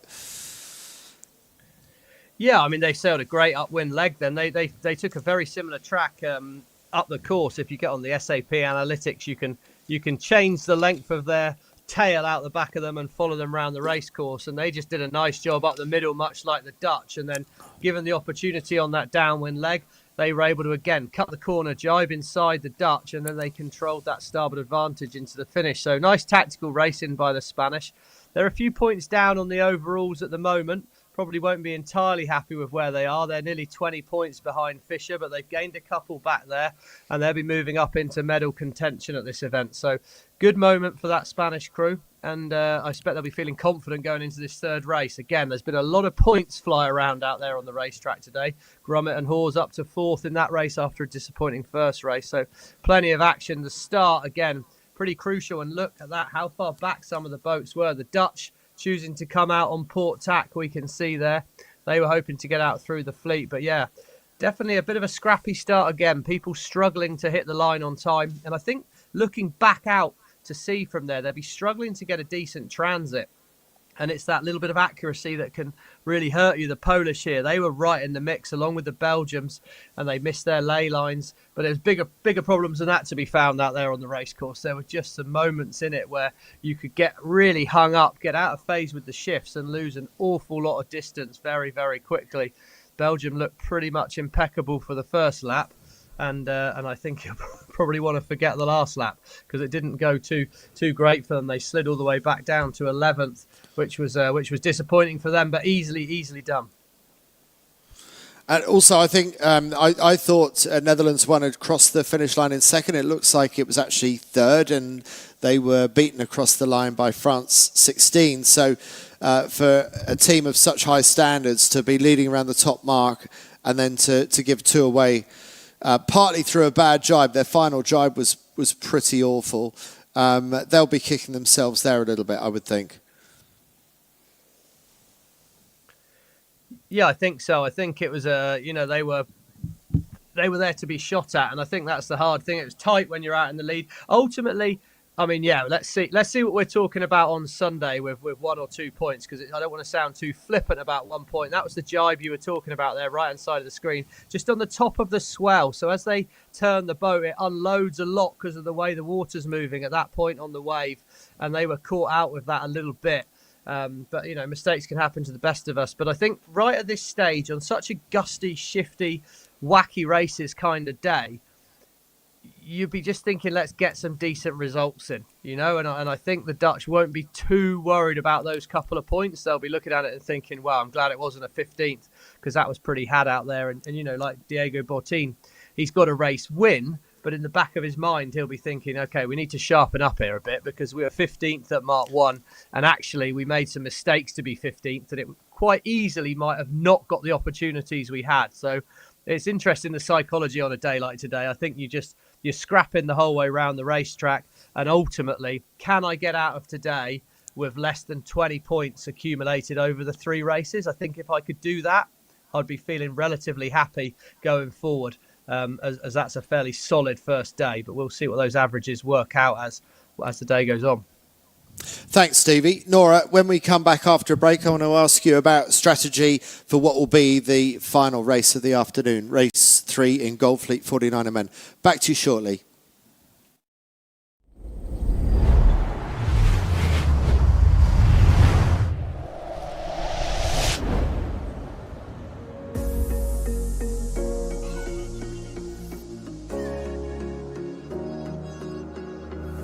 Running through the last of my thoughts, standing on the edge of my time.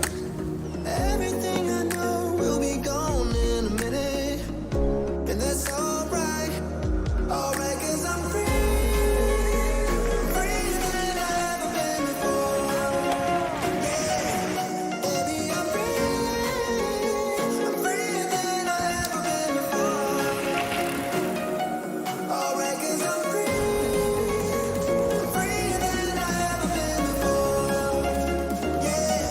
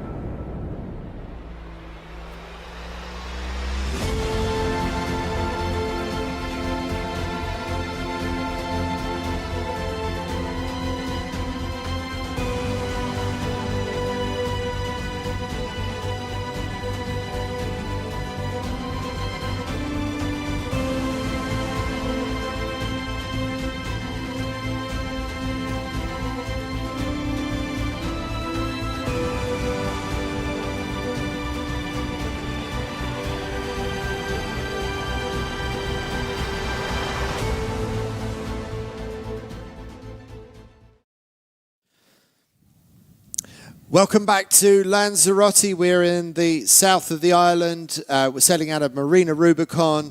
This is day 4 of the 49er and 49erFX World Championships. It's Olympic year, so there's a lot riding on it. I'm Andy Rice, and I've got 2 former Olympians with me, Noora Ruskola from Finland and Stevie Morrison from Great Britain. I understand that we have the opportunity for an interview fairly shortly. I'm wondering if we're going to be hearing from the Spanish Diego Botín and Florian Trittel, who managed to win that race just at the end of the run to the finish. So let's see if we can hear from the Spanish.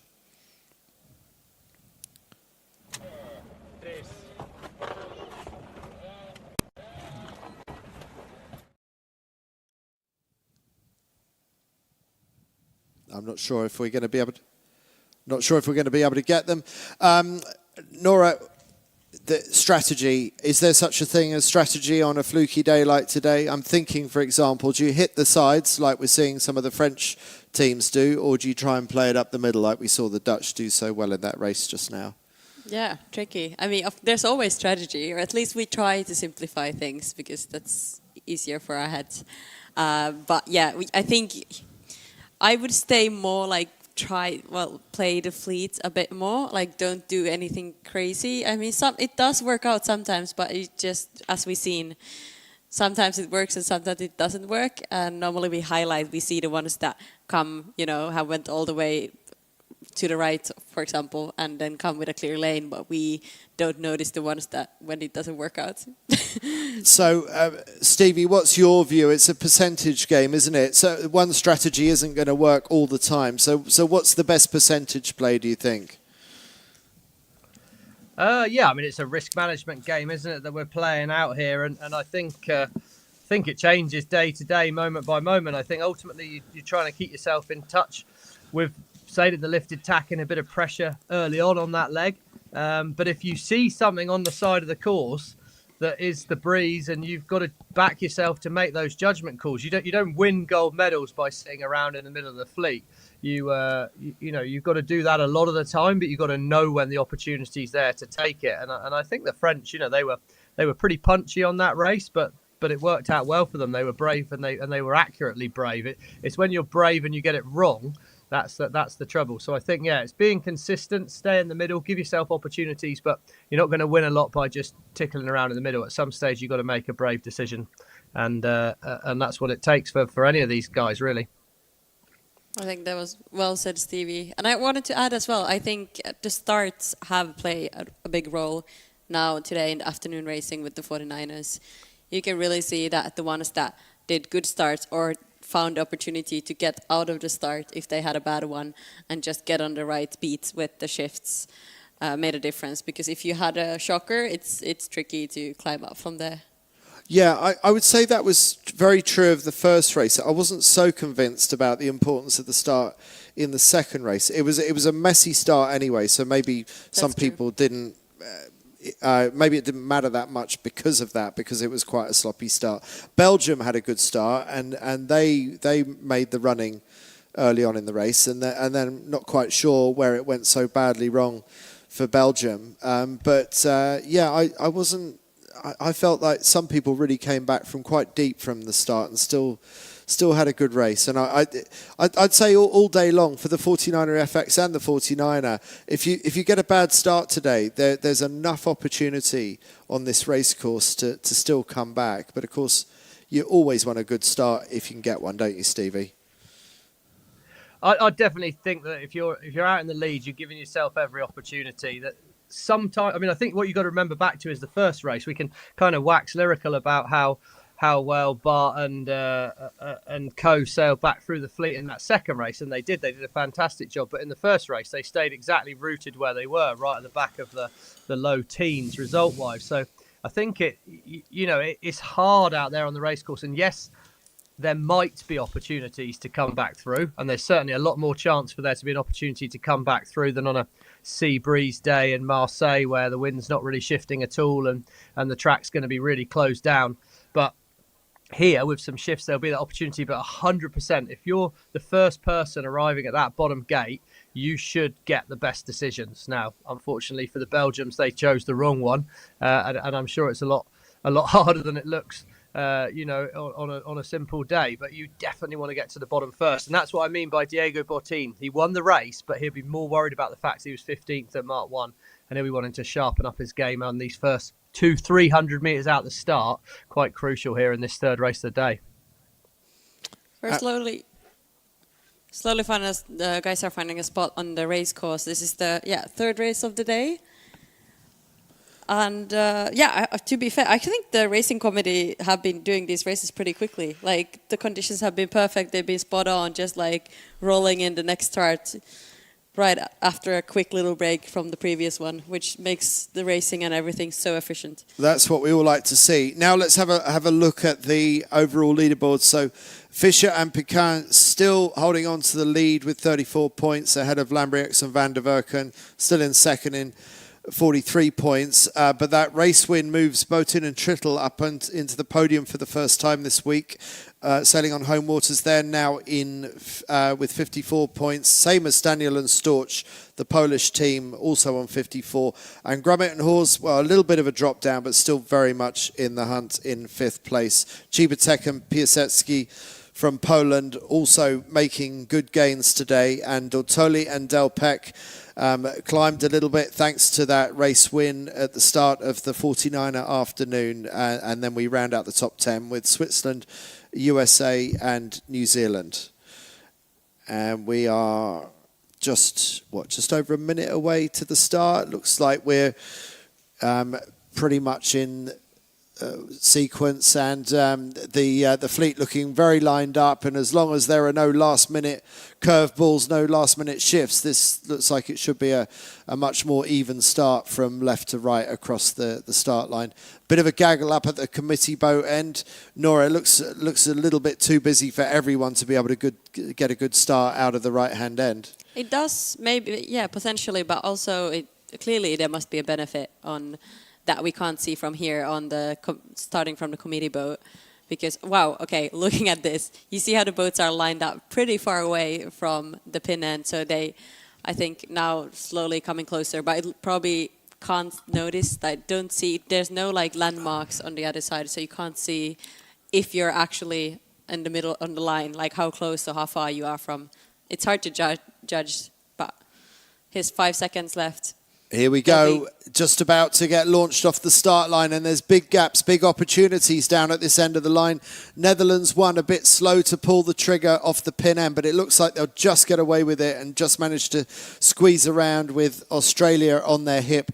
Spain 74, winners of the race just now. Not a particularly great start for them either, but look at Poland 64 up on the far side. Absolutely incredible start by Poland 64. Also very good starts just behind some of the other sails, but I think a pretty good start for Switzerland too, the furthest right-hand boat as we are at the moment. And then coming out the middle in reasonable shape, GBR 12 also looking pretty good with Italy 23, but absolutely launched, Stevie, Poland 64.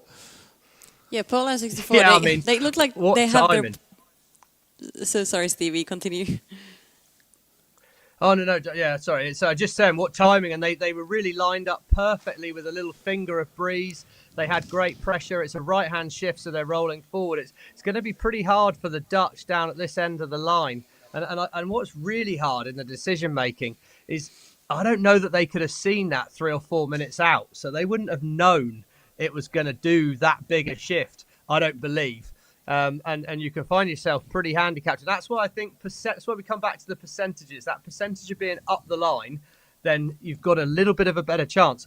That said, you'd have been absolutely hammered in race 1 with the big left shift. So hindsight's a beautiful thing. But for the Dutch, they are at least going to be on the lifted tack, sailing the way they want to go. And it's now going to come down to what pressure is there out on this left-hand side. As we see the British crew, James Peters, having to tack. Looks like he started to get a hint of a left shift there. He's got a pretty good angle back across, and they'll actually not be in too bad a shape. All the boats are starting to tack now.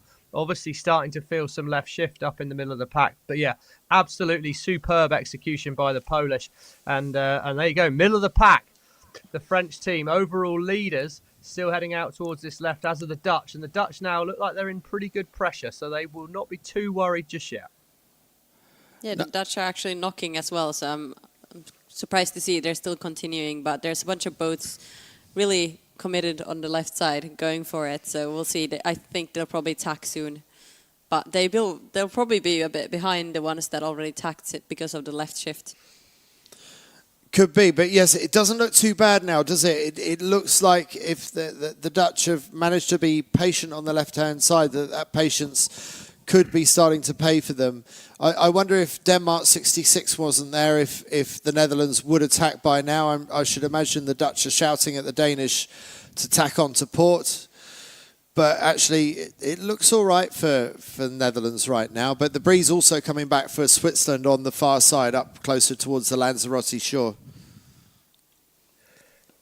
Yeah, I think that the interesting thing that we can't see from this camera angle is what breeze can they see on the left-hand side of the track? Because as much as you say it's tricky conditions, which it is, if you can just see a solid line of breeze out to the left of the island, you'd be pretty happy carrying on. I do agree that once those Danes go, I wouldn't be surprised to see the Dutch go fairly soon.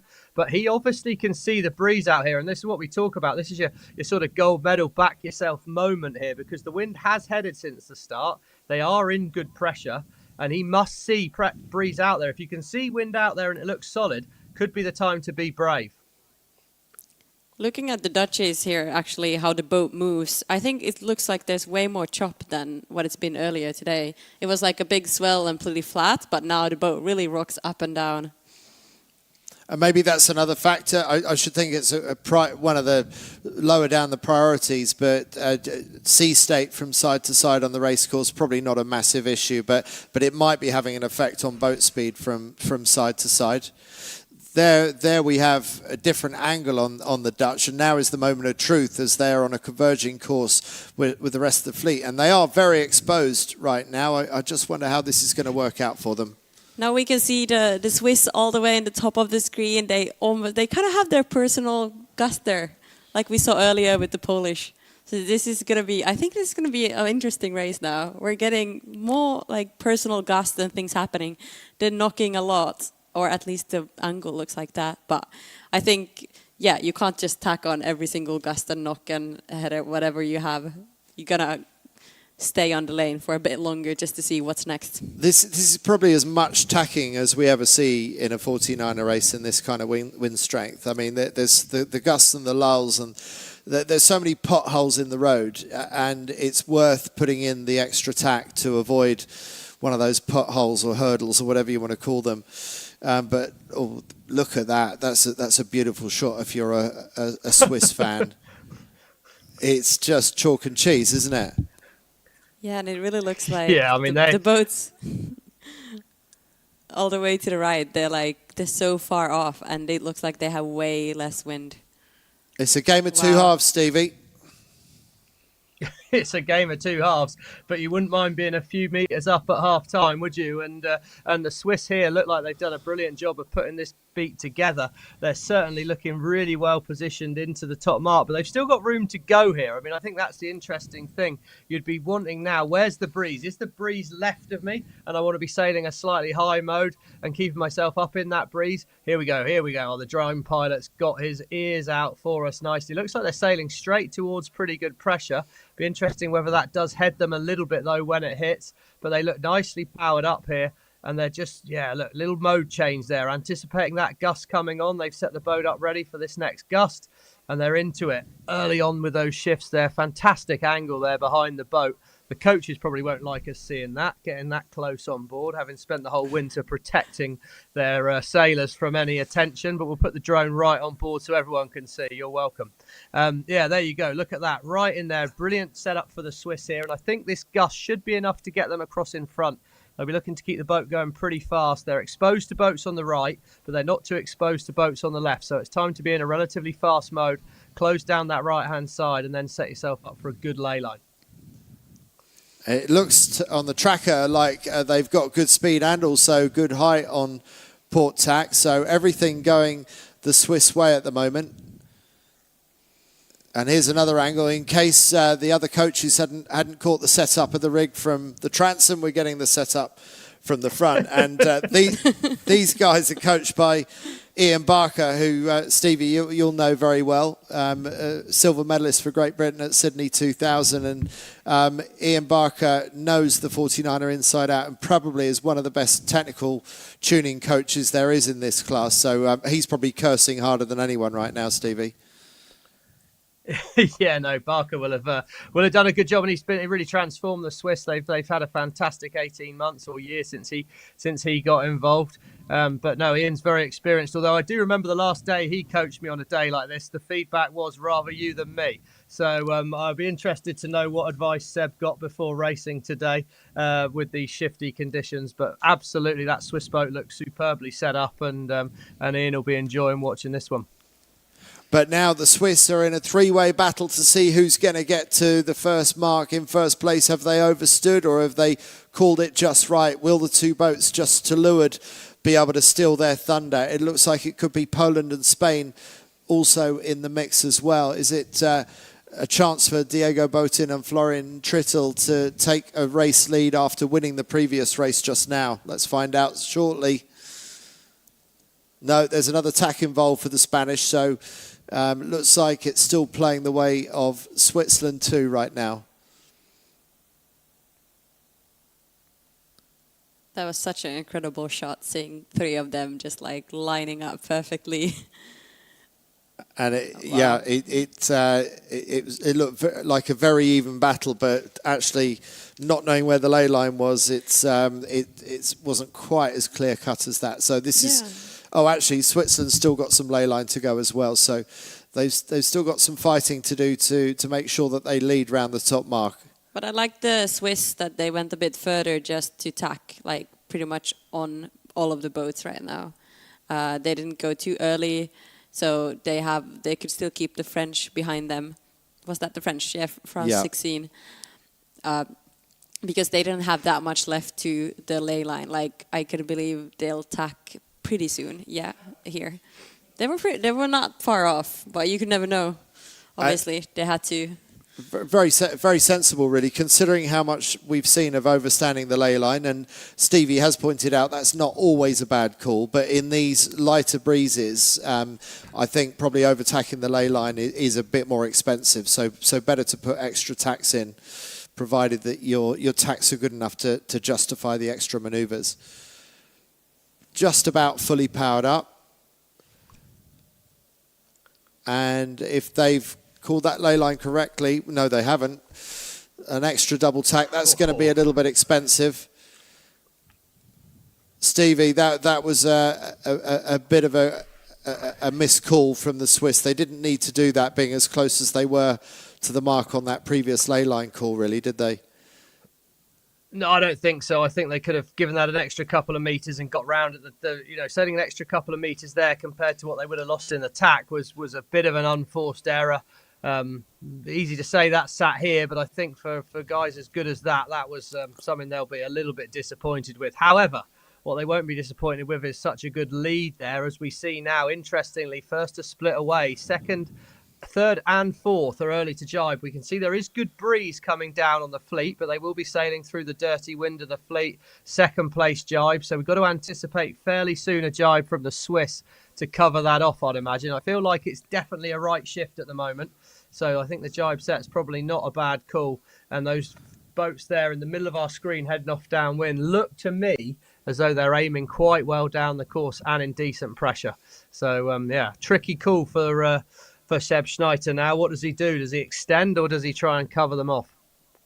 Surely cover them off. Well, let's find out shortly. No, not covered off yet. Maybe don't feel that they've got the gust or the shift to be able to get back across. So this must be rather nail-biting moments for the Swiss, because one feels that if they had the opportunity to jibe, they would have taken it by now. Here they go. And now they'll find out shortly afterwards if they've got any decent breeze to accelerate out of this jibe. Beautiful jibe. Very nice, wasn't it? Yeah. Very, very flat and straight into full power again. So no problems about the quality of the jibe itself. It's just, is there enough breeze to get them safely back across the attackers on the far side of the racecourse? It really looked like, it's beneficial to do a jibe set, or like the Spanish did, just jibed after they set the kite when they saw a gust coming, a bigger gust coming in. when they went around the top mark. We are getting... this is a replay of the top mark rounding. Right, so there they did the double tack that was a little bit expensive, but we'll see if it actually causes them any problems. It looks like they're nicely pressed here at the moment. So this is a pretty good view for Swiss fans again. It looks like the Swiss are in pretty good control right now. Yeah, and looking at the tracker, like their angle is pretty good. It looks like it's going like way more towards the bottom mark compared to the ones that jibed early, that are still on the right side of the course and now coming back slowly from there. The Spanish, for example, are all the way to the right together with the Polish. Beautiful jibe from the Italians there. And the Italians are ones on the, all on the far left side of the course. So we have basically the ones that are approaching the mid, well, we have the Dutch, but they're a bit further back, but they're in the middle, and Swiss more middle left, then Italians all the way right, and Spanish and Polish all the way right. Now I got confused. It Please depends correct on your me, left. Andy. It depends on your lefts and rights. I meant left and right. It's always difficult to call, isn't it? What's left and what's right? Yeah. Is it from Got our lost. perspective, or is it from theirs as they go downwind? And that's a communication thing as well, Stevie, isn't it? Sometimes people can get that wrong on board boats as well. Oh, absolutely. And can't hold your hand up to check the old left and right with your thumb and your forefinger when you're sailing one of these things, that's for sure. So it's definitely a problem area, but we're on board the Italians here, and it's noticeable how much the crew on this jibe where they're sailing down the swell, watch the crew, how he's running forward and backward there to try and kick the boat down it. And I think, these kind of conditions, that kinetics that you can put into the boat can be quite crucial, but a lot of that tends to land on the shoulders of the crew as the helm's trying to lock himself in position to be able to steer accurately. Setting up for a jibe here, and after a perfect jibe from starboard onto port, you can just see how much harder it is jibing from port onto starboard. That's just due to the difference in the swell angle and how the boat loads and unloads from the different jibes. So a lot harder the jibe across as we come on board here with Peters and Sterrett. They're somewhat in the middle of the pack here. They're 5th place, so this is a decent one for them today. They've got the boat up and ripping here nicely. And it's how well are they lining themselves up for this bottom gate. They set up for a jibe there. Spinnaker a little bit late on the clue of the Spinnaker there, but they pulled it through. Good handwork by Finn to catch up. And they set themselves up nicely there. Look like they're in good pressure, but the Swiss, dominant position right now, sailed a very nice downwind leg. And we see, looking back upwind, there's a lot of breeze coming down for the start of this next upwind leg. So that's all good news for the Swiss, as long as they can get around this bottom mark in good shape. As Stevie just said, that looks like there's a good band of breeze coming down, so they won't need to fret too much about sitting in the no-wind zone at the bottom of the racecourse. We know that from the previous 5 races today, 3 in the 49erFX and 2 in the 49er, there's plenty of place changing that can happen. This is a really unusually open racecourse where so much place changing can happen. And then you look about a minute further up the course and there's a really dark band of breeze coming down. So there is plenty that can affect the current running order of this race so far.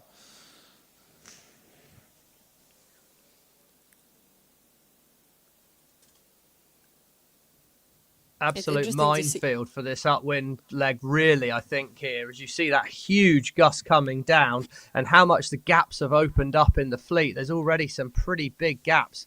Those boats out the back are a long, long way behind. And they do include the Dutch. The Dutch are showing us back in 17th place, 18th place at the moment. So potentially a very expensive race for them with the France 16 up in 3rd at that bottom gate.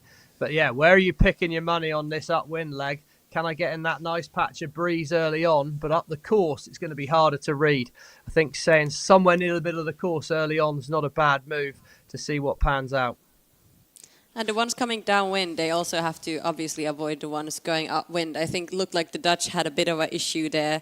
You could just see it in the far of the screen that when they were jibing towards the marks, there was some boat coming upwind and it's, wait, what's happening now? I'm really surprised of the Dutch. You see, they're coming from the left side of the bottom mark towards the right, and they chose to go to the right, even though they were all the way next to the left.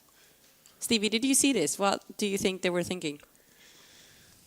Yeah, I don't know. I can only think they wanted to go to the left of the course and they didn't want to be following people. So they've come left turn and then gone for an early tack, but it was a lot of extra distance to sail.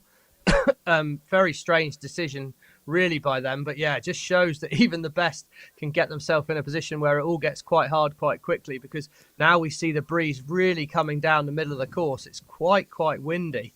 And those lead boats are going to be able to really stretch away some big gaps. The first 5, 6, 7 boats have got a big lead over things here. But the Swiss, I don't know how they're going to be faring against those Polish boats that turned left at the bottom of the course, because it looked like really good wind up towards the top of our screen. And that should be Diego Bottin somewhere up that way. He was the first boat to turn left at that bottom gate.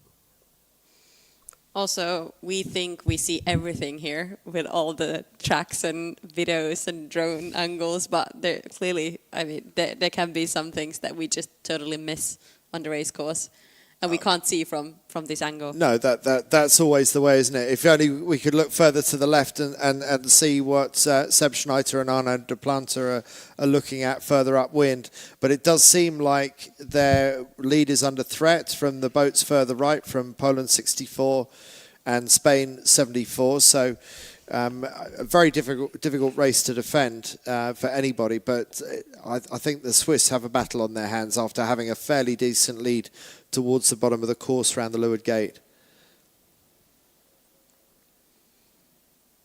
Yeah, the Spanish did a good job, like sneaking in. They were third in the bottom mark, and now they're just nicked into the first.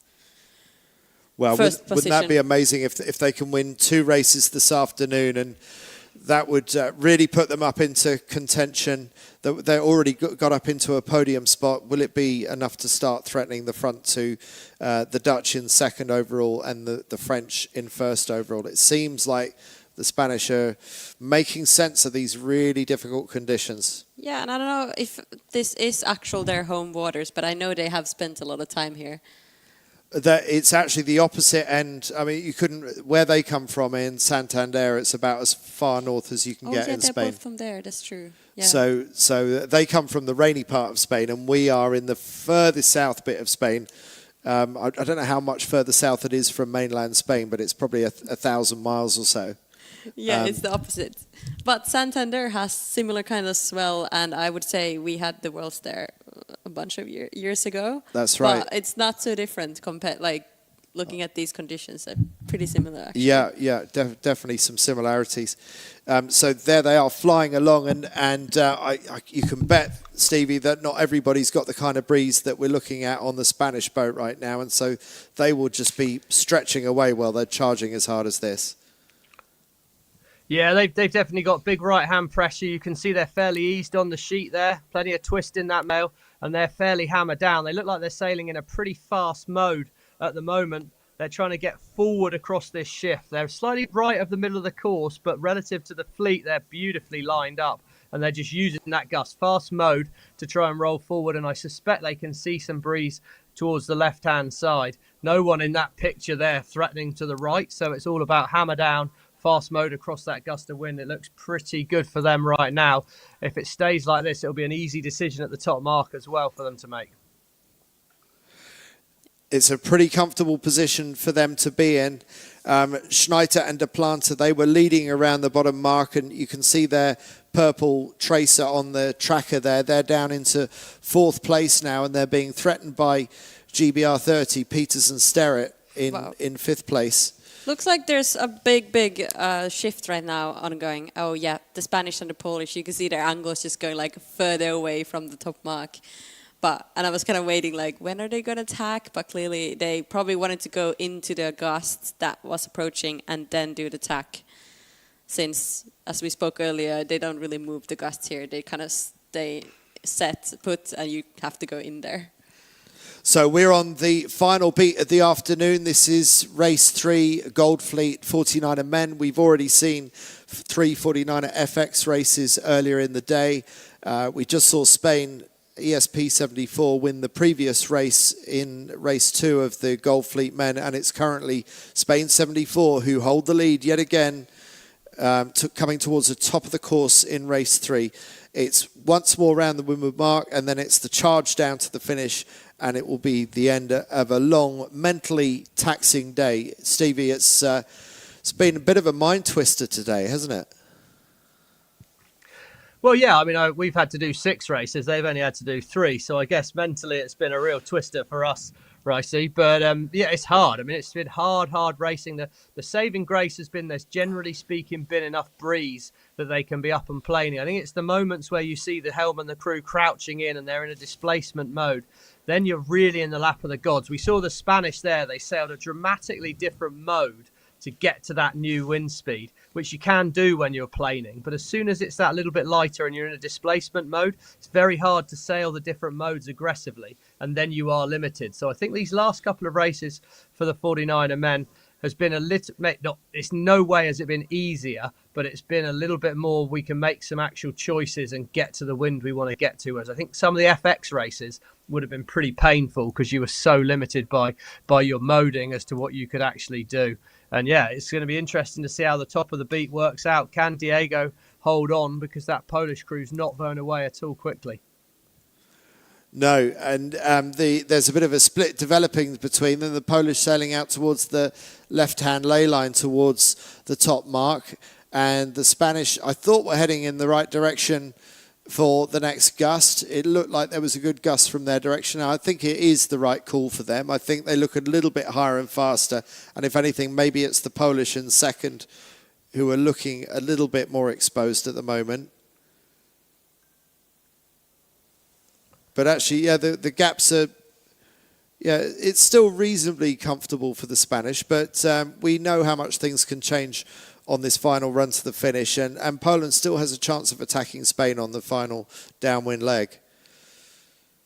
Now, the big decision next, is it a straight set or is it a jibe set? It's a straight set, and a pretty good one for Diego Botin and Florian Schittel, soon to be followed round by Poland 64. I think quite quietly here as well, Fisher and Pecan have done a nice job. We've already talked about them a lot in the last 2 races, but they've been right up at the front of the fleet.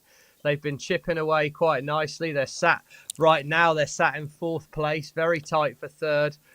You know, they're right in the match here, that French crew. And I think as much as this has been a good performance by Botin and Trittel, the French have been chipping away. They're potentially being overtaken by James Peters and Finn Sterrett here. But yeah, great day for the French. And probably bigger story going on is way back in the fleet is the Dutch. Back at 24th, it's showing out on the tracker right now. So this could be a huge moment in hopes of defending their world title for the Dutch, because they've already got a 20th from the qualifying series that they'd need to go back on. Yeah, this is disastrous for the Dutch. They rounded the top mark in 16th. They surely thought at that point, well, we can only go forwards. But unusually for Lambriax and Van der Werken, they've gone pretty much to the back of the fleet, just one boat off the very back of this 25-boat fleet. So scary moments for the Dutch, and they'll have to see what they can make of this final run downwind. Looking at the final race now, we can see it's getting way more patchier now throughout the end of the day. It picked up well after the FX races, but now it looks like there will be bigger differences for sure in speed and just angles, as we've seen throughout this whole race. More opportunities, but also bigger distances between, I think bigger distance definitely between the lead and the pack. Yeah, of the fleet. Yeah, it is getting a little bit patchier. There we were with New Zealand 4 very briefly. We're not seeing as much of them this week as I expected to. They're in about 9th or 10th in the race at the moment. And it looks quite comfortable for Spain when you see that angle. They're sailing the same direction as their closest rival, Poland 64, and they're doing a loose cover. The Spanish keeping themselves between the finish line and where the Polish are, and it doesn't look like there's any banana skins on this part of the course, but there does look like there's darker water further up the race course, so there could still, Stevie, do you think, be some significant place changing in the further down the order? I think definitely further down the order, the Spanish here look like they've managed to poke right round the bottom of that lull that the Polish find themselves in. So I think this could turn out to be quite a big lead for the Spanish when we get down towards the finish line here.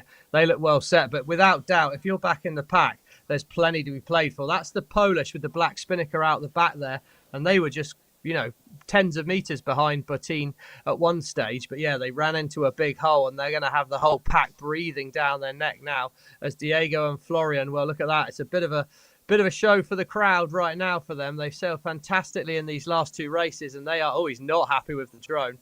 Come on, Diego, keep us entertained, mate.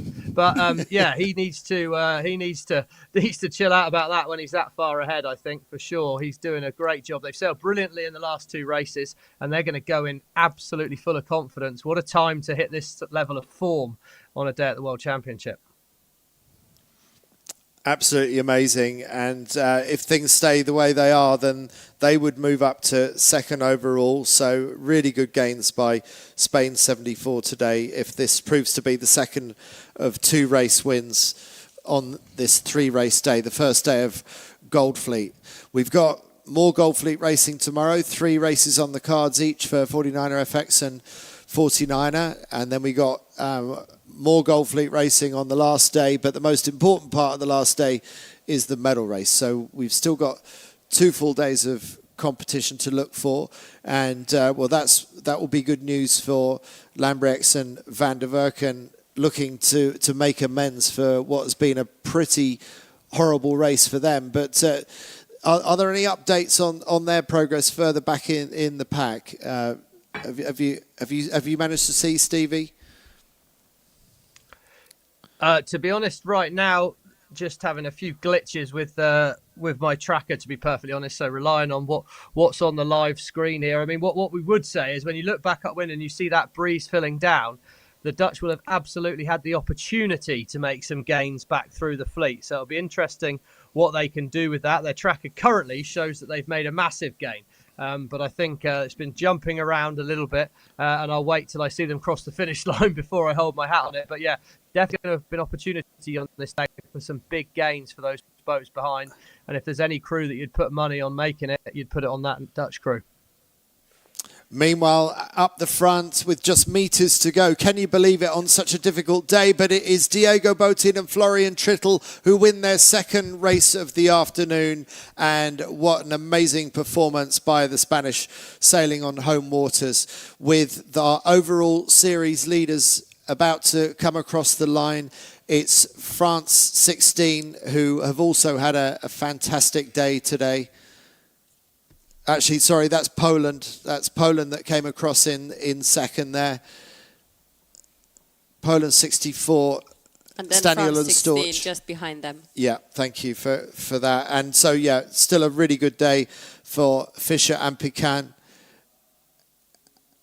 And then GBR 30, James Peters, Finn Sterrett. Good finish for them. That's a bit more like it from them. Bit disappointing for Switzerland too, for Sebastian Schneider and Arno de Planta, after leading that race to end up dropping down to 5th or 6th, whatever that was. And there we are back on board with Botín and Trittel, heading back towards Marina Rubicon, and some well-earned rest and recuperation when they get back ashore. And partnership duration, 29 months, so 2.5 years these guys have been sailing together. Diego Botín did the last Olympics with Iago Lopez. They finished just outside the medals in 4th place, and Florian Trittel was in the NACRA 17 with Tara Pacheco, but then he switched to the 49er to team up with Botín, and they got second in the Worlds a couple of years ago. They are, I think, possibly up to second in the overall standings now after today. That's how I've got it. I think they've just moved ahead of Poland. But there are our finishes across the finish line of the third race of Gold Fleet. It's Spain in the lead, just ahead of the Polish, who are now down to third, but only a point overall in the standings. But it's Fisher and Pecan who are continuing to hold the lead, but a disappointing day for Lanzarote and Van der Werken, who would have hoped to have made inroads on the French lead, but instead the Dutch have slipped back down to 4th place overall.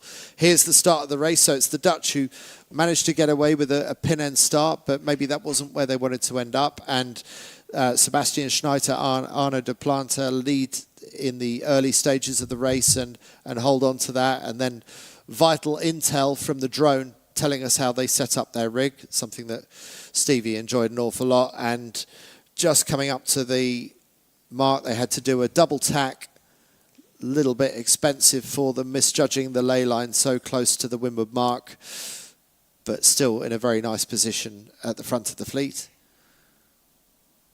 And just in the background, you can see France 16, Owen Fisher and Clement Pecan, always there or thereabouts.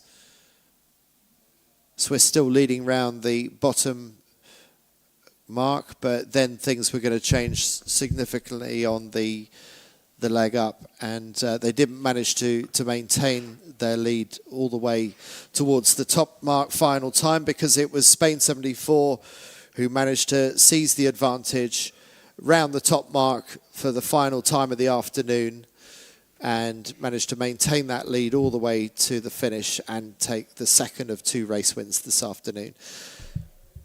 So, as Stevie pointed out earlier, Diego Botti not terribly happy about the close attentions of the drone. First drone complaint we've had of the day today, Stevie. He's going to enjoy that further down the line after he's got his feet up in his armchair, though, being able to look back at all this stuff. We don't have quite that level of historical recording of back when we were sailing the 49er, but it's great to have those drone shots, isn't it? I was just looking into where we lost the Swiss, actually. We lost them on the second upwind. I just went a bit too far left in the beginning, and I think they missed like a gust or a shift that was just crucial because they couldn't get back into the game after that. Or they could, but not well enough. Not well enough. Not leading. Yeah. Stevie, who was your standout boat today? Is it the boat in picture, or is there somebody else you want to highlight? I think it's very hard to look past them. They've sailed a fantastic day, and that second race especially, they really worked so hard to get back up through the fleet. I think Fisher and Pecan, they had a tricky first race, and then they've kind of quietly gone about their business for the next 2. When we look ahead to a windier day tomorrow, could well suit them. They're a big crew, and they've got some really quite good pace. And then for everyone else, been pretty up and down, really. I mean, it just almost what we'd expect. It's a high quality, it's a tight fleet. There's a lot can happen on a day like today. So, yeah, I think I'd give it to those 2 boats. Hard to look past the Spanish, really, for the boat of the day with 2 wins to end things with there. They'll be going in pretty happy, and I'm sure Diego will be more than happy to have the drone back with him tomorrow, because he seemed pretty happy to have it following him behind him after he'd finished the race. So he'll be looking forward to that tomorrow. But it's all going to be about getting a good rest tonight. The crews will already be thinking nutrition, rest, and we've got to go and do this again tomorrow, because winning the World Championships doesn't come easy. So there's a lot of hard work left ahead. Yeah, and we're in for a windier day tomorrow, we understand from the forecast as well, Noora. So it could play into the hands of different contenders. And who do you fancy in the 49erFX fleet if the breeze does pick up tomorrow? If it does pick up, I would expect to see the Swedish to send it pretty hard with their speedy. But for sure, there's many teams that could be good. But I think the Swedes for sure will challenge both the Brazilians and the Dutch. Well, I tend to think that Aanholt and Doots, Van Aanholt and Doots from the Netherlands, who are leading at the moment, I don't think they're weak in the strong winds at all. But I do think that Bobek and Netzler possibly have an extra click of speed in the strong wind, because they're tall, they're a little bit heavier, and that's probably what they need, because the Dutch really aren't putting much of a foot wrong. They managed to negotiate their way through a really difficult day today. And Grail and Kunz, we haven't seen much of them this week until today, and they sailed a really great day for the Brazilians to lift themselves up into third, just ahead of these Australians that are surprising us in 4th place, Harding and Wilmot. Yeah, it's really cool to see them up there, and we hope to keep them there for the upcoming days as well. But I think the Spanish could be pretty strong looking for tomorrow as well. They're strong in wind. They're tall, they're experienced, and as Stevie, you pointed out, I didn't know this great stat, but they won the World Championships leading into the previous 2 Olympic Games. So that's 2016 and 2020. They won the World Championships. So destiny says that it is the Spanish who will win here on home waters. Is that your thought, Stevie? I'm not too sure. Yeah, I'm not too sure. We'll see about that. I think, personally, I thought the Dutch sailed superbly. I really rate their boat handling, so I don't see you getting many free points from them. I think the Swedish could rue a couple of races today when it comes to it. Of course, we'll see a strong performance, but I think the Dutch did put down a real marker today of consistency. Let's see. AALVAA will be looking, shed that capsize at the bottom gate in race 1 today. That's potentially 20 points you could take off her total. That'd put her somewhere near Martine and Kayana. So, you know, there's plenty of points left out there, plenty of opportunity to be found on the race course for sure. But yeah, I think it'll be a challenging day for the crews, but I think they're all going to be hanging out for a mistake now from the Dutch. Yeah, no, I think that's probably right. I mean, they had a minor blip last year, not winning the Worlds, coming second, but that was with Annette Doets carrying a pretty heavy knee injury and in doubt for whether she was able to race those championships at all. So overall, Doets and Van Aanholt have really been the standout performers. And Noora, you and I were commentating on their first World Championship win together in Oman just over 2 years ago, and that was the first time that we saw Bart Lambrechts and Floris van der Werken win their first World Championship together, and they haven't long teamed up actually at that point. And it was a bit of a soft Worlds. It was just after the Olympics, and there were a few people missing, so we didn't really know just what an indicator of how they would be. But I mean, Lambrechts and van der Werken have been the dominant team of this cycle in the men as well. So a bit of a surprise to see them struggle as much as we did today. That's the first time I can remember in quite a long time seeing the Dutch world champions struggle the way that they did today. That's true, but let's be fair, everyone has their, you know, even though they struggled today, I believe that they can pull off tomorrow and just climb up the ladder again pretty quickly. And Stevie, you said that 20th that they got at the end of qualifying was a big mistake. I mean, a 20th actually means a 40th when you think that it's one half of the qualifying group. I didn't see how that happened. Did you have any insight into what happened in that race and why they got a 20th yesterday? Do you know what? I didn't actually, Andy. No, I don't know what happened. I mean, I know it was very gusty, very shifty, and there was quite a sudden change in one of their races where the wind came from it was constantly left of the mountain. It was a bit further left than yesterday, and then it ended up much more towards the right. But yeah, suddenly, if that had just been a 10th, you'd be able to take 10 points off the Dutch total quite easily. Because they wouldn't be using their discard up in qualifying, which is, you know, I just always felt like the difference with these World Championships, you want to get out of qualifying, yes, with good results, but also having not burnt your discard. So that definitely jumped out at me. Young British crew there, James Grummet, Ross Hawes, I mean, they're in pretty rarefied territory there, so they'll be pretty chuffed to have had a good solid day today. They'll see what they can do tomorrow.